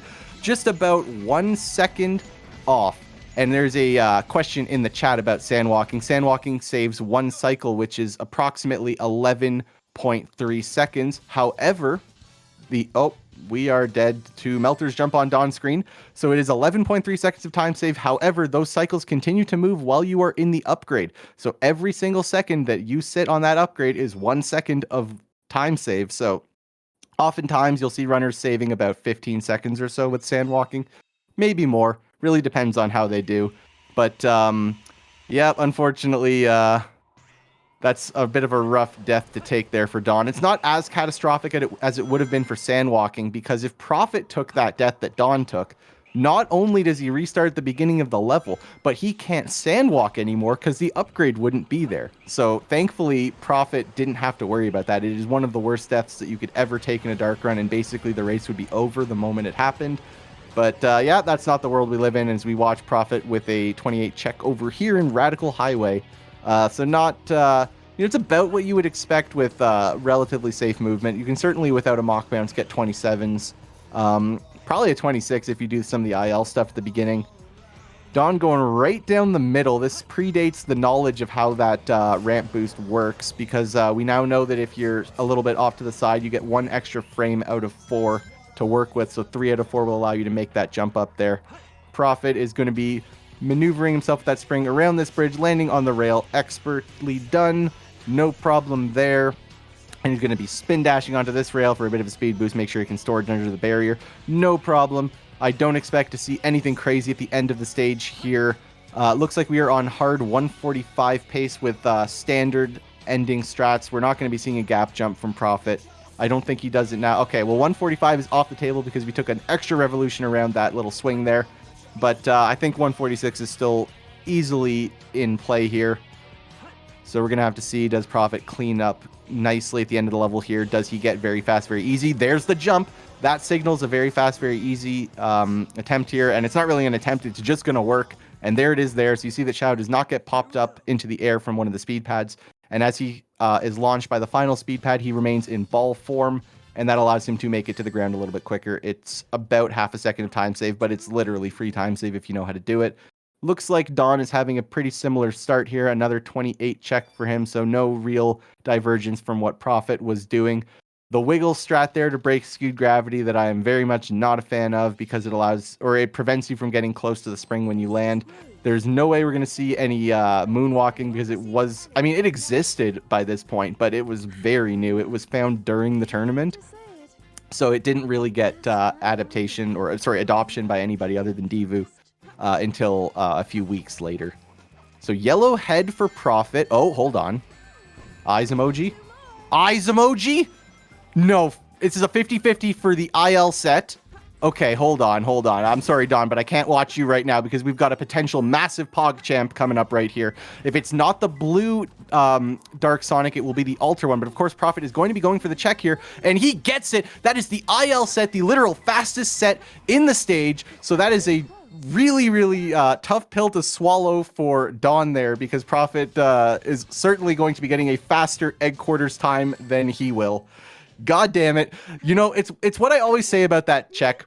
It's a 100%. It's a 50-50, but a truly good hunter always wins every 50-50. So because Prophet's a good hunter, he wins that 50-50. Of course, it was the IL set. Why wouldn't it be?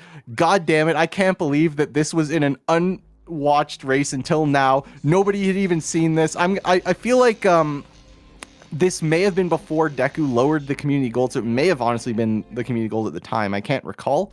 But damn, that's Pog. The IL set means it's the literal fastest set that you can get. There is no faster set in story mode than the set that Prophet got. So there's 1,024 possible sets that you can get on the first load into this level, and he happened to get the best one. So that was a 1 in 1,024 chance of getting something that good. So, you know, just massively insane. Once you already have the upgrade, there are better potential sets that you can get. But, oh, Don not liking his piece there. Another, okay, that's alters. He's not going to be taking that. But the previous one was green. I believe it was head of Aconder. But anyway, it looks like this is going to be a lot of time loss. And I mean, that's unfortunately the expectation. A 27 is not generally an egg quarters that somebody would be getting. It's way better. So I would say normal egg quarters is probably around like, I think 40 seconds is a reasonable target for runs. I mean, you're hoping for better than that, but it's not always going to happen. And Dawn is getting an absolutely garbage piece on respawn with 0 lives. There's nothing that he can do about this, so had to run all the way over to hand in the center. And oh my gosh, please be a blue or alter piece 3. Okay, well that is alter, and I guess hard committing to running this way now. Like if you don't immediately make the decision to turn around, then there's no point. So anyway, we're taking the long way over here to Dark Chow. It's not that much longer, and this beetle is in the way. I feel like waiting is not necessarily... That is Dark Sonic. Okay, there's Dark Chow. Okay, well, didn't go for the dig, so it could have been worse. So now we can stop in on how Prophet's doing. I actually don't know what his current pace is. I didn't see what time he got on the elevator. But fortunately, as Dawn finishes egg quarters, Prophet finishes riding the elevator. You know, you don't always like to watch dueling elevators, even though that does signal that it's a close race. It is also boring to have both runners ascending up the elevator. So that is a 2:15 Lost Colony. That's a pretty respectable time to be getting on Lost Colony. I don't think Dawn's going to be able to beat that. And okay, hold on. I want to draw attention to the pace that Prophet is on right now. That is a sub-9 loadless out of Lost Colony, which is the target time that I go for when I'm trying to get 22s in Dark Story. So Prophet is on a very, very good run. I cannot stress that enough. This is a good run. So we'll have to see how the rest of this goes, but yeah, this is about as good. This is really as good as you could ask for in a race setting to be sub-9 out of Lost Colony. And we'll see, you know, how Dawn handles Lost Colony there, making sure to jump on this downward part to make sure that the camera's angled down so you can target those dynamite packs a little bit earlier. And having no difficulty with those boxes there, so that's really good. And yeah, let's catch back up to Prophet here. One thing I do want to note for people who are unaware, Prophet is running very fast on this aircraft carrier. He's actually going at Speed Shoes speed. So if you get Speed Shoes, which he is likely to get, he's currently easily on track for having exactly 89 rings at the checkpoint. You don't actually go faster on the aircraft carrier with it. You go faster, you know, in the like 3 steps it takes you to get to the pulley, and you'll be going a little bit faster on the water tower, but that's really it. So it's not a ton of time save. It's just that the rings aren't really out of the way, so you might as well route it. But oh, I stand corrected. It was like 1 step to get to the pulley. So we're talking frames of time save. But, you know, he is going to be picking up a little bit more time save on this water tower there. Goes for satellite jump there and nails it. So, I mean, honestly, Prophet is doing quite well at this point. Got to be feeling really great about his performance. 10:26 is a great exit time for Weapons Bed, obviously, because he got a good Weapons Bed time and he had a good exit from Lost Colony. Don making his way up that elevator. This is truly riveting stuff here. We got Beetles going up, Beetles falling down, shooting. We've got Big the Cat existing.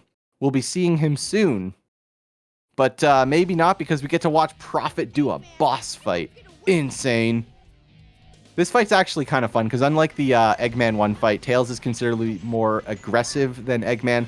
So the fight is less straightforward than the other one. That being said, most of us elect to just face tank. And wow, Prophet got smacked really hard, shot all the way across the little stage area there, getting a 16. So that is a not expected time loss by any means. But we are easily on pace for a very strong exit to Security Hall. One thing I do want to note is the safe color. Prophet is a very well-known proponent of blue safes, which is the default safe color. However, you can go ahead and change it before runs because the safe color is actually a global variable. So most of us elect to have yellow safes before starting a run. That is going to be the enemy piece over there. So we're going to have to see what that leads to. But Prophet definitely looking for either a blue safe or no safe. Ideally, no safe would be best. Lonely Door, that is definitely not a blue safe.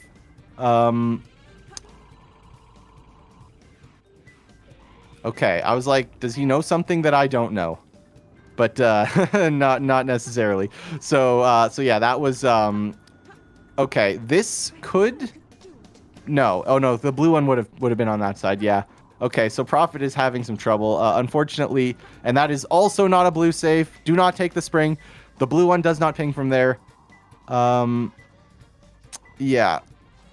I mean, I don't know what else to say. Okay, taking the death from the laser that I could not see. So, for those who are unaware, the laser, they oscillate every other frame. So for 30 FPS footage, you just can't see half the lasers. But anyway, Prophet's going to be finally collecting his second piece. And we actually have a very good piece 3 from here, air conditioner. But 11:46. So if I'm not mistaken, that was a 1 minute and 4 second security haul. So this is no longer the crazy good pace that it was before. Savic's exiting out of the run at this point. But it's okay for a race setting to be sub 12 out of security hall. So he's still going to be feeling pretty good. Obviously still has a gigantic lead over Dawn. But not as good as the pace used to be. So we're going to see just GURP jump over there from Dawn, not going for the satellite jump. This is a much easier strat to go for because you don't have to worry about the weird collision of the satellite. The actual visual for the satellite is very misleading. The hitbox is a gigantic rectangular prism that is kind of hard to get on top of if your pause hover isn't at least decent. And we're seeing now Prophet going for an AI manipulation here on Flying Dog. Every single boss has predictable AI. Flying Dog is no exception. So we know that if you hit him in just the right way, you can keep him in the corner so that he doesn't take very long flights around this arena. One other thing that I do want to note is Prophet is now at 0 lives because he reset Flying Dog for the minuscule amounts of time save. But if anything happens to him on White Jungle, he is going to game over. You do not expect him to get any lives until Route 280, which will bring him back to 2. Hopefully. But this is definitely a scary spot to be in. I imagine he's probably going to play White Jungle a little bit safer than he normally does. Because the last thing that you want is to get a game over. And we're going to see how Dawn does. He's got 4 lives going into Security Hall. That's usually a pretty comfortable amount, but you never know. Dawn, of course, with yellow... Actually, Dawn's probably got red safe set, now that I think about it. Very pro red safes. And letter L piece 1. So this is the only letter L that's actually not a safe piece. You'll never find a safe piece for piece 1 unless it's in a safe that's already open, and those are called useless safe because they are truly useless. That is a yellow. Okay, so Dawn definitely has red safe set because that was a yellow safe piece 2. We're going to see what the next one's going to be. Air conditioner, that's good. This is the enemy. And kills him with 0 rings. Always a little bit spooky, especially if you're not super well practiced. Okay, Dawn is really hoping that okay, he's going to be fine because there's basically 4 of these pieces. 2 of them are up here exposed. 1 of them is in a blue safe that you can clip into, and 1 of them's in a yellow safe. And if he got the yellow safe, interestingly, the one that's usually like, oh yeah, this is fine, it would have spelled disaster for him. He would have had to death strat. But speaking of dying, Prophet did not do that. He makes it through White Jungle with a 138, so probably did a little bit of safety, maybe a little bit of execution flubs, but he didn't die, and that's what matters, especially when you've got a lead this ridiculously large. We're going to see how Dawn handles Flying Dog here, and we can have a chance to really look more carefully at this AI manipulation. So what you're looking for at the beginning is you want to do a spiral upper to hit Flying Dog. Then you're going to go up on these boxes and you're going to glide into Flying Dog while he's half out of bounds, half inbounds. That sets up the AI manip. Flying Dog is now in this corner. You want to hit him when he's looking slightly to the left, just like that. That's going to allow him to, again, route just slightly out of bounds and back in. And you do the exact same thing again. This time you jump on the boxes, and the reason for that is you don't need to wait for Flying Dog to turn around for the final hit. So, you know, a successful AI manipulation there for Dawn. Clearly knows the strategy and how to do it. So that's really important. Not knowing that strat is quite a bit of time loss. We're talking double-digit seconds, so good for Dawn there. And Dawn's going to be loading into White Jungle while Prophet loads into a stage that he prides himself on, as do I. We're certainly looking to see at least a 241 out of Prophet. He actually gets a 240 in this tournament at one point. So definitely knows what he's doing in Route 280. We're going to see how Dawn's start is. It looks like a pretty good start over there for White Jungle. Might not have stuck at the beginning to explain the second that he's down right now. Okay, all right. Well, we are dead.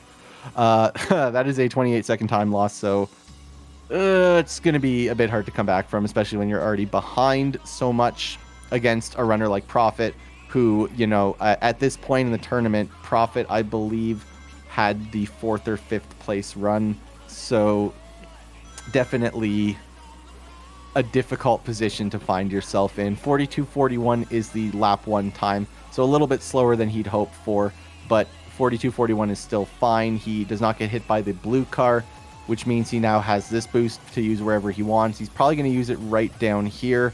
He does. He actually activates it a little bit earlier than I normally do. So that's really interesting. I'm not sure if that is better or not. And he's going to brake on this hill to catch just enough of that downhill, just a piece of it, just a little bit, to speed back up again for this section here, because he can't use his boost. He needs to save that for his this section right here when you go airborne.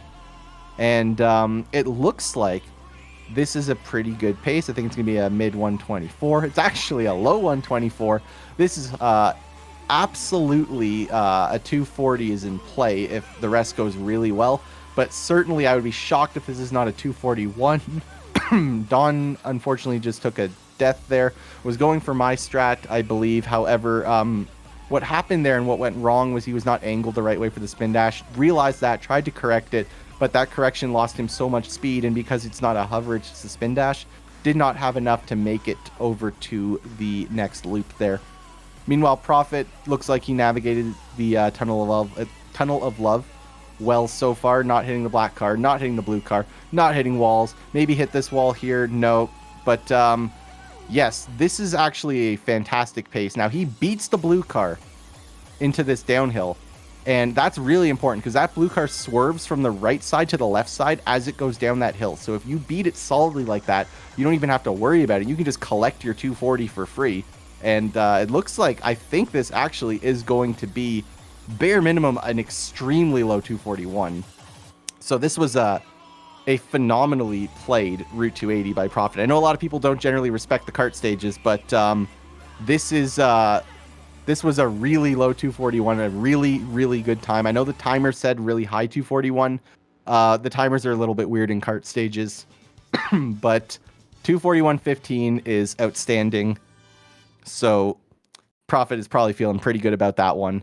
That's going to be very difficult for Don to keep up with, considering it beats his gold by like 2 seconds. But I believe, actually by probably like 1 second. I believe, though, I'm sure he can bring this back. We've got Skyrail coming in for Profit. I don't think we're going to see anything too crazy in Skyrail. I know that Profit likes to spin dash onto the rail at the beginning, but he does not do that for the IL rail switch like you'd normally see. He just spin dashes onto it. I only know this because he didn't like that I don't. So you're going to see him spin dashing onto the left rail right here. But this is just going to set him up to jump over to the pumpkin. Exactly, just like that. No surprise there. Gets the lucky condor. That's what you love to see. It is very difficult to PB without that condor. Fun fact. If I ever miss it, I know that the run's basically dead, or at least on life support. Not going to see anything crazy on this rail switch section either. And a nice trick there. So this is overall a nice Skyrail. He's going to be overall pretty happy with this 43. Actually, no, it's going to be a... Oh, dear. Okay, yes. A little bit of a hiccup at the end there, and it's now a high 44. So now we can catch up with Don, see how Don's doing in Route 280. So Profit's first lap time was 42.41.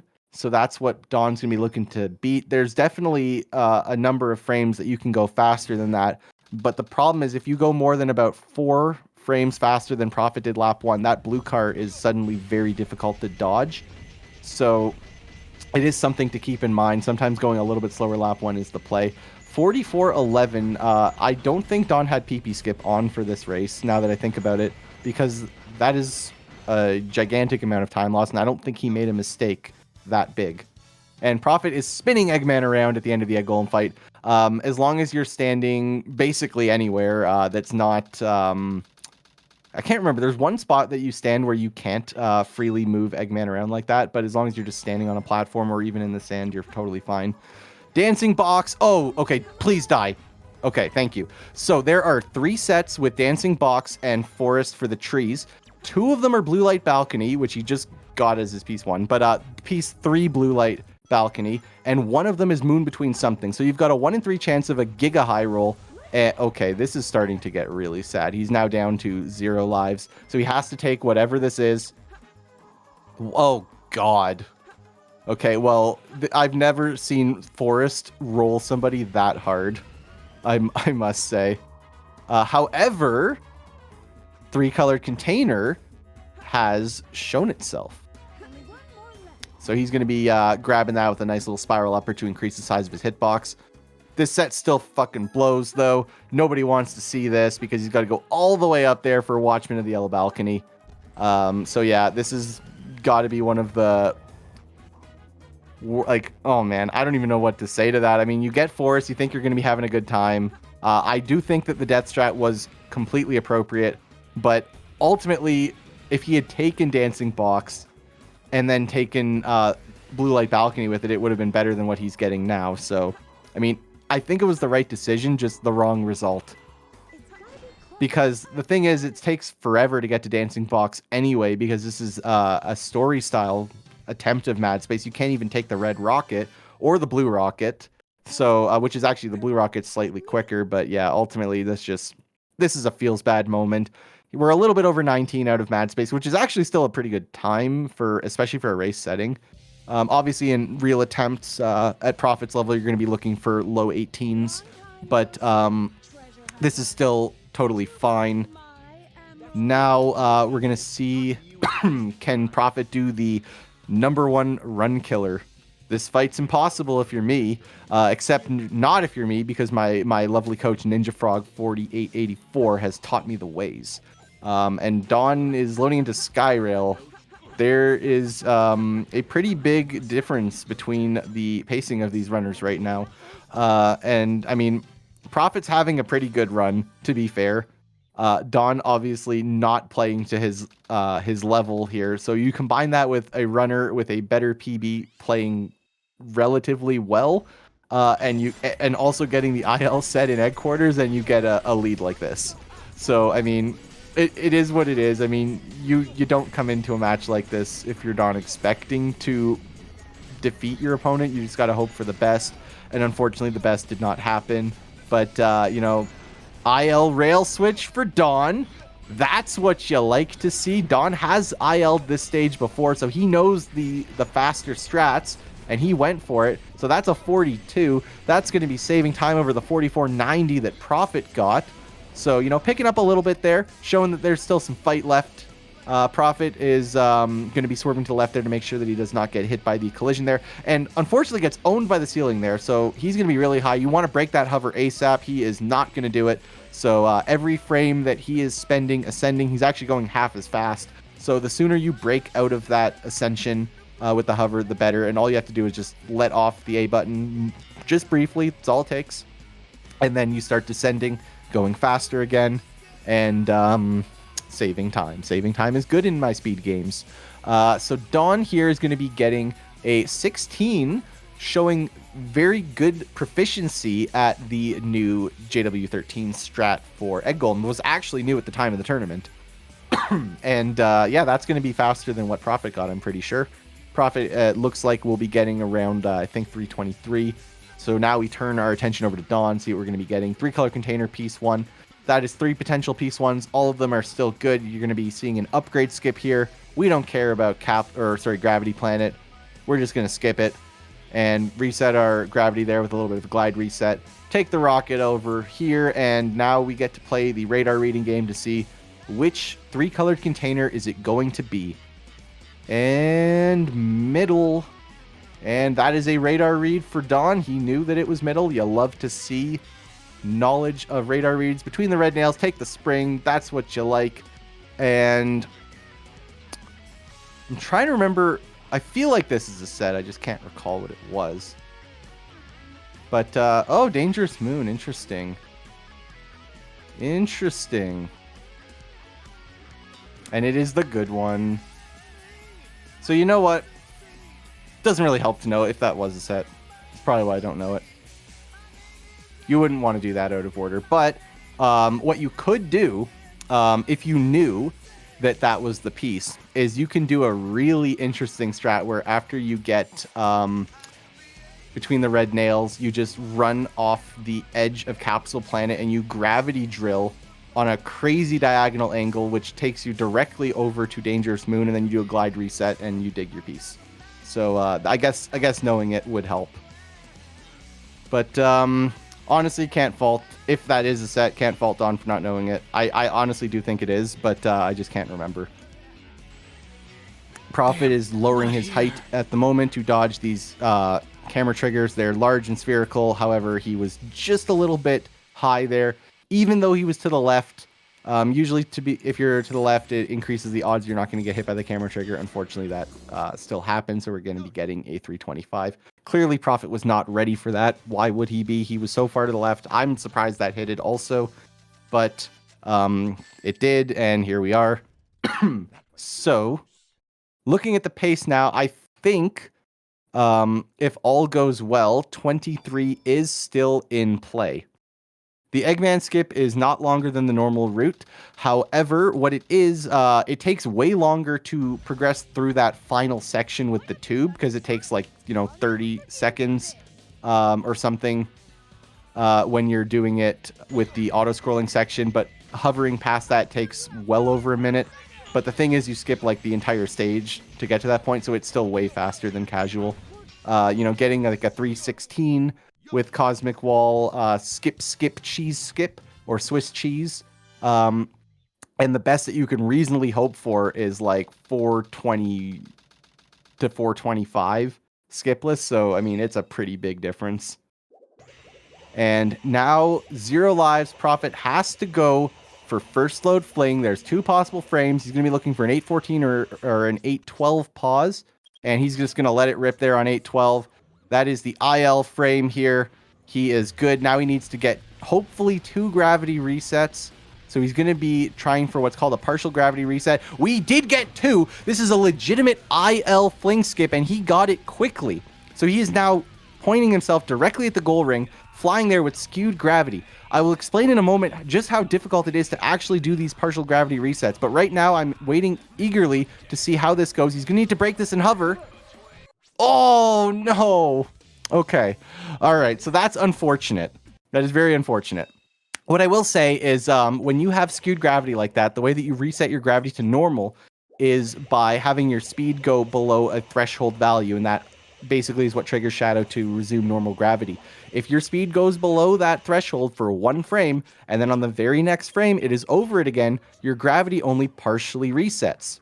And Prophet did that 2 times in a row, and he's going to be going for a PGR, partial gravity reset again, gets it again. So clearly Prophet knows how to PGR very well, and he's not going to have any difficulty getting to the goal ring this time. He's got a much better trajectory right now. This is obviously quite a bit slower than the IL frame is because you just get an insane angle, but the guesswork that comes into the IL version is just not present for this frame. Also, you could see him hold that gravity for an extra long amount of time, wants nothing to do with that death, and I think that's pretty reasonable. So, obviously that made the 23 very much dead, but I think it would have been alive if he had hit it the first time. But he's going to be getting, probably about 2444, 2445-ish. Still respectable, I would say. But yeah, I was really excited. I thought we were going to see the second IL fling of the tournament because I didn't think anyone other than me hit it, but I was popping off there. I really thought he had it because, I mean, this was not a match that was aired. But, okay, we're having a little bit of hiccups here for the Sonic 2 fight, and unlike Hero Story, you don't have the bounce bracelet for backups. Prophet recognizes that the platform is falling there and decides, I cannot get 3 hits fast enough. I'm going to let him reset, and we're going to restart the homing attack chain there. And now we've got 4 hits, 1 more hit to go, and that's going to do it. Prophet is going to be finishing with a 25:03.29. Prophet wins. Prophet moves on, I believe, to face Savick in the next match, which has already aired. But that's the beauty of doing these after the fact. So Dawn will be finishing up Cosmic Wall there with the 25:38. And now we just get to focus our attention there on Dawn, see how Dawn does the rest of Dark Story. We've only got 3 splits left, of course. We've got our Tales 2 fight. We've got Final Chase, which is barely a stage. And we've got the Sonic 2 fight. Stopping to watch the cutscene just a little bit. Probably knows that the race already ended. But, good sport. He's going to finish it out there for us. So we're going to see now how does Dawn approach the AI of Tales 2, which is much more aggressive than Eggman 2. Going for, this is actually what I do. So let's see there. Okay, we've now diverged a little bit, but we should be getting a 16 there. Excellent. So, I mean, I think that's fine, all things considered. And Dawn's got 2 lives. That's relevant because he is almost certainly going to be going for the reset because I don't think that Dawn is as comfortable going for first load fling. Seeing the cutscene as well there, we're just taking the time to appreciate stuff that we just don't normally see. So I'm assuming it's going to be a reset. Oh, no, it is going to be first load. All right. So the frames commonly that we want to see are 812 and 814. That is a pauseless fling on the wrong frame. That was 1 frame early. That was a jump on 812, which corresponds normally to a pause on 810. So pauseless fling did not pan out for Dawn, and now we are going for pauses. We've got double Dawn now. This is pretty epic. There's more of him to love now. Oh my god. And we are going to be going for a PGR here, just like Prophet had to do. There's now only 1 of Dawn. You hate to see it, and you really hate to see that. Like I was saying before, it is a challenging strat to do partial gravity resets because it is precise. But the real problem is if you don't do it fast enough, you will not make it to the goal ring. So the pressure is on the longer it takes you to get that PGR. We're going to have another chance there on that frame, but unfortunately, gravity resets before Dawn is able to turn around that bottom kill plane. So we now go back into Final Chase again, going for first load. Again, are we going to see a pauseless fling again? Let's see it. Oh, nope. Okay, 814. That's good. That's what we want to see. And I think that's good. And he is around. He took extra time. Really didn't want to die. So that's going to be a bit of time loss, but it's ultimately not going to be a big deal. Definitely pitching Shadow up like this is reasonable because of the extra time that was taken to do the fling around the kill plane there. But at this height, no problem. Gonna easily make it to the goal ring. I would actually bring him a little bit down because you don't want to see gravity reset at this point. Any higher and it certainly would, but no problem. Probably gonna see a hover there just for safety because it was otherwise looking a little bit close. 39:12 is the time there for Dawn, and most likely we will be seeing a high 27 finish here. Because, you know, seeing more than 28 seconds on this fight is pretty rare. Could happen, of course, but not what you're expecting to see by any means. So we're all going to root Dawn on as Dawn makes his way to the final split of Dark Story Sonic 2. Party's almost over. What a bummer. Can't believe the 2-hour Dark Story Power Hours is almost over. But that's okay. We had fun watching it, and we're going to have fun watching Dawn close this out. Here we go. It's 5 hits, and that's going to be 1. Going for the homing attack chain. That's going to be 2. We're continuing up the homing attack chain. Looks good. We've got 3. Can we get 4? We've got 4. Can we get 5? And we cannot get 5. We cannot get 5. We cannot get 5. He's still alive. Okay, we're going back, waiting for the chaos control there, and that's gonna do it. We still got the 27, 27, 59, 88. You love to see it. Did not see the 28. Saw the 27. Love to see it. Dawn's going to be finishing up this race. Unfortunately, that is going to do it for Dawn in this tournament. Prophet will progress to losers quarters. And, yeah, I can't remember if he plays, I guess Prophet plays me in losers quarters. That would make the most sense. And I guess that's where we are at now. And we are looking at a blank screen with just me. Love to see that. I guess this is where it all ends. I don't really have a whole lot else to say, but I hope you guys enjoyed all of this lovely Dark Story action. I know we've got quite a bit of time before the next race begins in 23 minutes. So I think the most appropriate thing at this point is an impromptu AMA. No, I'm kidding. I think we'll probably take an extended break. I'm not sure. I'll have to see what the producers tell me in my ear. But I hope everybody is enjoying the tournament. I'm enjoying the tournament, even though it's Hero Story. But you know, I really do like seeing everybody, you know, in practice. In tournament season, you always see people getting PBs. A lot of runners are coming up, new and old, to levels they had not achieved before. And that's what we're expecting to see from the rest of this tournament. We're really getting into late game here for this HST22 bracket. We've got all really, really good runners left. So I'm sure that we might see at least one more PB this in the coming days. So I think that's going to do it for me. Probably a reasonable point for me to sign off there. So I hope you guys enjoy the, I believe, final match of the night, which is going to be ID Geek 121 versus the Superior. This is a losers round 5 match. Don't go anywhere. We'll be back in about 20 minutes. Peace out.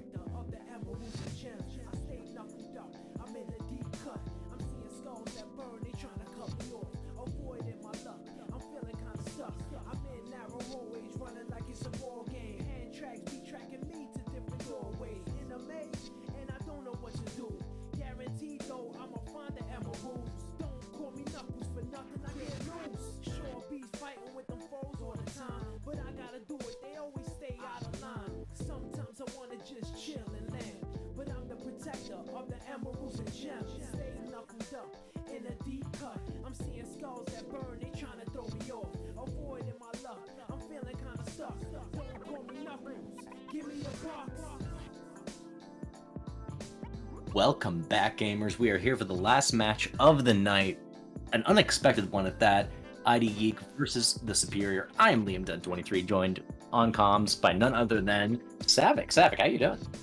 Well, I mean, I certainly didn't think I would be commentating any matches today because I was supposed to have work. No, and yet somehow here I am for the 4th match of the day that I'm commentating out of, like, I think 7. So this has been a majority Savik stream today. This is the takeover, I guess. But I am happy to be here. 2 good runners. I think that this could be a potentially very good race. I think that's really the big thing there. I will note that Geek is running against 22 splits. So that's kind of interesting. Superior is running against his PB of 24.55. Geek's PB is a low 23, I think like 23.20 something. But that is a pre-Bofa PB. So he certainly is capable of a 22 quite easily if he has a good run. And yeah, I'm just hoping overall for a good run from both of our runners here. I always love to see that. I don't like to see gigantic swings. And I mean, normally I'll say like, oh yeah, you know, if they're really far apart at Route 101, it's whatever. But you know what? I'm going to be focusing on Route 101 because Geek's in this race. So, I mean, you know, I love watching him play kart. And I also love watching him just jam out to his ADXs, which I think are default. But looks like our runners are going to be getting on in there. And hopefully we have a lovely start there. I think Geek starts us off with a nice double jump there on the ramp. So that's already going to be a little bit of a lead there, but nothing too significant by any stretch. Really, it's going to come down to the 40-second mark to see if we're really going to be having divergence or not. I really just want to see both runners do the same thing. I don't like when people do different things. I don't like change. I just want to see, can Geek line up here, rise to the occasion, and do the thing? Liam, what do you think? I think he's going to do the thing. Oh, pauseless? Oh, he no. Did not do the thing. And Superior did the thing. Superior, how could you? How could you? Why would you do this? Why would you do the thing? Now there's a lead and stuff. Now hold on. We get to watch Geek do skipless. And what a skipless! Going through the gate there like that. Love to see that. Easily making it through that loop there, not going airborne. We're going to jump off early, get the instant run there. Of course we do. This man knows what he's doing.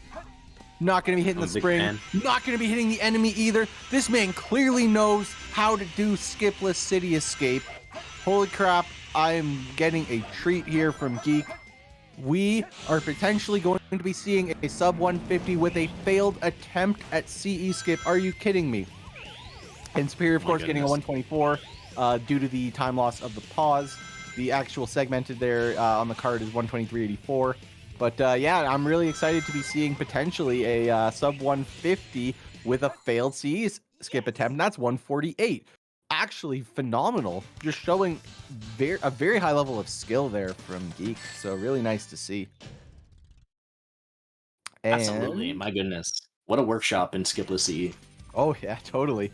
So the deficit is 24 seconds, and that is nothing that cannot be overcome. Potentially in only a few splits, but really it depends on how well Geek can play and how well Superior can play to see, can Geek edge out little bits of time here and there, or will Superior continue to grow the lead? 22:37 is the time there, so nearly a second off of frame perfect. Geek, last time I watched him, did get a frame perfect Bigfoot, so that's going to be the goal again. He is way ahead of Bigfoot going vulnerable there, so it looks like we are potentially going to be seeing another 21:39, which is frame perfect. And no, he's one frame off. Aw, that's unfortunate. But pair of earrings there is the piece one for Superior with where the wind blows. Oh, was that Terrace with 2 legs? Did I see that? Or am I blind? Because I'm seeing a very blurry version of this. No, it's Sandpit. All right. Double containers is the piece there for Geek. And that could potentially... I would just go over to the sandy path from here. No, we're going for a hint. Okay, you know what? It works out unless there was a free piece in the sandy path. Which it could be. Okay, that's going to be a no. Arrow pointing to the right. So this is a lot of time save for Geek. So now the difference is about 16 seconds. So under, just yeah. under 16, in fact, like 15.8 something. So, I mean, Geek is doing what he needs to do. Really, that was an RNG assist from the game, just getting luckier. Or you can say maybe taking pair of earrings without a free piece is a questionable decision. But either way, Geek is going to be cutting that lead by quite a bit there. 13.34 for Superior. Frame perfect on this boss fight is 12.62. So there's a lot of room for Geek to potentially save time here as well. And oh no, he saves 2 frames, but it was almost a very low, like very nearly frame perfect, but just didn't get the final hit. So we're gonna shout have out to see sound then. defense real quick. Oh yeah, we love sound defense giving us the he's keeping score. He is keeping Exact score. for us. He is keeping the exact score. So the late okay, so I said 15.8-ish. It was 15.81. I think that's good enough because I don't have the spreadsheet web script that Sound Defense has. And looks like both runners successfully nailed Big Sex, one of the fan favorite strategies. Superior with a 37 elevator.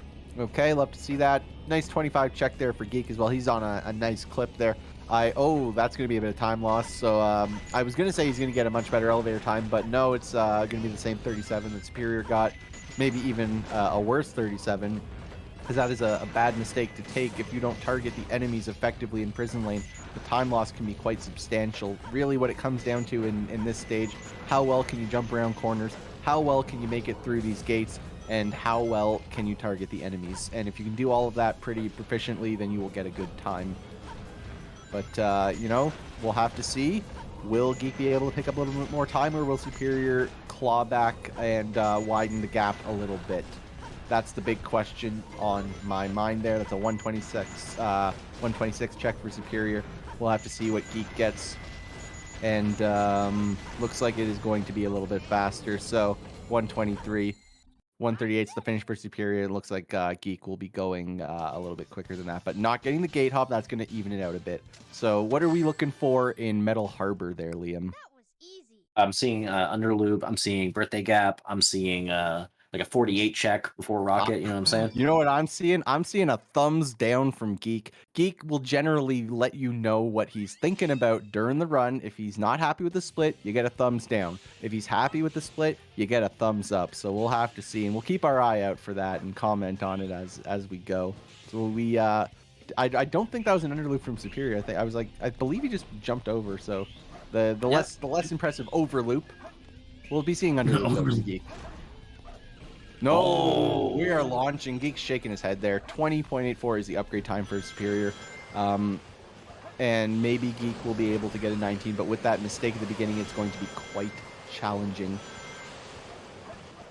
No, it's going to be it's a little bit quicker. It's still 20 though, and probably not seeing pulley skip from Superior. I think we're going to see it from Geek though. What do you think? Pulley skip? Good question. I actually, think we're going to see it. All right, well, Anvar just had a birthday on Superior's side. So congratulations, Anvar. You are another year older. Will Geek be skipping Anvar's birthday? He tried, but no. Anvar's birthday is soaring high in the sky. So Anvar is 2 years older. Crazy. Absolutely crazy. Anvar's got to be like 300 years old at least by now. Maybe even older. Maybe some people say Anvar has existed since the dawn of time. He's like billions of years old. Someone should ping Anvar and find out. Anvar, how old are you? All right, so 126 is the finishing time there for Superior, and I was so busy thinking about Anvar, I wasn't really paying attention to the fact that Geek is going to be saving a couple more seconds here with a 122. The lead has now been cut down to about 12.45, I believe. We'll get the official read from the Sound Defense, but that lead has been steadily decreasing every split. Then the big question, though, is Green Forest. I don't think we're going to see a wall run from Superior, but I do think Geek is going to attempt it. So that could potentially bring this back to even. But of course, we do have a lovely boss fight with a lovely unskippable cutscene first. So we'll just watch this lovely fight. Liam, do you like this lovely fight? I do, and it looks like you win a gold star from Sound Defense for guessing correctly. 1245 was the Yo, exact. let's go. Math. I can do it. I just choose not to. And 11.64 there for Geek. I did not see what Superior got, to be fair. I was admiring the fact that I got the time right on the Sound Defense .exe program. 12.4, I think now is the difference. So looking pretty good. Okay, so yeah, I mean, if there's a wall run disparity there, this race is basically dead even. Superior got 11.69. Okay, gotcha. So now we see how the Green Forest will be. There's a lot of technical movement that can happen in Green Forest. Superior going not for the light dash strat at the beginning there, and it did not pay off because he went up into the ceiling there. And next question, are we going to be seeing an Air Yeezy? No, we are not going to be seeing Air Yeezy. But I do expect to see that over on the left-hand side of the screen there. So I am personally now excited to see, will there be an Air Yeezy? Of course there will. And we're good. A very clean Air Yeezy there from Geek. And now the next big question is, will Superior go for this wall run? No, because he didn't like the setup that he got there from that light dash, and I think that's respectable. But 38 check is not going to be what he's looking for. Geek is going to be getting the mini wall run. That's a 35 check. That's a nice checkpoint to have. It's unfortunate the light dash did not do him any favors there. Superior is most likely not going for wall run, especially given that he did not even get the checkpoint, because why would he need it if he's going for the casual way? But Geek, of course, is going for the wall run here, and that's not going to do it. So, The he's backup bailing though. out. He's out of there. He's just going to be climbing up normally, and honestly, I think that this is probably going to be roughly even. He was going faster than Superior before, but that's obviously a huge time loss to take. So let's see. Superior with a 121 check. We're going to see what Geek gets here. But it is... Oh, that is... Okay, all right. That was spooky because we had some questionable camera work there, but it is a 121 check, just like Superior got. We got nice loop speed there coming in for Geek. And Superior finishes with 139.84. All right. Can Geek beat it? No Air Jordan. Here it comes. I mean, it's obviously faster. It's a 136. He gives a little bit of a motion with his hands. But look at that lead. It is under 10 seconds. 9.46, I believe. Sounds about right to me. And yeah, so we're under 10 seconds. This is a good race. Geek has been saving time on every split, but Superior, of course, with the CE skip advantage of about 24 seconds, just under that. And that's really been the name of the game with this race. Twin Huts, okay. So that's going to be a Ghost Train piece 1 there. He's probably going to glide into this, make sure he doesn't read that hint. Oh, nope, goes for the punch. Forgotten Hut, it's going to be Church. Oh, no, sorry. It is very clearly going to be Ghost Train. I don't know why I didn't see the ping. It is about 40% of the time Ghost Train, 60% of the time Church. And we got Rocket Path here. What are we looking for from Rocket Path with this combination? Place where you surely he's going to go train though. Oh, surely it wouldn't have been Pumpkin, right? Surely. Okay. Oh, okay. You got it. Okay. Oh god. Because that was not in radar range as far as Oh I my know. god. The difference. IDGeek's in the lead now. IDGeek's in the lead. Ladies and gentlemen, Geek has taken the lead. This is suddenly the closest this race has been thus far. Less than 1 second separates these two runners as we make our way into Mission Street, which I expect both runners to get 0 cycle and ultimately get a pretty similar time. But wow, Liam, I've got to say, we signed up for a pretty good one. I'm excited. I am in the squat on my chair in the how to deliver position, staring intently. Oh yes, love to see that. But you know what? RNG giveth, RNG taketh. You never know. Geek could get a worse aquatic mine, and that could be all it takes to bring this back for Superior. You never know with RNG, and it's just something you accept in Sonic Adventure 2 Battle. So we're gonna see the weight hop there is successful for Superior. You love to see it. So both runners are easily on pace at the moment for a 0 cycle attempt. Geek is of course going to step up to the plate first. 45 check is definitely not what you want to see though. The 44 that Superior got is definitely a lot nicer than 45. So I mean, Superior with the 2215 upgrade that he got, obviously he has a lot of room to play with. So that's what you're seeing there, the benefit of that. But a lot of that check depends on how you push the cycle too, right? Oh yeah, the more you push the cycle, the lower your check. That's literally the only thing it comes down to. Or how late you get to the upgrade too. Oh, that's really late off the weight, but it's not going to matter because Geek knew how far ahead he was. That pause hover actually makes this harder to catch for what it's worth because it takes longer to get over there. But either way, you know, catch is 0 cycle. Superior, however, is taking half cycle, and that is 8 seconds of time loss for Superior. So that is actually a big deal because that's going to put Geek at least 9 seconds ahead now. Superior with a 133 check. Geek, I believe, had 125 or 126. So that's, you know, about a 7-second swing at the moment. So now it's like it's still not settled in any way because Aquatic Mine's coming up, right? Oh yeah, for sure. It just kind of continues the trend of what we've been seeing this race of kind of Geek just slowly but surely gaining time. But yeah, I agree. Superior is not out of this race by any stretch. He's a very consistent player, very methodical in how he practices, so I expect him to overall do well in the gauntlet that is late game hero story. This lead is not insurmountable by any stretch. It's under 9 seconds. And, you know, if RNG smiles upon Superior, this race will be even again. So we'll see now.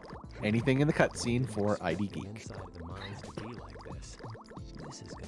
I had to look away to cough, but I don't think I saw anything. Oh, and no pings either? Ooh. Oh, man. I can't believe he's taking this. Oh, no. This is not the play. Barry at least gets a ping. Savic Incorporated has ruled this in error. And Okay, Superior with Peace 1-3 fans, with Wooden Box and the Steel Beam. So also going into the Ghost Room early and going to have to clip out. So ultimately that's going to be something that both runners have to deal with. And hopefully Geek has a final piece that's like at least somewhat favorable, probably in the narrow path somewhere. Oh no, it's going to be stair-shaped brick room. So kind of right where he already was. But still an absolutely beyond garbage aquatic mindset there for Superior. Or sorry, for Geek. Way better set for Superior. Superior is now back in the lead. The lead has swung once again. And I feel like a lot of that just comes down to the decision of taking no ping for Aquatic Mine. Because they have a tendency when there's no free piece to give a set just like that. So that's going to ultimately put Superior back in the lead as we make our way over to Route 101. A true fan favorite, especially when Geek is on the screen.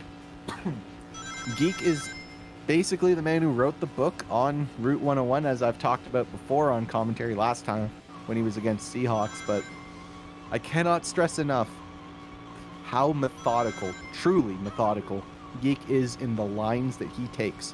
He will be cutting these corners close. No drift will be wasted. Every single movement is pre-planned.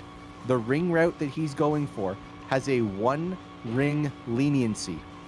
So if he makes a mistake of you know, he misses at least, 1 ring off of the path, he does not get the extra boost that he is oh so desperately trying to route in. I think he is still okay, but I don't know a lot about it. If he gets a boost right here, then we know that we're good, I believe. And I didn't really see if he did or not.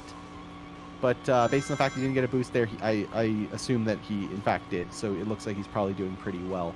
And Superior is also having what looks like a pretty decent Route 101.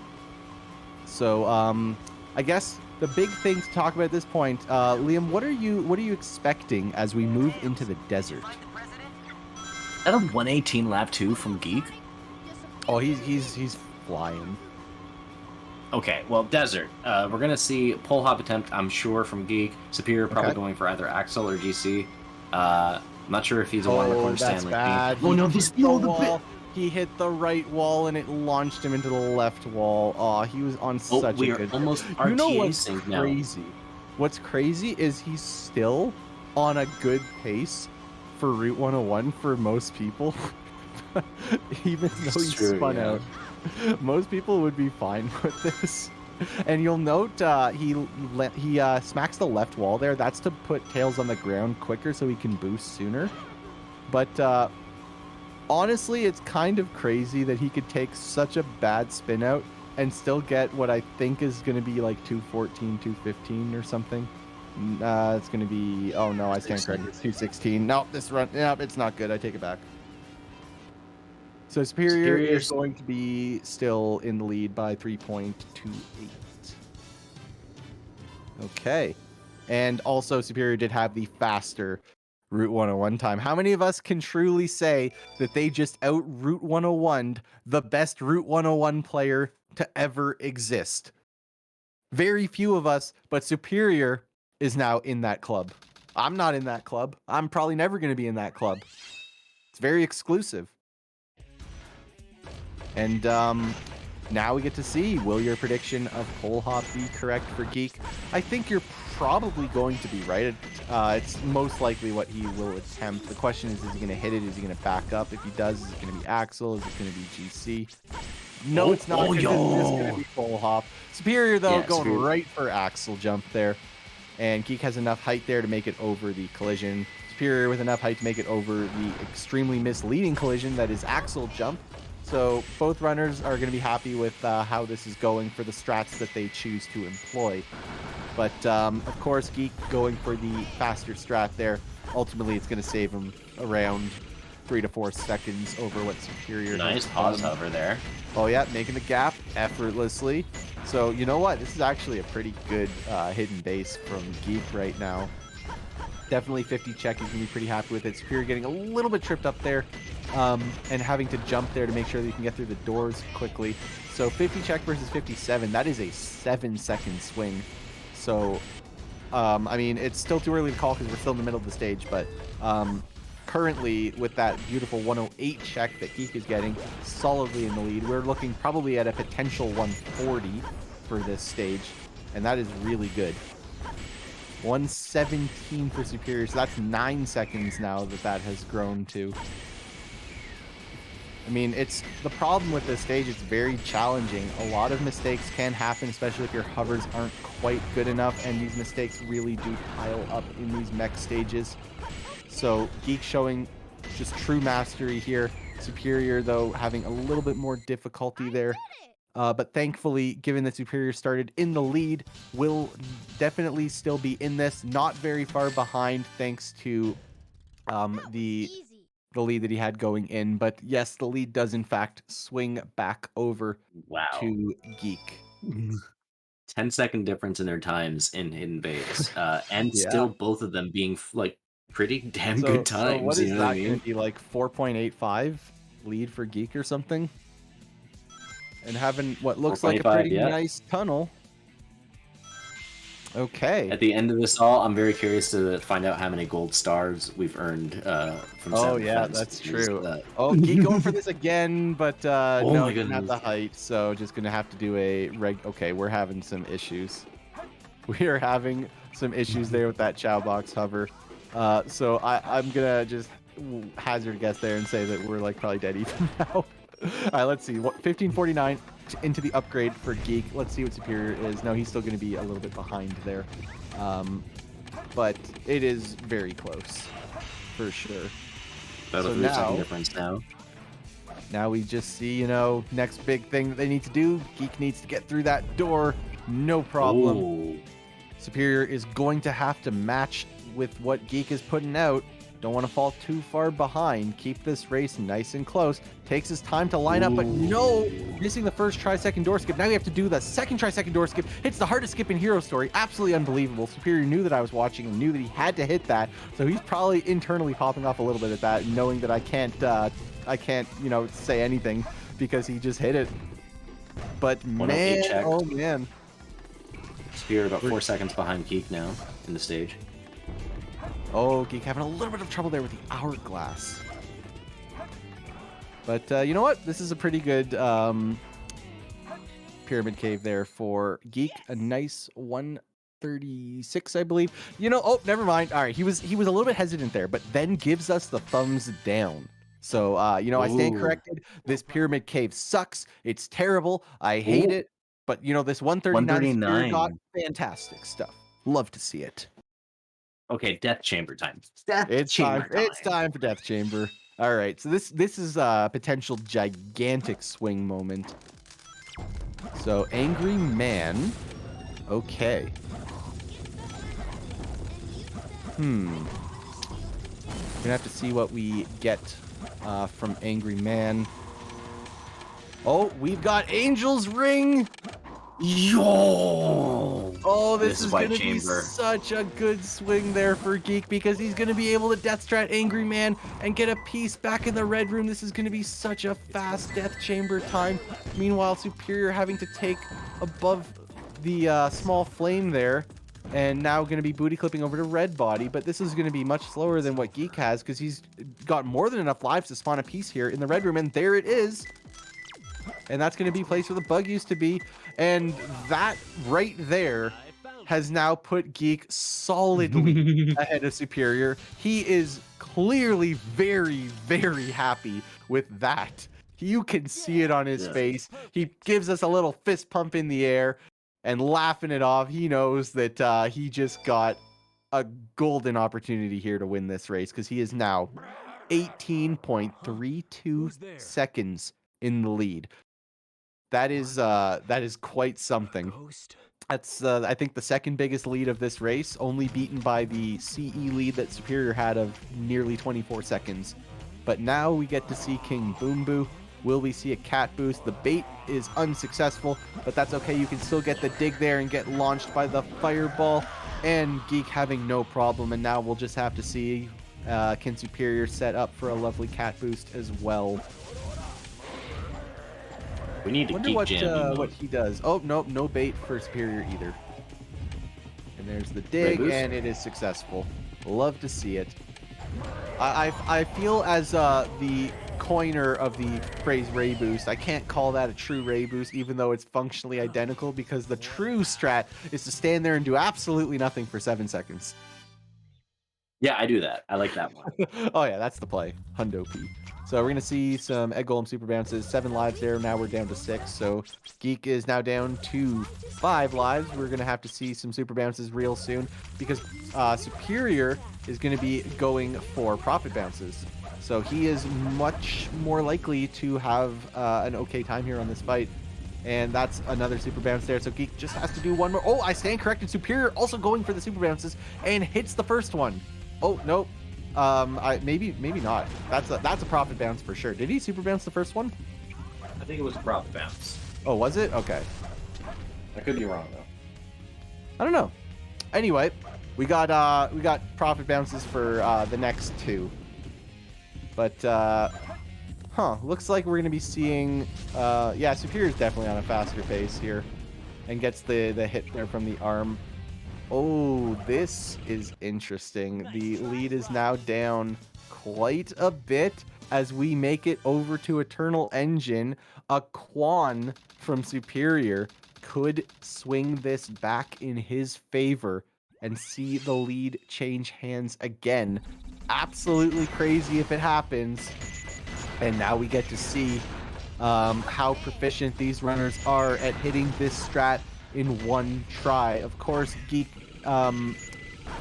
this skip didn't even exist when he got his PB. He does know the strat now, of course, but all eyes will be on him as he attempts to skip a couple moments before. Not going to be getting the Quan. Superior lines up, not going to be getting the Quan. Geek goes for the right side after that, also doesn't get it. And that's going to be a bit of a questionable decision because that takes even more time and the trick is no easier. Liam, what do you think about this race now potentially coming down to the RTA sync. It's just double Fofa there, basically trading blow for blow. And Geek is jamming out. And Superior jamming out a little bit too. Okay, we've got dueling Fofas and dueling jamming. Let's go. This is the kind of spirit I want to continually embody in any tournament setting, whether I'm ahead or behind. Oh yeah, just want to jam out. I mean, you were in one of your races, I remember. Oh, look at Geek go! Dryball. The dryball race, I was just having fun. Yeah. I mean, you kind of had to. You kind of had to. After the Green Forest, yeah, sure. But these guys are having a mad, awesome time. Giving us one of the most exciting matches I've seen yet this tournament. Just the lead keeps changing constantly, back and forth. Solid gameplay from both runners. A new up-and-coming runner who's managed to just secure a really good spot in skill level and being able to get to this level of skill in this time. And he coming back and showing off all the skill that he's retained from before. And not the approach that he would have liked. So that's going to be... I think that Geek still saved time. But it's a little bit... I guess he would have gone for both attempts before he hit the checkpoint. So yeah, he would be saving time. I don't have to do any fancy math in my head. So here we go. This can definitely swing back if Superior gets the better set. But man, I'm going to have to watch both of them simultaneously because we are basically RTA synced. Geek is only slightly ahead of Superior at the moment. We get to see his first piece before on something strong. That's going to be down here. It is worth taking for sure. Fast rotating meteorite, probably the better piece there because it does have a higher number of sets that aren't totally trash. Okay, steel drilling tower. Interesting. Okay, let's see. Oh, nice. Good piece from Superior here in the midsection. Twin stars, okay. All right. Yeah, not going for any Hopefully we checks get a bottom with that, which is completely logical because you know his piece one was right there. Oh, God! Come on! Oh you no! You know, sometimes life is not fair. It really isn't in this case for And Superior. it's not like Geek is even getting a great time for a set on meter. It's just Superior's set is just so much worse. Ouch. The dreaded middle bottom top. So that now puts this lead at, oh boy, 18.55? No, 18.45 math. But that's a huge lead. All right, I've got the confirmation 18.45 as these runners step up to the plate. Now, Superior, I'm a little bit worried for him in this fight because he's watched a lot of Savik streams, and I think the unfortunate side effect of watching me play this game is that you lose the ability to do this fight. So I'm really hopeful that Superior has just wiped me from his memory because he cannot afford to take that kind of an error. And here we go. He's good. Oh, hold on. Somebody's been watching Savik. We had a little bit of a hiccup there on the third hit, and he's going to be getting a 17. A true Savik time if I have ever seen one. Unbelievable. He's a Savik viewer. Don't watch Savik, everybody. No good can come from it. We're not going to see... I'm pretty sure coming up we're not going to see free cam box over from Mighty Geek, but we will see it from he's going bad cam. He's doing the old reliable. Reliable. I mean, it's old, but I don't know how reliable it is. I mean, if you know the visual cues in the background that you need to be looking for, then and you're good at the turn, then you should be overall fine. But you know, it takes a lot of practice to be able to do that. And here we go. First You're gonna see that turn looks to be good. And that's a pretty early bounce, but he knows what he's doing. He's gonna need to get down a little bit. Okay. And he went down a lot, just hitting the bottom of that goal ring there. And Superior's turn now. And Superior is out of bounds too. But First Geek is try. going to be feeling really good about his current standing in this race. There is not a whole lot left. We've got Eggman 2, Final Rush, and of course, Shadow 2. This is late game, folks. Unfortunately, this lead has ballooned a little bit now. This is about 26 seconds. And if I'm not mistaken, that would therefore be the biggest lead of the entire race thus far. Finally overtaking that City Escape deficit. And looks like Yeah, he's no going to kidding, be that- having a nice time there, a 14.57. Different than I usually see people do the fight, but clearly an effective strategy.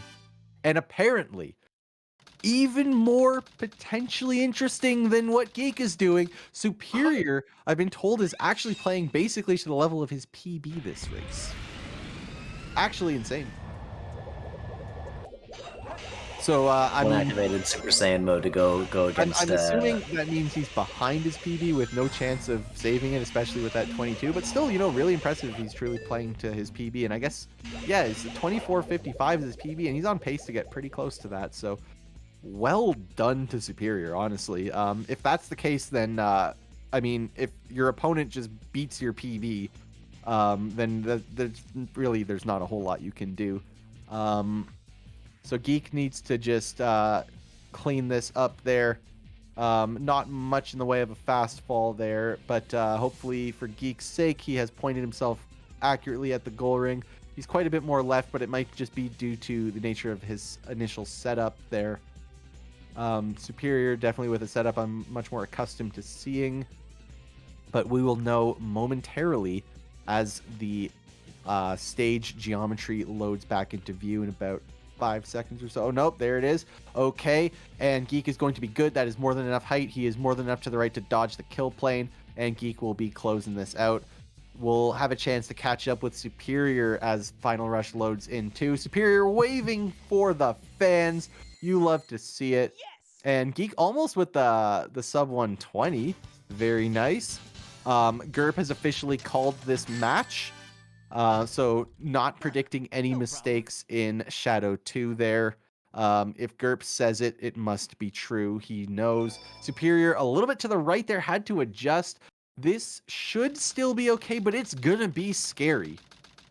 He's just got to keep his cool. Make sure you're centered. You have enough. You have just enough height. Make sure that you position well. And okay, there it is. He made it. Okay. He breathes a sigh of relief. But, you know, that's the key there. You keep your cool. You have just enough height to survive there as long as nothing goes poorly. And speaking of not going poorly, Geek finishes up 24-22-88. Very nice from Geek. You'll love to see it. Geek will be advancing. Unfortunately, that is going to do it for Superior. But considering his PB is 24.55, he is so close to that. GG, I'm sure Superior will still feel really great about the performance that he has put up here, because honestly, this was RNG wrecking him more than anything else. If RNG was less evil to him, this would have been a PB. So I think he can hold his head up high here as he finishes up with a time of 25:04. GG. Within 10 seconds. Yeah, within 10 seconds of his PB. Well played.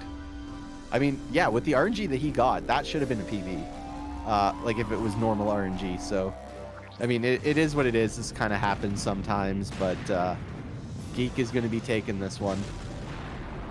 So It's well, only 6:30. Let's get these guys in here for interviews. Yeah, I'm sure that they're going to want to chat with us for a little bit. So we will eagerly await their eventual arrival. I know Superior wants to talk. He's always down. There he is. Superior, I'm so sorry about your RNG, bro. I was getting. That should have been. We were just saying that should have been a PB for you. And Geek is here as well. Congratulations on your victory. Thank you. It was honestly pretty interesting to just watch. Like you were basically a CE skip behind at the beginning and just slowly and steadily clawed back and overtook Superior, but Superior played within about 9 seconds of his PB while getting completely and utterly rolled by RNG. So I mean, pretty good race from Superior. And you know, somebody might have gotten a pretty good death chamber. You should have shared that luck with Superior. Yeah. My Knuckles RNG was The death really chamber was good like only good stage, and it was like a 51. Yeah, no, it was not nearly as good as what Geek got. What did Geek get? I got free piece. What was it, like 39? Angel's or ring. something? Yeah. Oh my goodness. Yeah, it was 39, but that was after I fumbled dying a little bit. So it was probably about like 45, 46 seconds IGT. Well, let me look. You've got your splits up. So it went from 1651 to 1732. So that would be 41. Oh, okay, never mind. That's wow. still really good. Yep. So Yeah. basically, that's the story of this match. Superior, your best RNG stage was still not better than what Geek had. Yeah. Yeah, I feel like I played pretty well. Yeah. I mean, to be fair though, that was the hardest I've seen somebody get rolled in Aquatic Mine in a very long time on Geek's side. Oh, what did Geek get? So I mean, no ping, Ghost Room Piece 1, and then just what Ghost Room Piece 1s do. Oh yeah.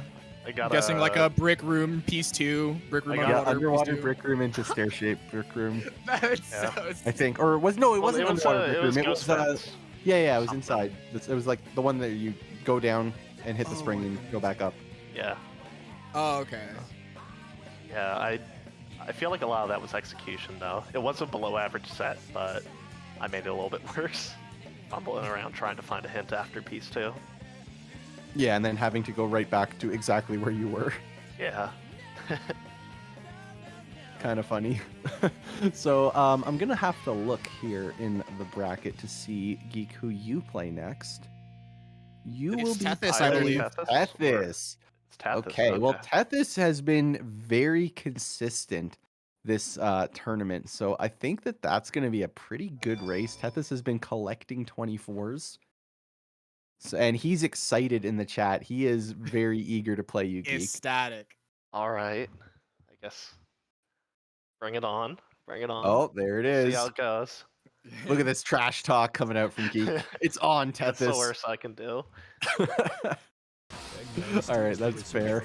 And, you know, Superior, your run ends here. However, I think that you can probably hold your head up pretty high with the performance you had this race, because I can't imagine you're going to have worse RNG. And, you know, this clearly could have been a low 24 if RNG was a little bit nicer to you. Yeah, it could have been. Yeah, But yeah, so no, that I mean, wasn't- I'm not too mad at all. I'm pretty happy with how I played and like happy with my performance in the tournament. So, yeah, can't Oh be too yeah, mad. I mean, this is going to be what is this? 13th place. Yeah, 13th, pretty good. I was gonna say that wasn't a PB. I looked on SRC. Oh, my PB isn't submitted yet. Last week I got a 24:55. Ah, cool. And also this I have like 2 unsubmitted PBs to SRC. I think on SRC it's a 25:07, but I got a 25:04, didn't submit it because I was like I'm gonna get a 24 in like the next week, and then I got the 24 and I haven't submitted that either. Well, maybe you shouldn't. You're just going to beat it. That's right. At this point, yeah. Oh man. All right. Well, I do believe that there are no more matches today, and that means, as far as I understand it, Geek, you get to direct the raid. Oh, who's on? Let's see. All right. Well, we'll have to see who Geek selects. Any while Geek is thinking, Superior, any closing thoughts? For my first HST, this was a lot of fun. It's definitely a lot of hero story, but yeah, no, I enjoyed this. There's Looking too much forward to the hero next story one. in the hero Yeah, story I tournament. know it's too much for you. You know, it was all right for me. It's okay. You know alright. what? I commentated like 4 races in this hero story tournament today, and 2 of them were dark And 2 stories. of them were so- dark races, so it's okay. You get So you we're get the living. balance, or as We're living. balanced as you can get. I mean, yeah, I think of like I think I commentated like 3 or 4 dark races this tournament, so that's pretty good. Yeah. We were supposed to raid Bingo-thon. Oh, okay. I see how it is. I see how it is. Well, All right, that's good. I guess we're raiding where we're going. Bingo-thon. I hope you didn't have anyone in mind. Shoutouts to Bingo. I was gonna say, who's Big Mikey? Is that Mikey? Oh, Big Cool Mikey's Money? in the chat, or was in the chat. He was in the Okay, chat well, earlier. Yeah. Okay, they just started, so. All right, well, rip Big Mikey. You're apparently Yeah. never getting that raid. Because we're going to Bingo-thon. Yeah, shout outs to Bingo. Everybody like Bingo? It's not even Saturday. It's not even Sunday what night game yet. are they even playing over on Bingo-thon? I gotta go look. Genshin Impact. Oh. I refuse to accept that it's Genshin Impact. That can't be it. Why is that no what they're way. playing? What the heck is Genshin Bingo? That's Wait, a that's thing that exists hilarious. on this planet? Savik, there's a lot of things that exist on this planet. You know what? I imagine Genshin Impact Bingo is just, all right, guys, we give you a fresh account and $500. You need to get all of the units. It's $500. Bingo-thon got it like that? Oh yeah, they got ad sponsorship. Okay, Bingo-thon. What a great category that would be. But yeah, I guess that's where we're going. We're gonna be watching what. You know what? I'm curious to see. I'm looking at it right now, and you can see there's things like get 10 fish, clear 8 domains, defeat 5 elite enemies, etc. And they're only 22 minutes in, and they've done quite a few of these. There's 3 people playing, so that could be interesting to see. This is a Blackout Bingo board, so yeah, I guess we're heading over to Bingo-thon, and we have, before we go, make sure you tune in tomorrow because we are playing top 12 all the way to top 4. It is going to be absolutely packed full of matches. I know the schedule does not look like there's going to be a lot of matches. A lot have to be scheduled still. And of course, Sunday, our finals day, top 4. You're going to see, the winners finals, losers semis, losers finals, a special exhibition match, and then our grand finals at 3 o'clock Eastern. So that's 3 o'clock Eastern on Sunday. So I've been informed, Geek, when you win this whole tournament, you can pick the raid target. So Big Mikey's day may still come. Got it. All right, I'll let somebody else have the final say here. I talk too much. Good job, both runners. Superior. Sad to see you go. You played amazingly. Geek, phenomenally played. Route 101, amazing as always, aside from the spin out. Oh yeah, that was tragic. And lastly, both of you were just jamming during BOFA. A fellow Eternal Engine Joy here. Of course, of course.